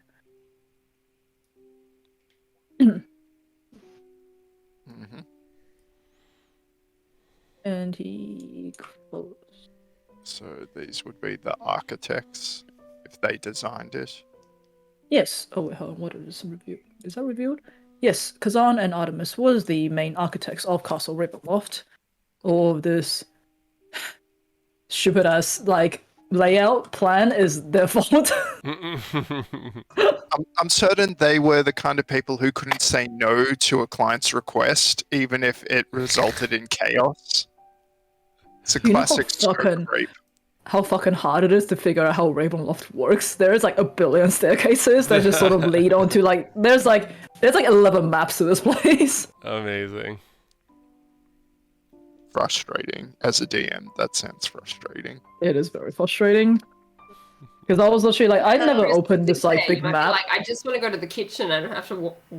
I don't want to have to walk through the Like chapel. legit on like the other side of this map is the entire Ravenloft map. Is how big this place is. Wow. Oh wow. When I was like writing it, I'm just going like, oh my god, where am I going right now? Mhm. So why do you no longer have congregations here?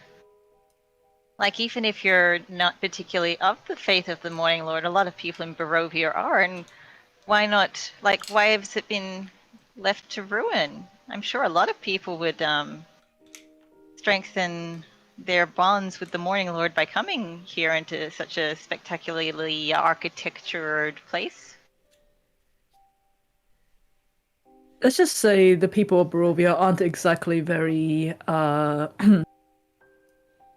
aren't exactly very friendly with the Zaroviches. Plenty see us as monsters and could not care to wouldn't care to run away at the first sight of us.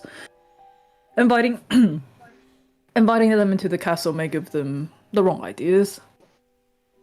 But that wasn't the case when your mother was around? This was before he turned vampire.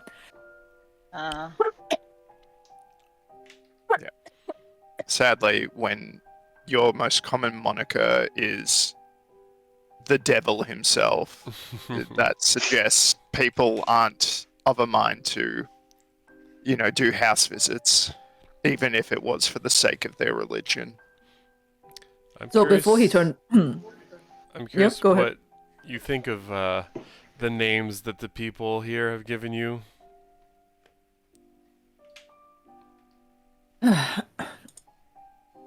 Well, these people do not understand. Of course, they very simple-minded folk. A lot of them. Sorry. But, oh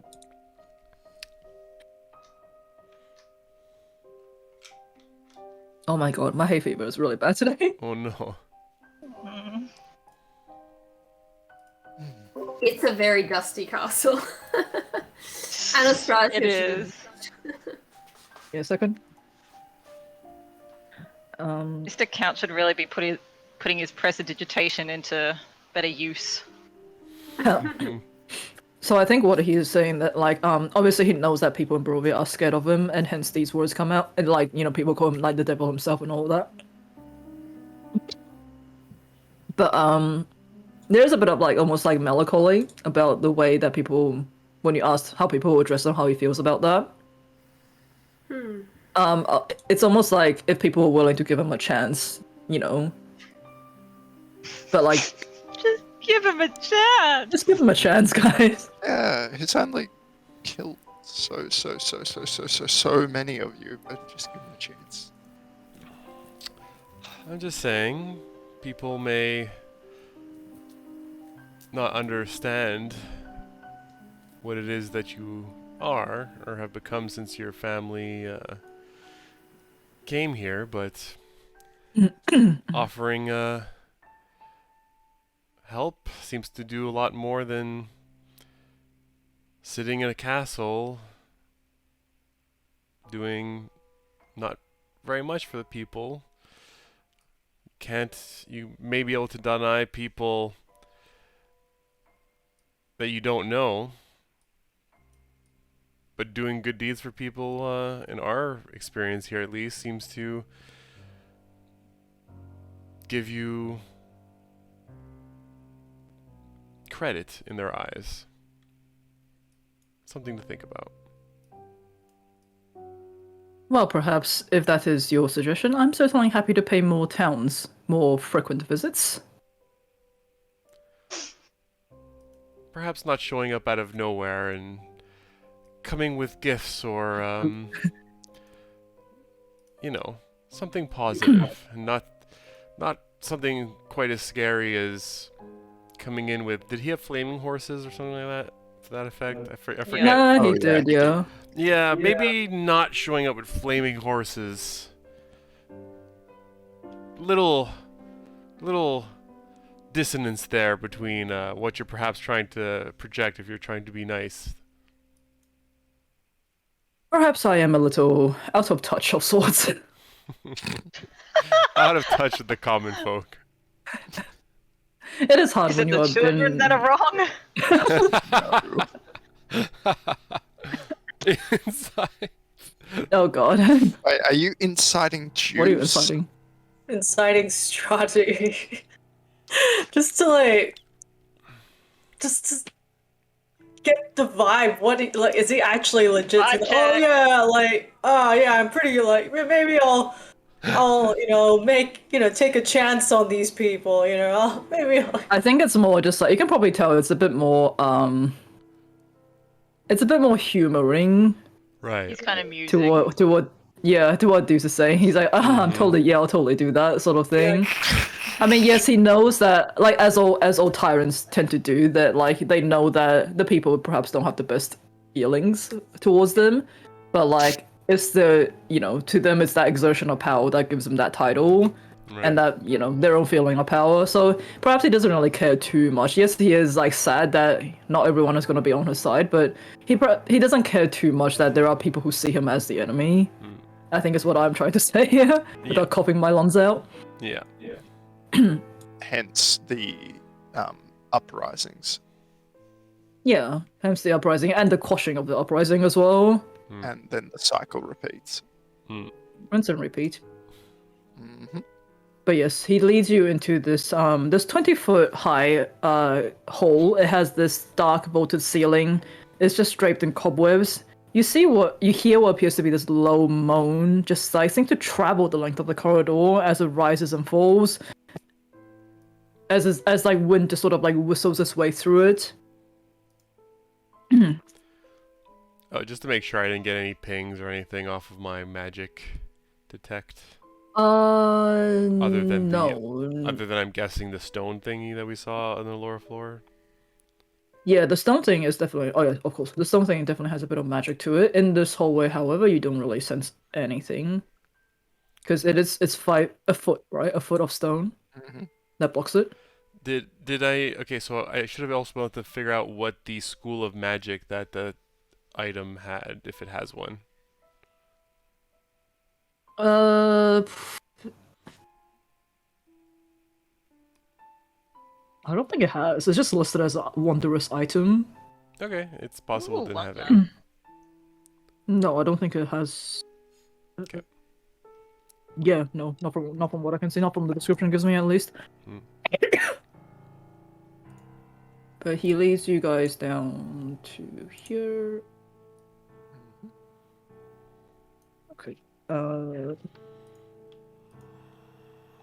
So he opens the doors to reveal another set of double doors right on the other side. You see what appears to be a 10-foot wide corridor that stretches north to south. At each end of the hall, floating in the darkness, is a human skeleton clad in rusted armor and tattered livery of a castle guard. But he almost seems to like pay them no mind as he just goes through the door and immediately opens the one very next to it.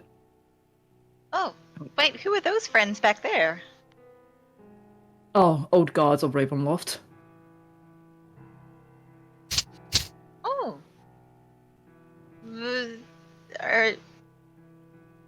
They don't seem to be doing such a great job. Of course, we don't really have needs for human guards anymore, but we've decided to just keep them here as decoration. Oh. Can I have a word with one of them? Did they simply die at their post and you left them here, or were they moved here? You don't know that.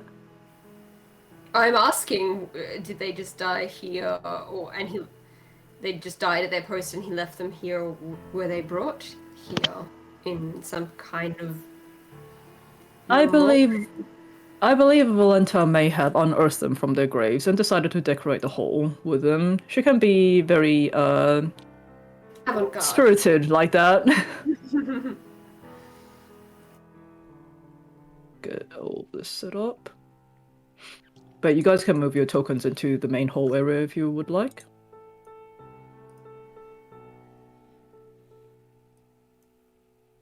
Oh, there's 2 Strahds. Oh, sorry. Ah! Oh, cool. Oh, shit, I what could do happened? that. Oh, there we go. Oh no, it's the curse. Oh, Strahd. And there's 2 Rahadans as well. Is there 2 Rahadans? Yep.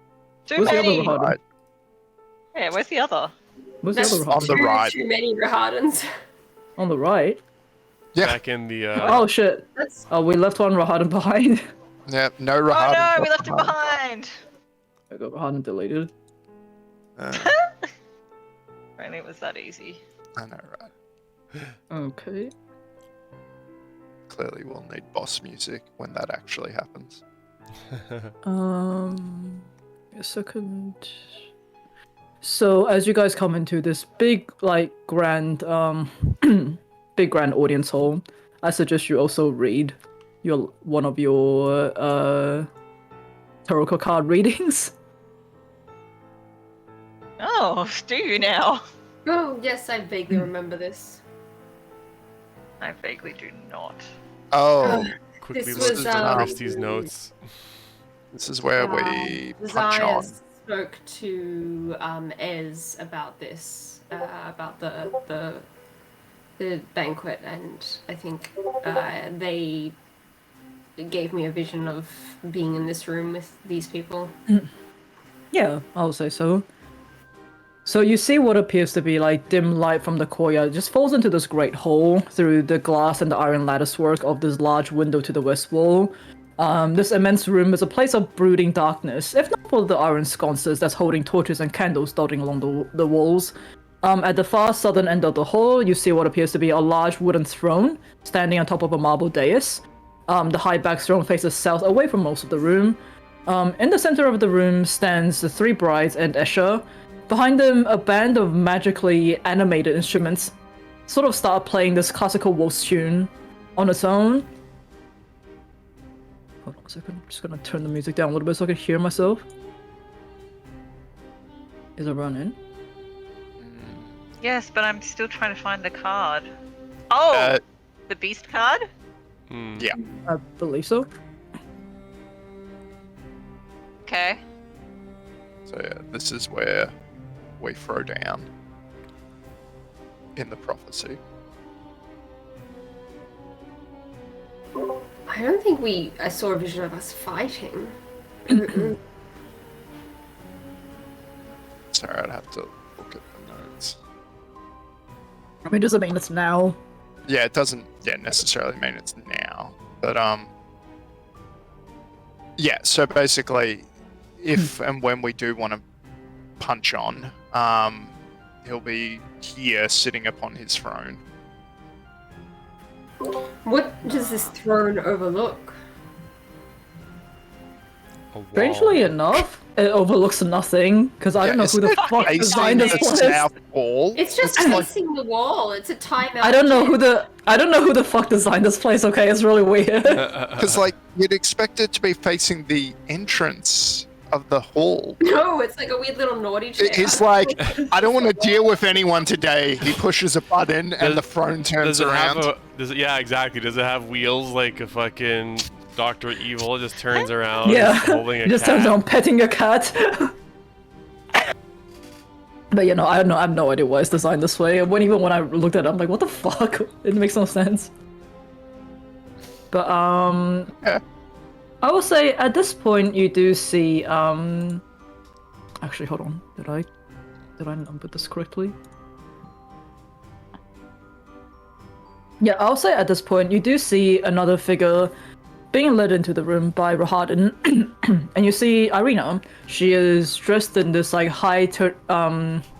like turtleneck style velvet dress that seems to have this like gorgeous flowing bustle that's just like flowing behind her.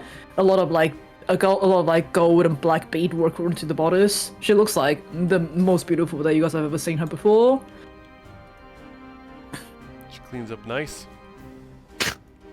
And she's looking around in like the most like wondrous of like ways, just like taking in the sight of this place.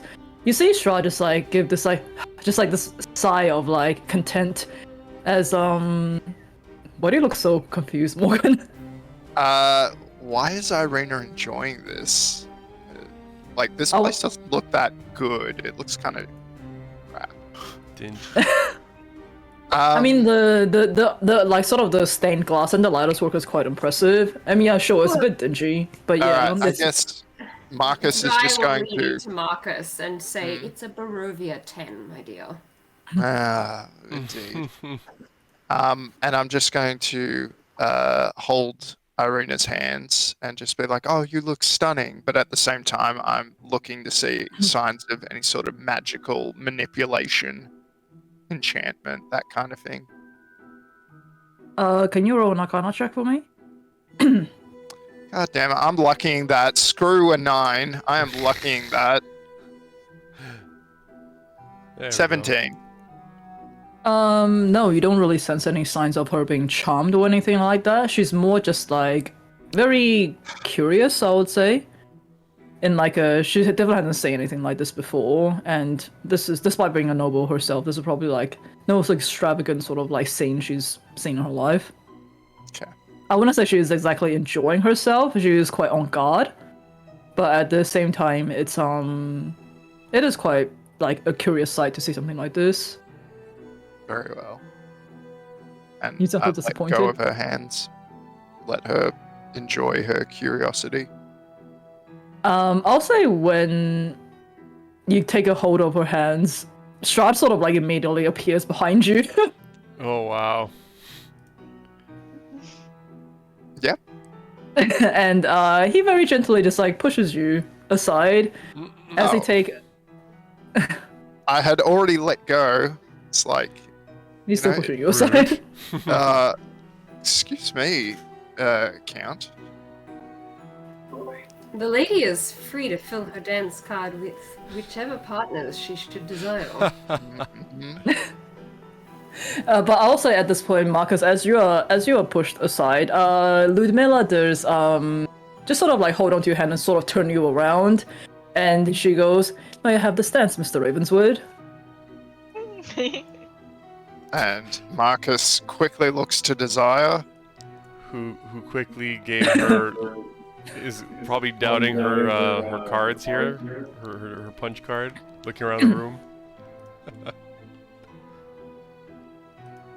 And apparently Desire is giving nothing. So Marcus just goes ahead because he takes that as like, just do it. And so, yep, waltzing Make away. friends and influence people, my dear. And- You can say no, Mr. Ravenswood. It's perfectly fine. Oh, this would have all happened in like barely a second because I assume Marcus and Desire are on a pretty tight wavelength when it comes to this kind of social gathering. So,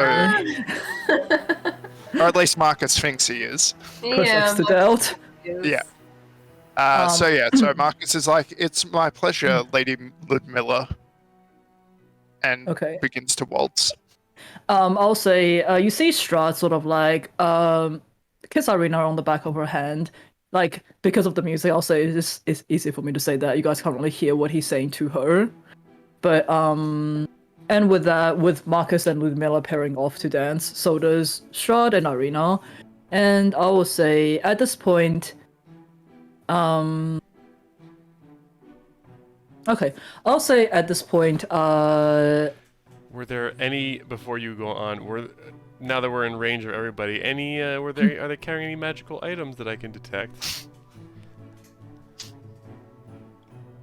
I would say, oh shit, I don't have them statted yet, but I would say all of them are carrying some sort of weaponry on them that perhaps has a You, little you bit can of get back magic. to me on the details. We don't need to do that now. Yeah, I might have to get back to you on that because I do have them, but they're not statted on Roll20 just yet. Yeah, Ah. no worries. But I'll say you are free to pair off to dance with anyone else if you would like. If you don't want to dance at all, that's fine. Annie's going to go over to Horny Man. Escher. He has a name. Yes. Escher! Oh And yes, she's Annie, like- how are you? I'm well, thank you for setting up the dance hall. Now, I'm curious. I haven't seen you play, but do you dance as well as you play? Or better? I do dance spectacularly. Not so much with women, of course, but if you would like, I'm sure I'm more than happy to lead you on a dance. Oh, please. I'd love that. Deuce, Ah, Oh, yes, go ahead. dancing with the female form. So different to the male form. Oh. Well, I mean, Yeah, Well, if you're Escher's waltzing, probably used to being the follow, not the lead. yeah, if you're waltzing, there is like a pretty different in male and female, I think. Not that I know anything about waltzing. Yeah. Speaking of which, Marcus is going to waltz Ludmilla and transition her to someone else so that he can dance with Desire. Do we need to make performance checks on these? Oh, Sure, fuck I'll yeah, let you roll come performance on. Yes. You first, Mr. Ravenswood. Alright, but clearly Marcus is not going to do well with Ludmilla because it's not his preferred partner. I want to see. He is also what I think. taller than you. Give it to me. So I got a 17. 17. You're not too bad. You're kind of having a little bit of trouble because her strides are wider than yours. You're kind of like keeping up. And she doesn't dance like Desire does. Ooh. And he's in the 20. Dirty 20. Okay, Annie, you have no issue with this at all. It seems like two bars dancing together. It's like you guys are just in rhythm of each other. You're matching each other's steps. Escher has sort of like the same like chaotic energy as you do. Yes. You guys are sort of like twirling around the dance floor, trying not to hit anyone. Deuce sees them dancing so well together, and he says, "Well, I don't usually do much dancing, but there's really only one person in this room that is my height and that I could really see myself dancing with. So I'm obviously gonna have to dance with them." And then what he does is he casts Invoke Duplicity and makes a copy of himself to start dancing with, and just goes on the floor and is dancing with his Wow. his copy of himself. Wow, what's breaking What a you then? bird. And We're not the Rosenthorn same is height. also I'm a little disappointed. taller. Roll self-performance check With advantage. with advantage. It should 'cause be it's with technically you. advantage. Yeah, I'm controlling it. Okay, let's see. Amazing. Big money, big Crit, money. crit, crit, crit. Oh, a reroll because I got a 1. Oh, well, you didn't get a 1. Okay. It it's auto a- rerolls. It auto rerolls. Okay, it's a little bit janky, but like you sort of like, it's like this with everyone's like tall heights, you're like this like gym ball that's like going around on the dance floor. I have to concentrate on moving myself one direction and moving the duplicate in the opposite direction at the same time. So it's it's a little bit jumbly in you the s- head sometimes. You see, Valenta is just like laughing her head off and like clapping, seeing, looking at you dance in such a weird manner. Desira's going to. Oh, sorry. Go ahead. No, you go ahead. You go ahead. Desire's going to quickly spray herself with one of her perfumes of bewitching, which give her advantage on charisma checks. Smart. And she'll brush past Rahaden and say, I would ask you to dance, but I do need to be able to hear the music. And she'll sweep up to Anastasia and say, "My lady, as a fellow noble, I suspect you will be the most well-equipped to match my pace." And ask for her hand for a dance. Anastasia is like she's taking the following the follow Yeah, I want to role do like a really in this. aggressive tango with her. Ah, Like just real Yes! sexy angry dancing. And she's like angry dancing. She's No, like, it's and a weird combination of we're very angry, but we're also very into each other at the same time. so she kind of like smells your the perfume that you just put on, and she's like, well, that does make you a little bit more tolerable. Very well. Oh my god. I'm gonna dip her really like. Smack her head on the ground. No, I just want to make her undead heart skip a beat a little. Let's see, what have I got? My performance isn't that great, but I'll roll with advantage. Yes. Oh, yep. that's a bad start. That's a worse start. Oh That's boy. not great. So despite being the follow, Anastasia seems to be commanding the two of you on the stance floor. You're having trouble keeping up with her. You can tell there's some points where she's almost you surmise she might be trying to trip you up, like intentionally, to like make a fool of yourself right now. I wish I kept my devil's own luck for this one.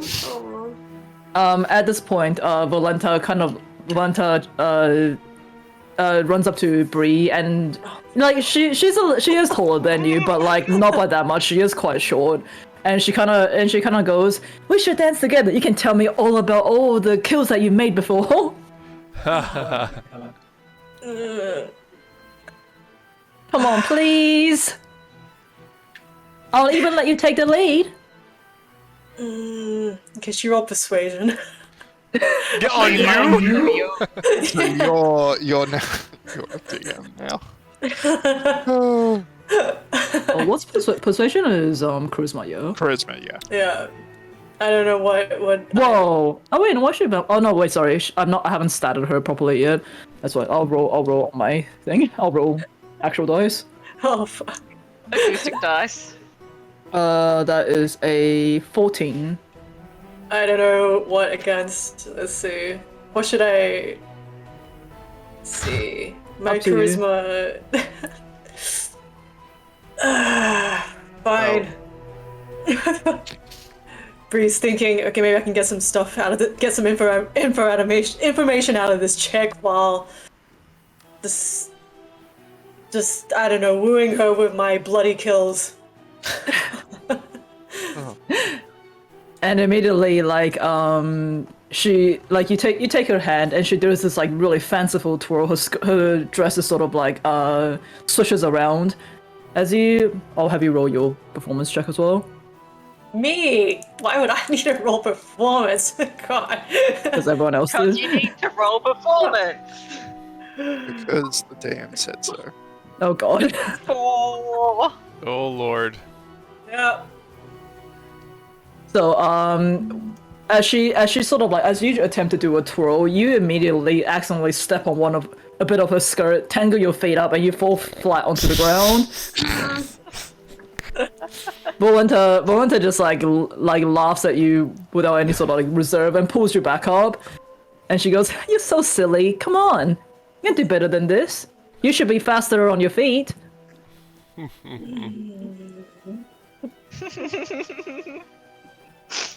She's just thinking of England right now. She's just really just Thinking trying of to England.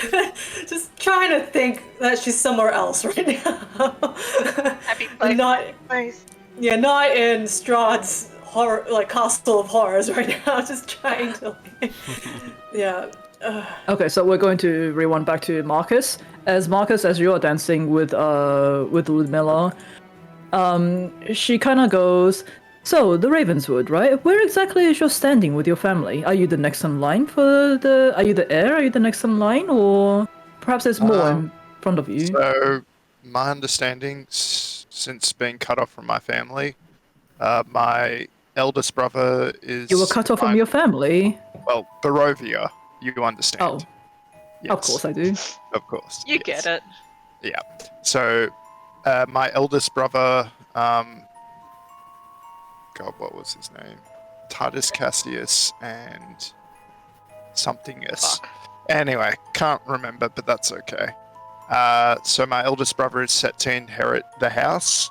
However, he is but a vainglory, arrogant man, and I predict the house will fall into ruin under his leadership. My second eldest, Cassius, he went to the church, but unsurprisingly for such a cruel man, a cruel vein, he got caught embezzling church funds, so the Morning Lord only knows what's happened to him now. Perhaps excommunication, perhaps prison time. And as for my other brother, Titus, he joined the military at my father's insistence, but my brother, he is not a military man, and I worry for him that he may be on some grim battlefield. So anyway, I'm fourth in line. Oh, very harrowing. You seem to be enjoying my tales of family inheritance. Oh, I do have a special interest in nobles and their lineage, after all. We are the ones that build the nobility, are the ones that lead the society, shall we say. Indeed, but if there is no society for nobles to lead, what does it matter if you're noble or not? Give me 1 second. Shit, what was her history? There's so many characters, I'm trying to keep on track. Yeah, fair.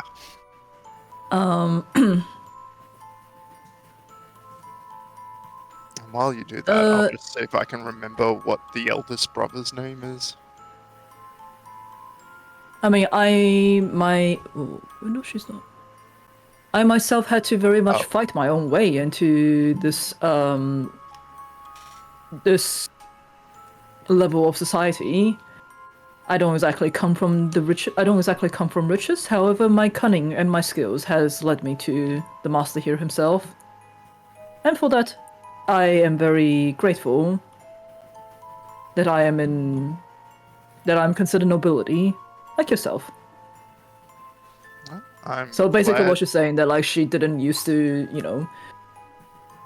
oh my god, she didn't used to, she came from like very much like street person background sort of thing, but through a lot of like, through sort of like perseverance and learning, sort of teaching herself different arcane styles and everything, she kind of caught Strahd's attention, is what she's trying to say. So now she is considered nobility within the Zarovich family. Indeed. But it was your efforts that allowed you to reach the heights you are now enjoying. And you were but one of the masses at that time. So it was my efforts, yes, but Count Strahd has taken me under his wing as a magical apprentice of sorts. He was able to hone my magic very much more than what I could have done on my own. That sounds like you have a wonderful student-teacher relationship. Yet It's you a are little more also than his that. bride. Well, Rahadan was the one that sought me out. He believed my cunningness and talent would be of great entertainment and companionship to the master, and he was correct. Sounds like you've got it all figured out. But you say you are a man of science, are you not? What would be That is correct. What would be your greatest invention that you are most proud of right now?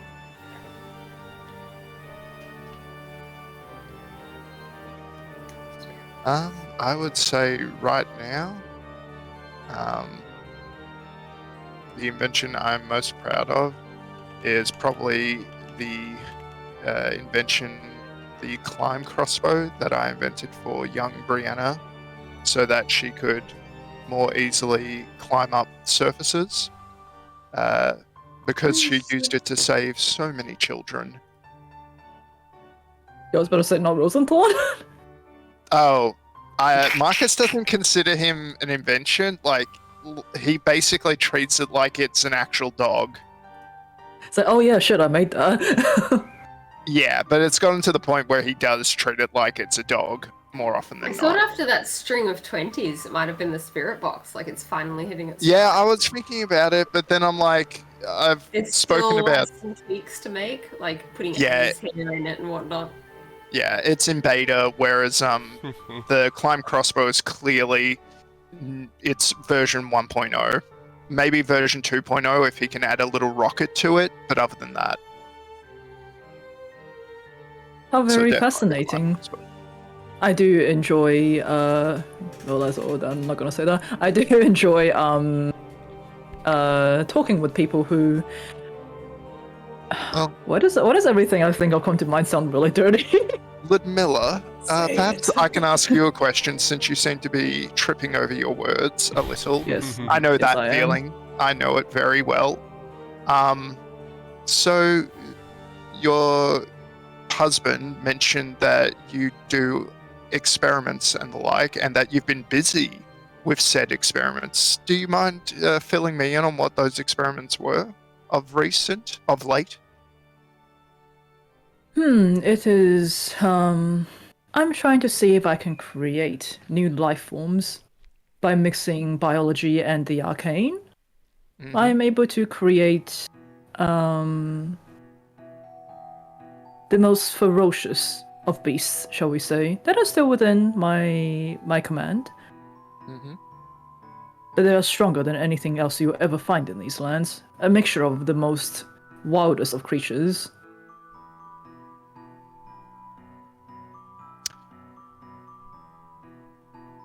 Do I Did you have want any to- idea what the hell she's on about? Like, as Marcus, would he have heard anything No, of he like would not. splicing together people? Not people. I mean, beasts. like, you would surmise it might be something similar to what the abbot is doing, but Oh. as Marcus and I think as the rest of the team, as PCs, you would not have heard anything like this before. Okay, so similar to what the abbot's doing, except with beasts rather than people. Something like that, yes. But I'm finding ways to create creatures and make them way stronger than they would have been in their previous life. Would our group have encountered one of these creatures at some point? Oh no, no, no, no, no. It is kept very well safe within the castle. If it was to get out into Barovia, it would certainly wreak havoc into the nearest town. But it's under your control, correct? It is under my control, yes. Okay. Well, that's certainly a relief. It's not quite ready just yet, though. Still plenty of experiments to do, and Indeed. tests to run. Have you given this creature or creatures, have you given them a name? I have not, actually. I never quite thought of it as a pet. Perhaps you could name it. Well, if I have the chance, certainly, to lay eyes upon this creature, your invention, then yes.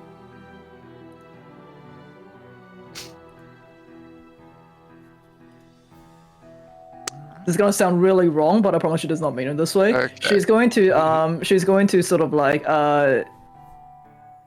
lean in and just whisper in your ear and say, "Perhaps you can find me after." And then I can show you my experiments. Certainly. For science, right? What else would it be, really? Hail Hydra. Hydra. Nice. Sorry. While Okay. well, Sounds they're, good. Yeah.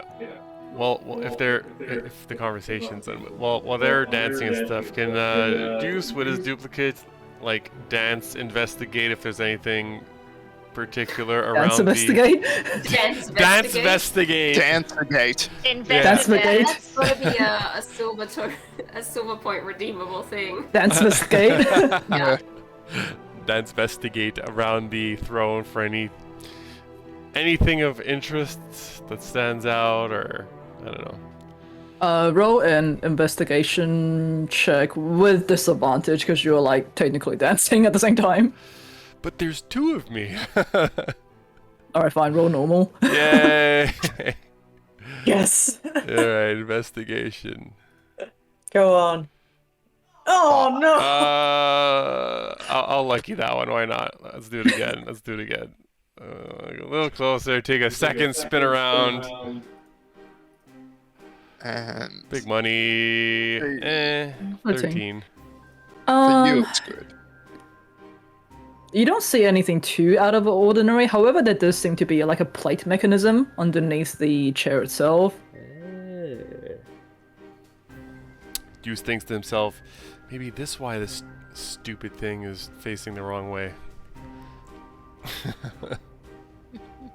Yeah, I will say, Annie with Escher right now, you two both being bards and having like your natural rhythm is keeping up with the pace. And he's actually genuinely smiling. He goes, "Oh, it's been so long since I've gotten to talk with different people." And he in a lower voice, he goes, "You won't believe how boring some of these people are." Oh, do tell me. I'm sure that'd be very interesting. All Anastasia cares about is how she looks. Ludmilla doesn't even talk all the time. Oh, Valentina is a psychopath. I swear I'm the only normal one in here sometimes. Well, I was gonna ask where that left you. How do you feel look- about like the news of a successor? It's surprising, really. Like, I thought that he may everyone knew, all of us knew that he had these feelings for Tatiana, but to think that he would throw away his vampirism, I don't know what I would do with myself afterwards. Well, what do you think that would do to you guys? Like, you have powers bestowed on you by him, right? I guess it would just transfer to whoever is next, whoever inherits the curse of him. Is that how it really works, do you reckon? I have no idea. Be like, hey, you have the curse now, I've had enough? I mean, surely there must be some more to it, but I'm really just a bard. Like, kind of fell into this place, just. I really don't understand how much of this works, really. Yeah, neither. I guess we're kind of in the same boat, huh? Sorry, let me just scroll to where his thing is. But yes, as I was saying before, it's so great to actually have visitors for a change.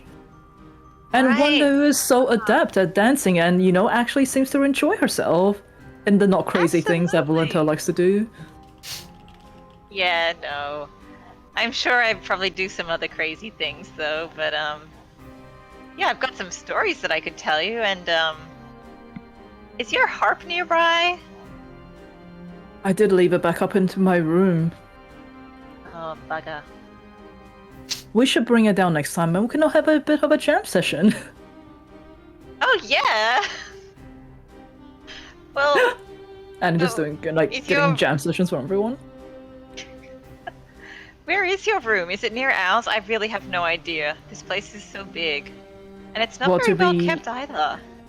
No, well, to be honest, my room is where you guys are staying now. I'm staying in somewhere separately for in time being. Oh, we're in your room. Yes. Oh, is there not like specialty guest quarters or something? Believe it or not, there is none in this fucking giant castle. Unbelievable. I know, who even designed this place? Did they not even realize just how many stairs you have to take just to get to one location? Yeah, it seems like a little bit rude that you've been kicked out in order to house us, but also Ugh. like the five Well, of how us do- in one room? I mean, I suppose you can spill it into the lounge party if you need, but Rohadin is just... Rohadin is just so mean sometimes, really. Oh, tell me about it. Oh my girl, girl, I will tell you about it. Girl! But You can tell that he perhaps doesn't get along as well as with the rest, especially the brides and everyone, because he does consider himself to be quite normal in comparison to everyone else. You can tell that he's kind of in like a, oh shit, how did I get myself in this situation? But how, like, can I even get out of it right now sort of way? Oh fuck, oh fuck, oh fuck, oh fuck. Yeah. But, so you get kicked out of your room. Five of us have to stay in your one room, and Irina gets a whole special place to herself? It's so unfair, isn't it? Oh my god. Oh my god. This is also just me having to like shift things around for you guys to actually have a place to stay in this goddamn castle, because apparently whoever designed this map didn't think about that before at our time. No guest room? What? No, seriously. Meanwhile, Death House had like 10,000 small rooms in it. Oh my god. I know, right? These maps make no fucking sense to me. Ugh. Okay, I will say at this point, do you say you're trying to do anything else, or you just dance for skating? Yeah, I might as well see if the help are able to dance, or if they're not allowed. I'm just gonna ask them. Gertruda is very happily goes, oh my, that would be wonderful. She is a lot taller than you though. Okay, I'll have her dance with my illusion. Are you just like one on top of each other, so you're the one same height? I don't think it actually works that way. I don't think I can actually do that, but like, just like, to see if she has some fun. That's it. Yeah, I'll say, Gertruda certainly can dance with your duplicate. Are you dancing with the other girl, or you as yourself? Sure, I guess. I'm kind of getting tired of dancing by myself. The other girl does offer you her hand in like a very reluctant sort of way, and like she's scared that if she says no, Strahd may say something. I don't like dancing that much either. We can just like go back and forth a little bit. Sway on the spot. Yeah, exactly. Oh god. Anything so I don't have to make another performance check. I don't really like dancing either, so if we just stay in the corner, perhaps they won't notice us. That works for me. That works for me. I'm sorry for being so jittery. It's a lot of people around here right now. Yes, I take it you don't get much in the way of visitors. No, and we will try our best to ensure that the master is happy and he's having a good time. So, I'm happy to serve, and she sort of like dances and sways with you very reluctantly, but she still does it.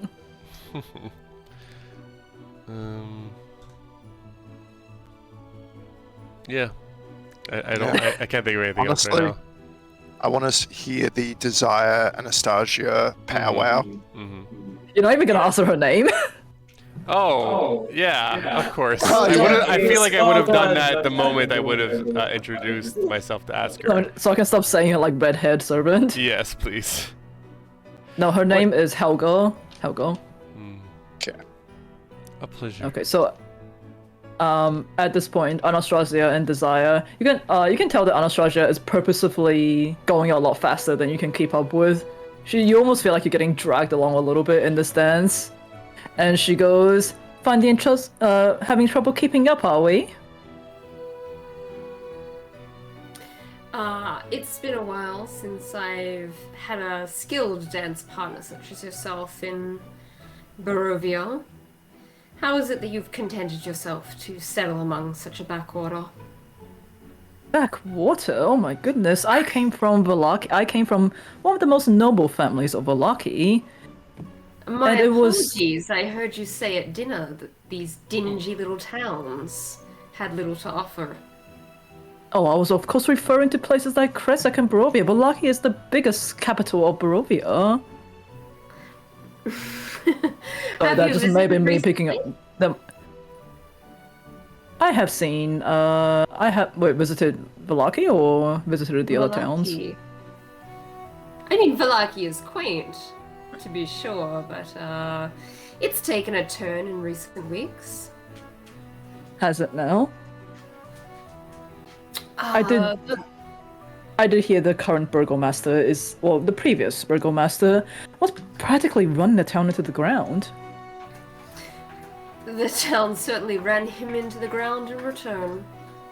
You can hear dog drinking water in the background. Oh, wait. Slurp. Slurp. Sure. What are you doing? Slip. Ruining the tense. He's got very good timing. I'm sorry.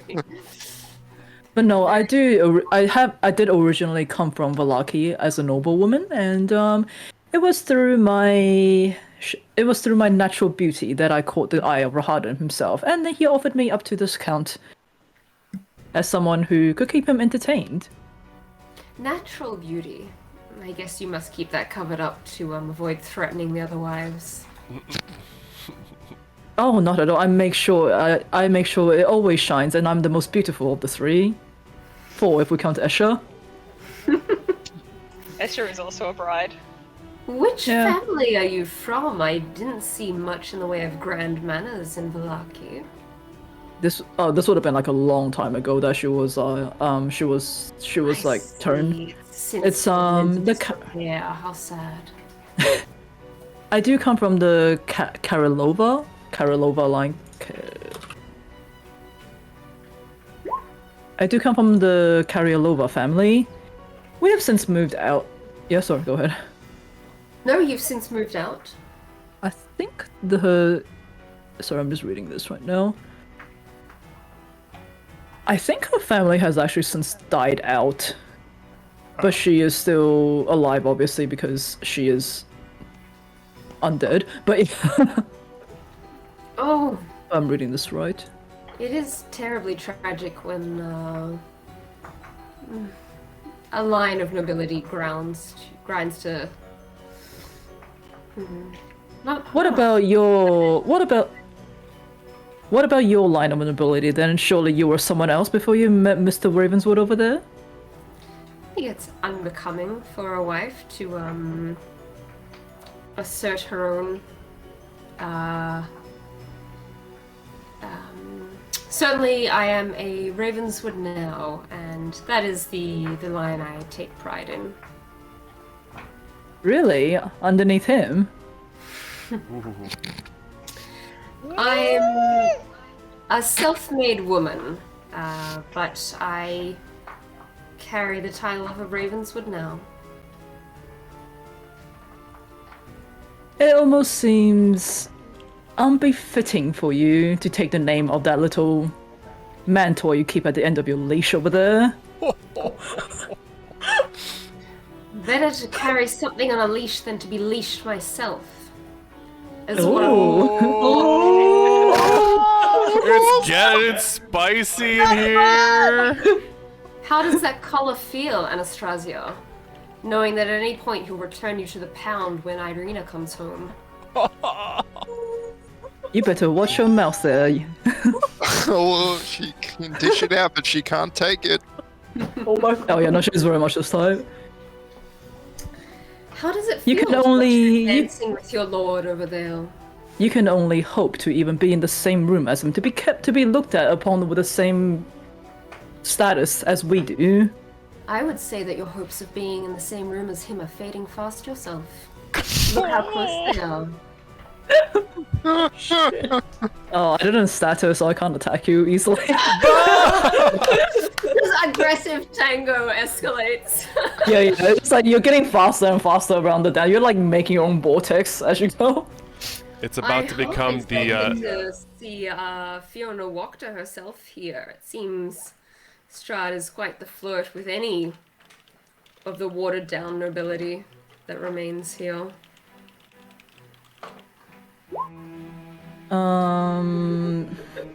No, geez, I don't even think about Fiona Wachter right now. I can Fiona think about her. Wachter. Fiona Wachter failed Strahd, put it that way. She is not worthy of becoming his consort like the rest of us are. Well. Sorry, dog, again. We're just dancing through a puddle.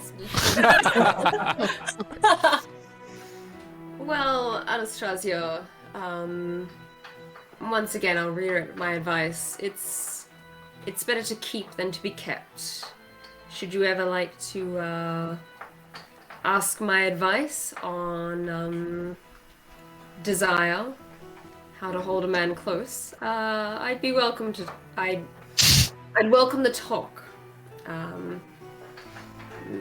Something tells me that may be a more pressing concern in future. So Um, I just heard you say my advice on desire. I'm like, my advice on myself. Yeah, I know, but Exactly. That's what Is what happens when your name is an adjective? well, Yeah. it's a tieflings have chosen names of like characteristics they'd like to embody, so it stands to reason that the thing I talk about the most is also me. Yeah, that's true. I'll say she kind of like twirls you around very aggressively and kind of like pulls you right up to her face in like a whispered and sort of like in a whispering way and goes, shit, what did she say? I'm trying to see how to word this properly. Feel free to be the boss of that useless man over there. I'd rather be a servant to one who can actually make any sort of difference in this land. Desire will say I'll be the one making a difference, but thanks for the dance, lovely. And she'll give her, while they're that close, give her a peck on the cheek. Oh! Making sure to leave a bit of lipstick. No, she takes that and she gives you her own kiss on your cheek as well. In like a like I dare you sort of way, put it that way. This is turning into all the different varieties of spicy now. And then you guys just start making out on the dance floor. I mean, like,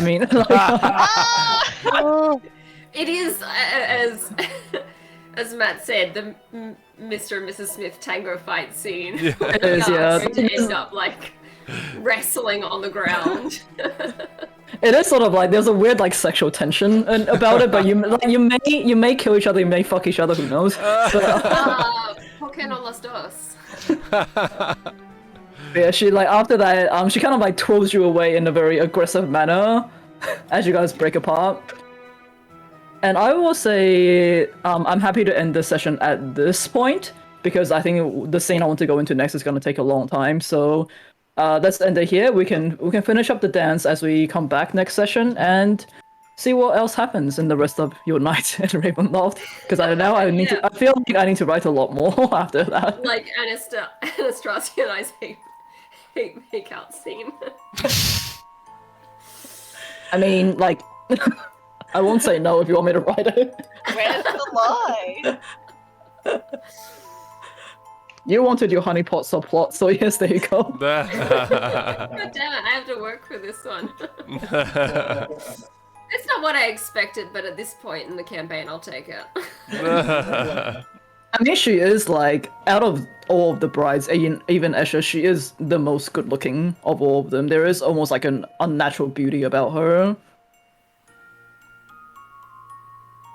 You described her as wearing a lot of makeup, so I wasn't sure.